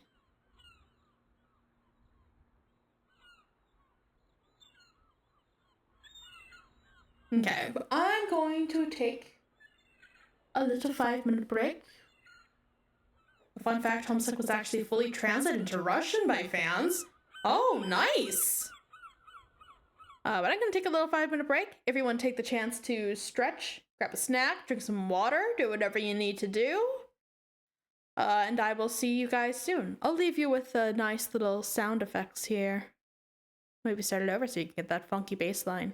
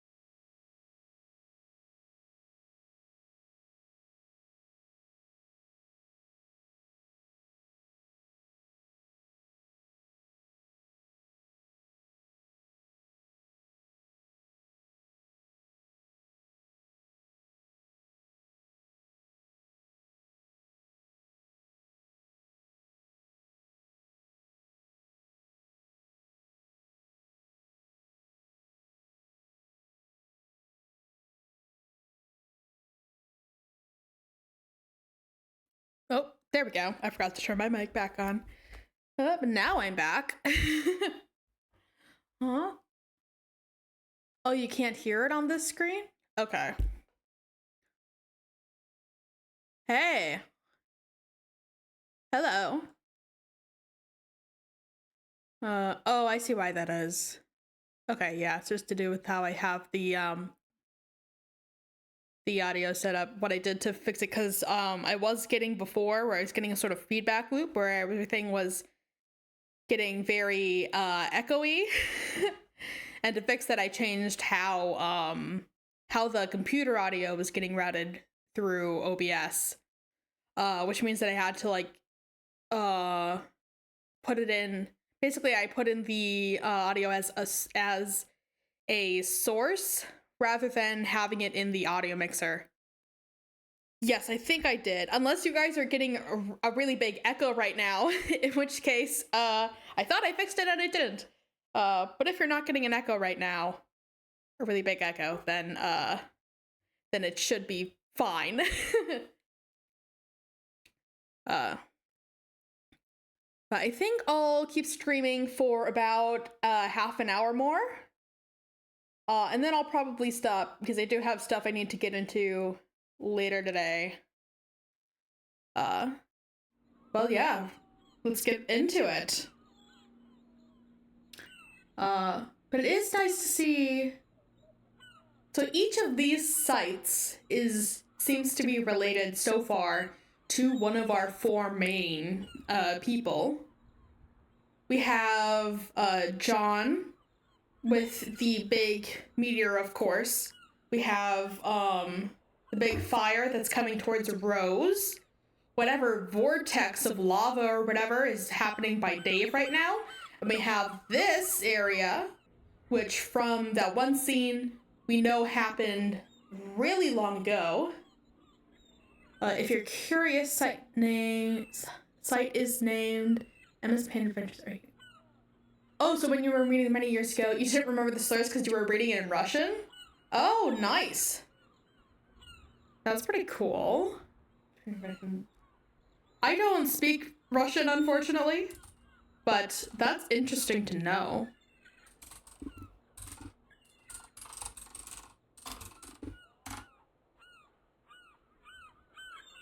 Yeah, that's pretty cool.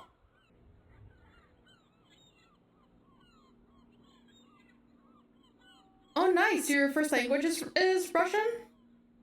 English is your second? So are you from Russia then?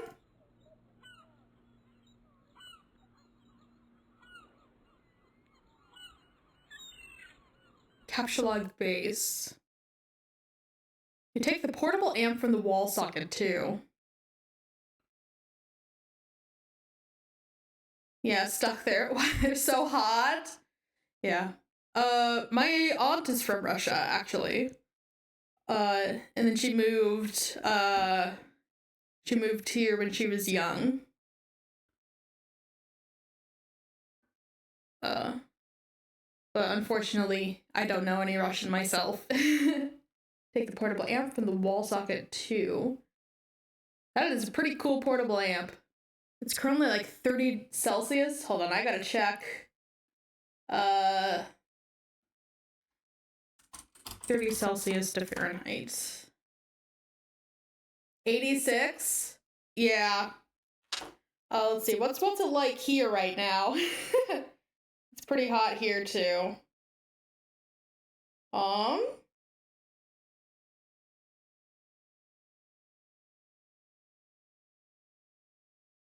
Oh, I got a flood watch today too. I didn't notice that. Oh, today's a bit cooler actually. Today we're at 76, but otherwise we've been in the 80s pretty consistently lately.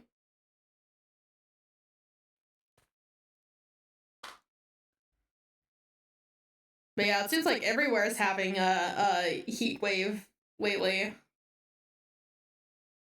Okay, open lunch top. You like to make yourself comfy in your plushie pile before getting down to business with your computer. 0 is freezing, 10 is refreshing, 20 is good, 30 is hot. Yeah. Yeah, here we regularly get well, we're supposed to get oh, my thing fell asleep again. We're supposed to get like really cold, freezing winters, but the past couple of years, our winters have been so mild for like the first few months of what is supposed to be our like blizzard season. And then and then for like the first few months in spring, that's when we're starting to get our actual blizzards and freezing weather. So we're getting our winter season pushed back the past few years. I find it really funny when Russia is portrayed super cold, because like the entire south of Russia is not exactly cold in summer. Yeah, Russia's a big place. Yeah, like I feel like people are always characterizing it as like so like I've been seeing stuff lately of people like trying to bring more attention to like the Asian side of Russia, because everyone's always just talking about it as like an Eastern European country, but it's like half of it's in Asia. Like weather in Minnesota versus Texas. Yeah, it's huge. Like you think the US isn't a homogenous weather system, and Russia is a lot bigger in terms of landmass. And yet people characterize it like it's all all way up north and wintry. Like my town next to Kazakhstan. Yeah, so you're gonna have a lot different weather than anyone who's way up north. Australia too, everyone thinks it's all hot desert, but there's snowy mountains there. Yeah. I mean, even in the US here, in media and stuff, unless it's like specifically set in like California or Florida, people usually just depict it as like generally like Midwest weather, where you get snowy winters and warm summers. But you know, a huge part of the country doesn't get snow at all. And quite a bit of it is desert in the Southwest. You liked him. I love her using the big pile of plushies. Just sit there, man. I wish I could do that. I wish I had enough stuffed animals to just. Well, actually, I probably could. Just make a huge big pile. It's all Florida, right? Yeah. Yeah. There's a huge wide range of different ecosystems and different weather here. So I imagine that even more so for a place as big as Russia. Get down to business. Ooh. Oh. Well, that's a. Oh, it's getting bigger. What?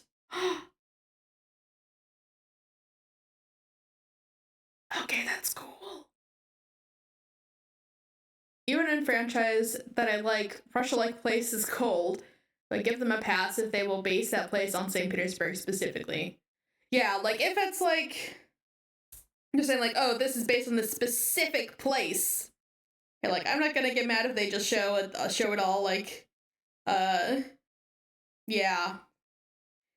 If they say like, oh, this place is specifically in New York, or it's specifically in like the Midwest, or it's specifically Minnesota or whatever, then yeah, it's fine. But like if you're just going to have it like in any random place in the US, the only important thing to the setting is that it is in the US. Maybe choose a more interesting, lesser depicted area. In pop culture, Russia's two places, Moscow and St. Petersburg. Yeah. Look, I was there. This town is next to Finland. Oh, and Serbia, yeah. It's either Serbia, Moscow, and St. Petersburg. There is no other place in Russia. Man, look at this. If going on my computer looked like this, well, first of all, I would get sensory overload in like 5 minutes, but and the US is 3 places: New York, LA, and Iowa. Huh. Actually, yeah, I think Iowa is just like stand-in for like every time the Midwest gets laid. Oh, and Texas? Yeah. Yeah. Activate Pester Chum. Just picked a random Midwest state, yeah. Yeah. Yeah, I feel like the regional differences between the Midwest states don't really matter to people unless you're actually from the Midwest. Even in the US, it all just kind of gets flattened down to the same. You say Midwest, and people just flatten it down to the same large, the whole area just gets flattened down to the same area. St. Petersburg was cool, but I don't want to live there for one really big and annoying reason. I feel like any big, the Midwest ain't even West. Yeah.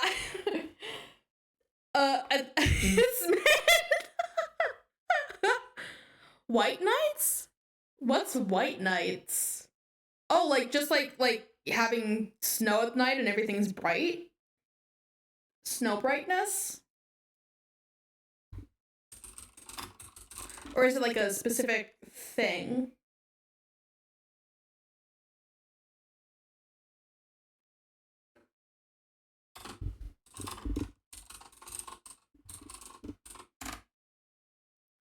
No?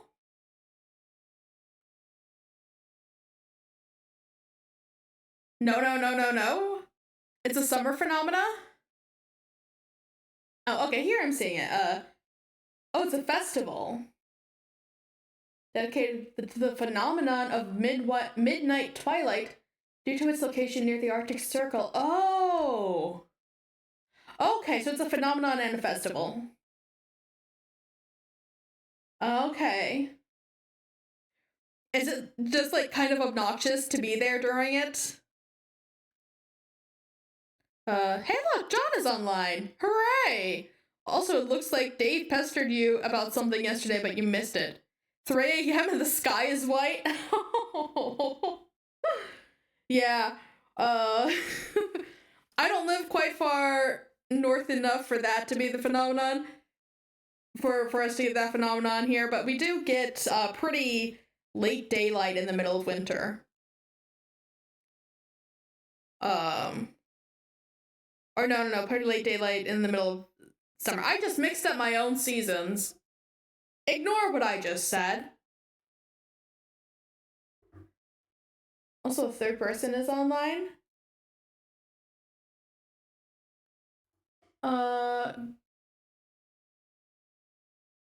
CBC, ectobiologist, therapist. Got it. Oh, who is this?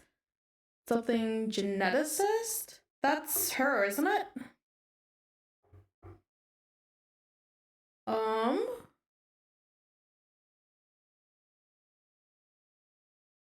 But yeah. I mean, my sleeping schedule is so whacked already. CJ Jade is Gigi? Okay, so that's a new person.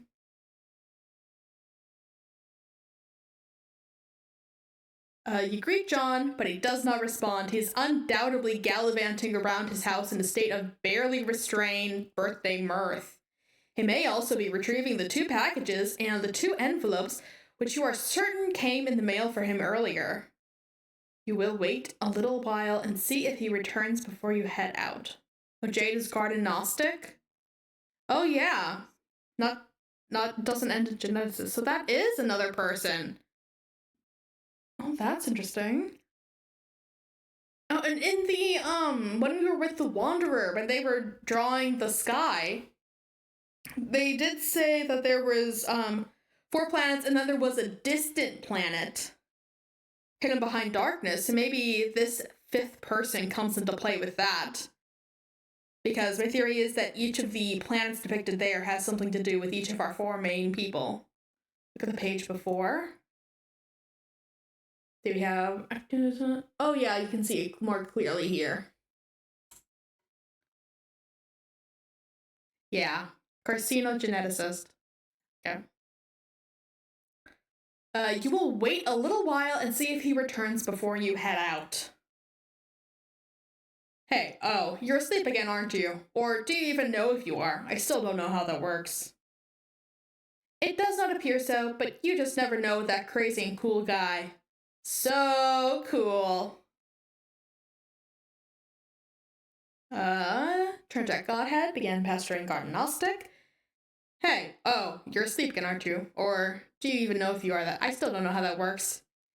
It's like nothing means anything. It's so cool getting hella chunked by your coquettish damn riddles all the time. I was here in July, so there was at least time when night set.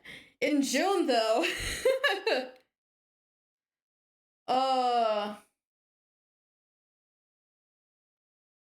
But yeah, it is wild going when you realize just how drastically daylight time changes during the year. It's like going from like, oh, the sun sets at you stop having daylight at like 4 p.m. to like, oh, you're still having sunlight at 10.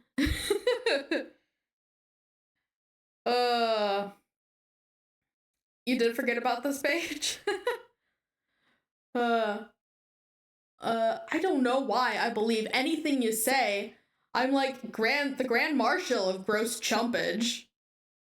Waving around my faggoty chump ductor baton, assistant director of chumpography, celebrated author Ernest Chumpingway. Wait, Chumpelstiltskin? Chumple dipshit. Yeah. You're asleep, Wyan? ASL? S species? Baboon? Kangaroo rat? If kangaroo rat, yiff twice, please. Okay, well, you're not saying anything, so I guess whether you're not awake or unasleep or whatever, you're just not around and I'm wasting good material. Yeah, Dave is insane.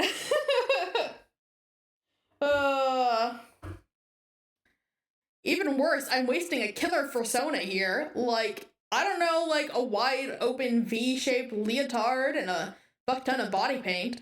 Some like sinewy, back-arching Cirque du Soleil looking motherfucker. Always low to the ground, getting a good prowl on. Like, I dropped my keys in the dark.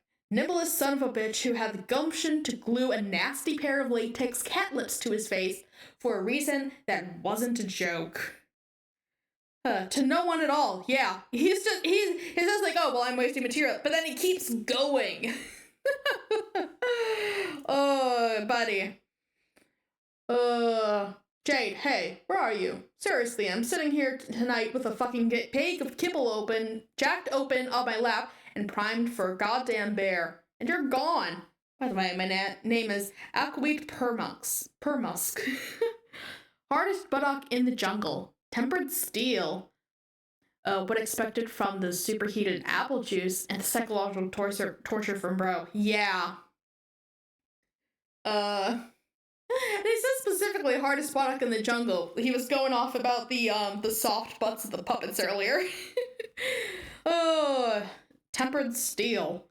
Hey, yeah, just wanted to give you this remix I finished. Here. Turned out Godheads and Gardenostic file exploreremix.mb3. So yeah, you don't have to respond to any of that, by the way. I'll probably forget half the shit I said anyways. Talk to you tomorrow. Open fresh jams! Hot apple juice. Rancid. Oh yeah, at the top it says where this message was from.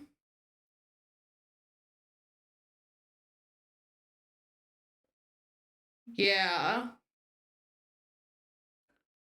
So this is like late at night, dude.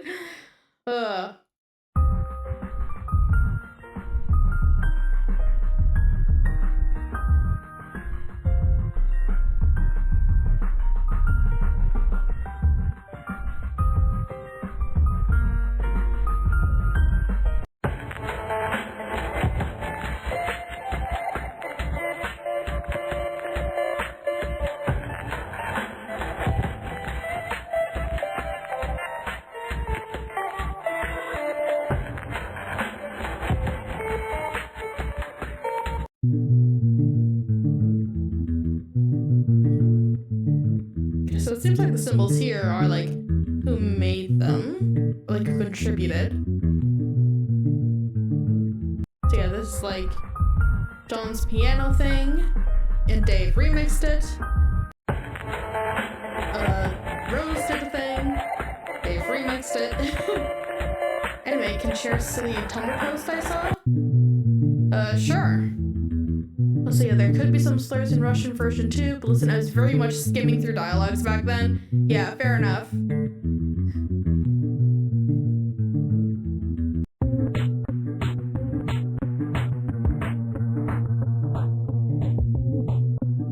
I actually like this one. This is pretty cool. Fun fact, 90% of Homestuck fans have never read Homestuck. I believe it. I mean, it's a known phenomenon that people will just like engage in fan content for some stuff and just not go to the source material.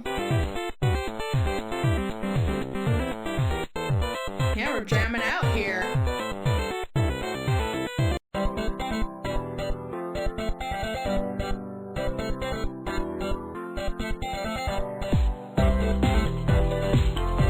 I'm finding I'm liking Jade's stuff best.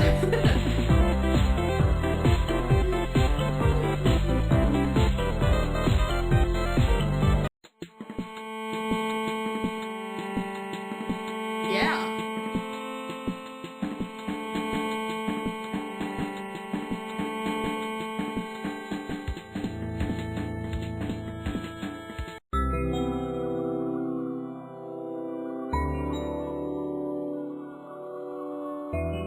All the Wuthering Heights movies. One, Wuthering Heights. Two, Wuthering Heights. Three, Wuthering Heights. Four, Wuthering Heights. Five, Wuthering Heights. Six. End comment. This is really insightful. Thank you, IMDb. Wonderful. This one's nice. Okay, now there's the new one he sent.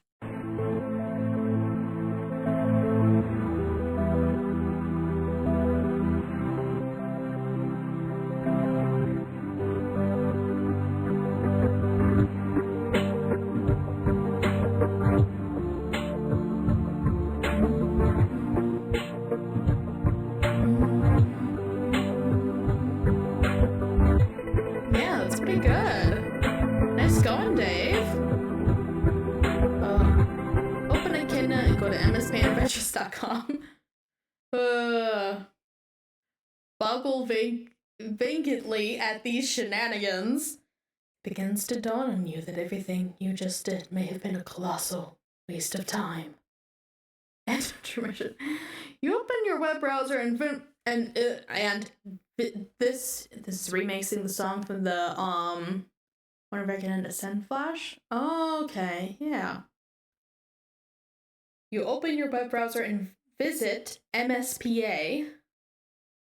You navigate to a random page in the middle of the latest epic. Looks like he was just finishing up some sort of weird tangential intermission here. Whatever it was, it clearly advanced the plot in no relevant way whatsoever. From the end of Act 2. Yeah. End intermission. Midnight Crew Act 1031. 1031? Ooh.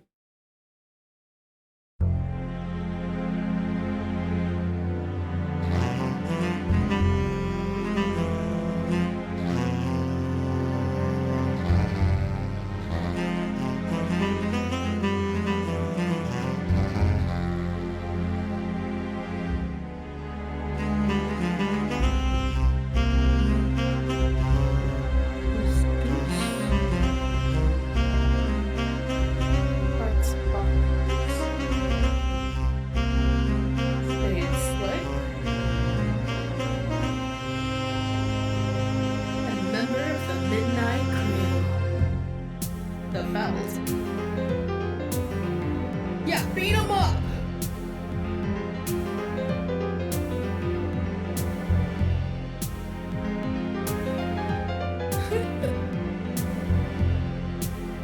Nice, they're getting their own jam on.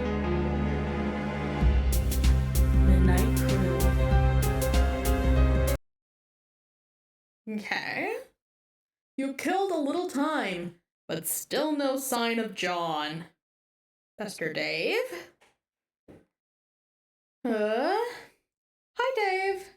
Hey, sup? Not much, sup with you? Bro!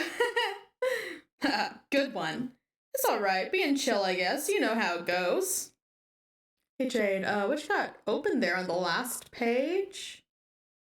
Let's see. Oh, she has fur affinity. Unsurprising.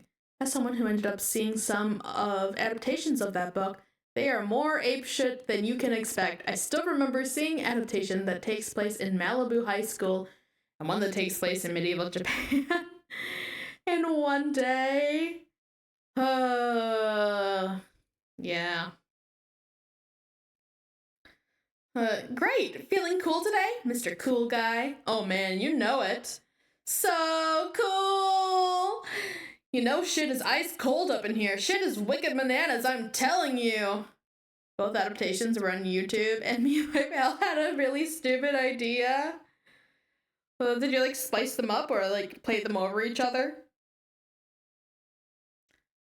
I wish it was ice cold up in here. Yeah. I am quickly getting tired of the heat. It seems like here we're finally starting to cool down a bit. Shit is wicked bananas, I'm telling you. So have you talked to John today? Yeah, we were just talking a while ago about how he sucks at his Silodex. Can you believe he uses staff? That kid is ridiculous. First high school, then medieval Japan? I mean, yeah. Well, that doesn't sound like much fun. What was it you used again? Oh, wait, never mind. I forgot whenever we talk about your goofy moduses, I get a migraine. What do you want with John? Well, we finally know what that's talking about. And I convinced my friend to draw a character from on here on skateboard as a very elaborate joke. I want to tell him happy birthday and ask him about his birthday package. Oh, yeah. I was being sort of cagey and told him to check the mail because I was wondering if mine came yet. I think it did. Yeah, and I think mine came too. So, I guess you want to know if he likes it or something? No! He will not open it. He will lose it. Wow. Sorry to hear that, I guess. No, it's good actually, because he will find it again later when he really needs it. Which, of course, is why I sent it in the first place. See, like, I never get how you know these things. I don't know, I just know that I know. Alright. Anyway, I have to go. I have to feed Beth, which is always a bit of an undertaking. Man, if I were you, I would just take that fucking devil beast out behind the woodshed and blow its head off. What kind of creature is Beck? I don't think I could if I tried. Yeah. Seriously! Well, I guess we'll find out. Yeah, say hi to your granddad for me too, okay? Yes, I guess an encounter with him is almost certain. It is usually intense. Good boy, best friend. I look forward to meeting him. Well, yeah, isn't it always with family? But he sounds like a total badass. Yeah, he totally is. Anyway, gotta go. See ya. Strife. Ooh, what's going on here?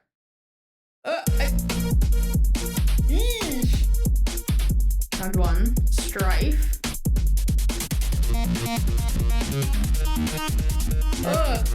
Beat up that puppet, Dave.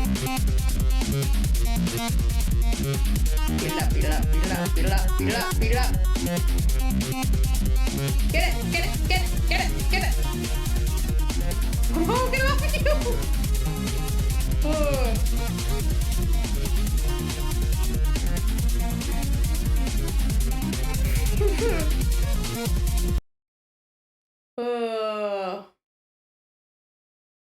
I require a font. Oh, wait. Rose is online. Pastor Rose. I require a font of frighteningly accurate yet.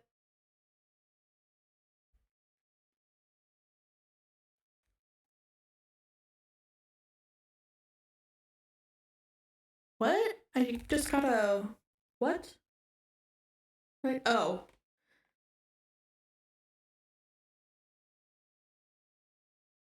An aggression allowable posted to chat. What? Okay, let me see it.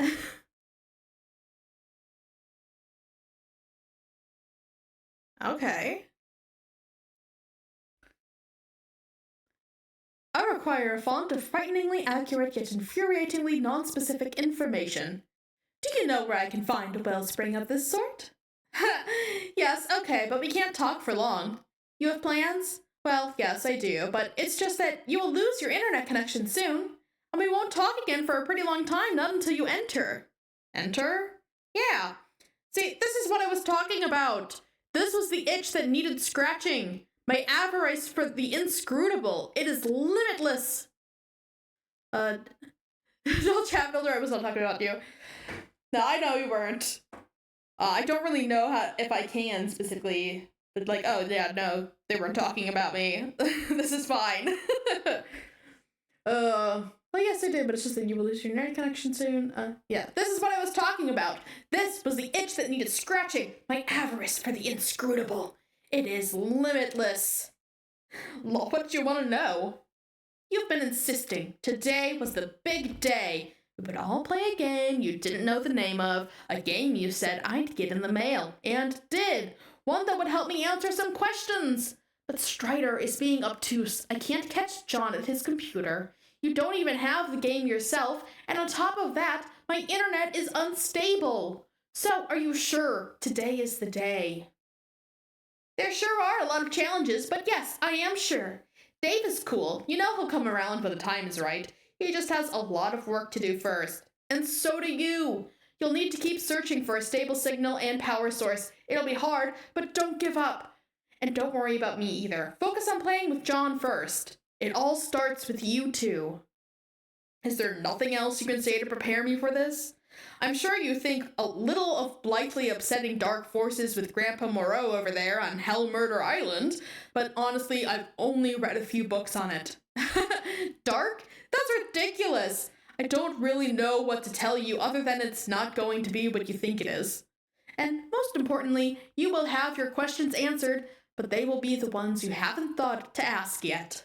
Just be patient and be brave. You'll see. It'll be fun. Uh-oh. Looks like you've got to go. Take care, Rose. Yeah, so she absolutely has some foresight. Be the other girl. You are now the other girl several hours in the future. It appears a secret passage in the mausoleum has been opened. It's getting awfully toasty in here. You gather up your belongings, including your dead cat. Yeah, let's just bring him along for the ride. Descend. Ooh. Well, that's interesting. Stop being the other girl and pester John again. Okay. You've spent enough time for now concerning yourself with the future of your friends. John will not be available until later. By then, he will have his hands full, as will you. You pack up your lunch top and get ready to take care of some business downstairs. Descend. Ooh. Try as you might, you can't stop your mind from drifting to the fate of your friends. You dwell on a particular configuration of reminders on your finger. Blue? Oh! Strife!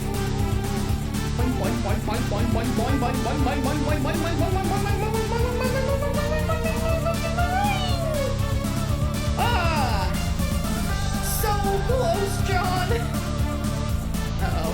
Not the tire swing. Don't use the tire swing against him. That goes against all that is sacred about tire swings.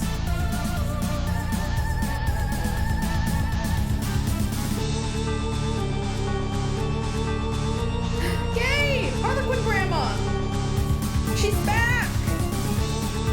Wait. Okay, so it's gonna repeat.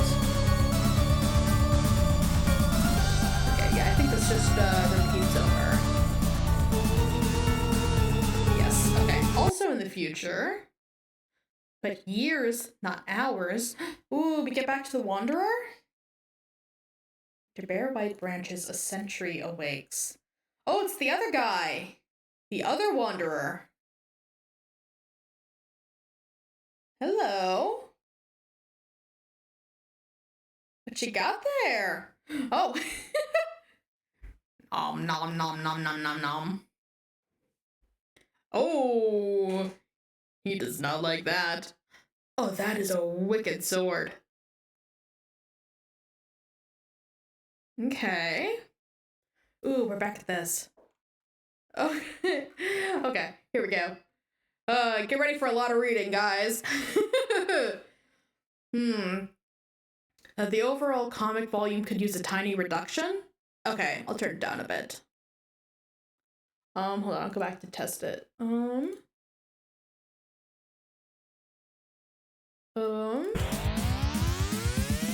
Okay, how's this? Or is that too much?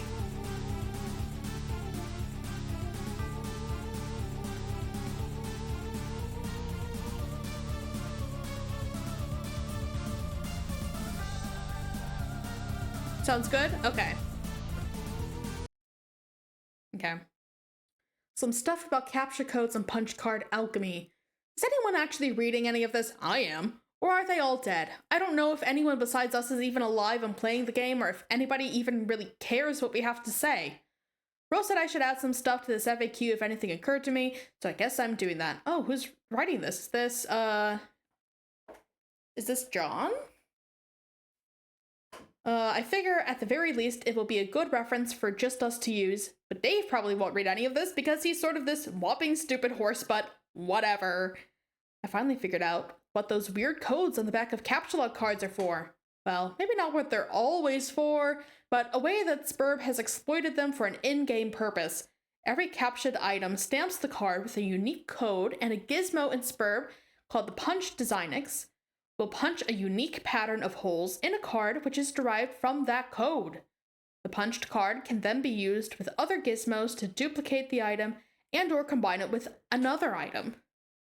I got to thinking about this, and with my amazing hacker skills, I noticed a trend. The whole pattern is based on a fairly simple cipher converting the captcha code to binary, and then the binary pattern is punched where 1 is a punched hole and 0 is an unpunched slot. So here's the table just to be clear. Okay, I'm not going through all that. There are a couple oddball characters, exclamation point and question mark at the end to bring it up to 63. 0 to 63 equals 64 total, i.e. 6 bits. Because the binary representation of the captcha code chairs are 6 bits each, which have a range of 0 to 63. So for instance, the captcha code for the hammer is N77UN6BI. Look up the index for N first, which is 49. Binary 49 is 110001. Keep doing that for all the characters, and you get this. Okay, that's the pattern that we punched in the card, but bits are arranged top to bottom, left to right, in 4 columns like this, or punched on a card like this.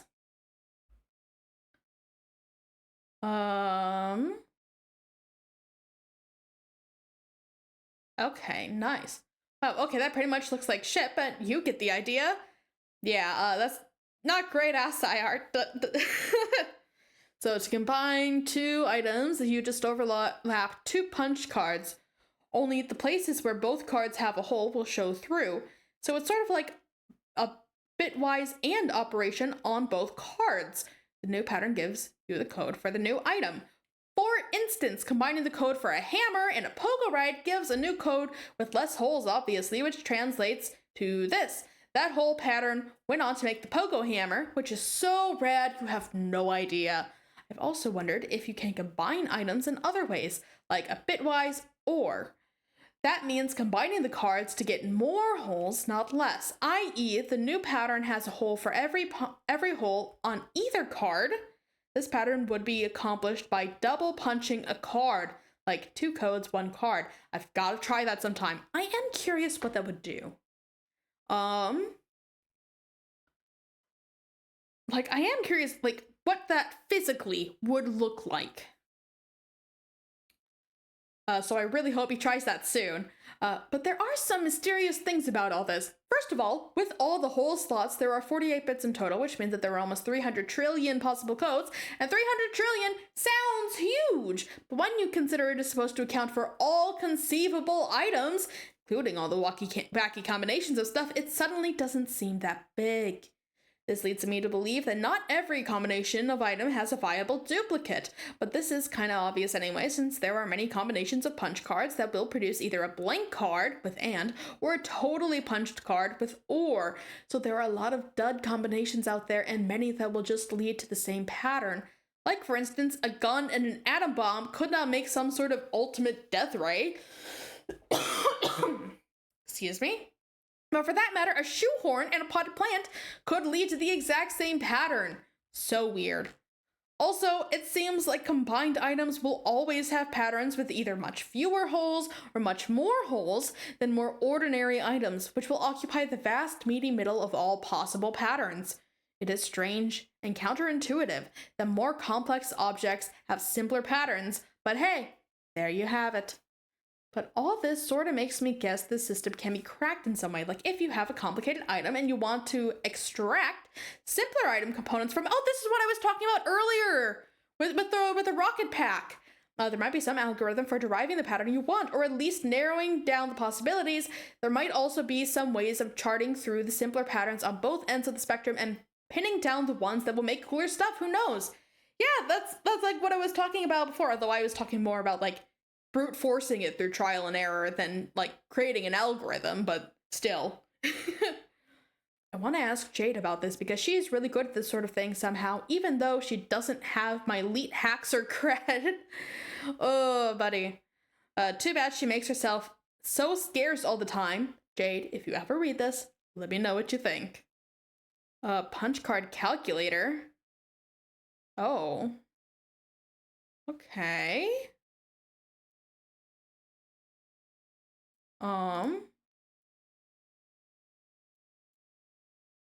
Interesting. Nice. Have to maybe play with that sometime. Okay, but I think that's where I'm gonna leave off for today. I got some stuff I gotta get to get done before the day ends. I will still be streaming tomorrow, but tomorrow's stream may be delayed a bit. I have an appointment earlier that I'm not sure how long is going to go for, but I will be streaming tomorrow. I just maybe a little bit later than usual. But yeah, it's been fun. Thanks to all the new viewers who hopped in and the new followers. Yeah, I didn't I haven't been hydrating it very well the last couple days, so my voice has been a bit rougher than usual. But yeah, I will definitely do that. Give my voice a rest, treat it well.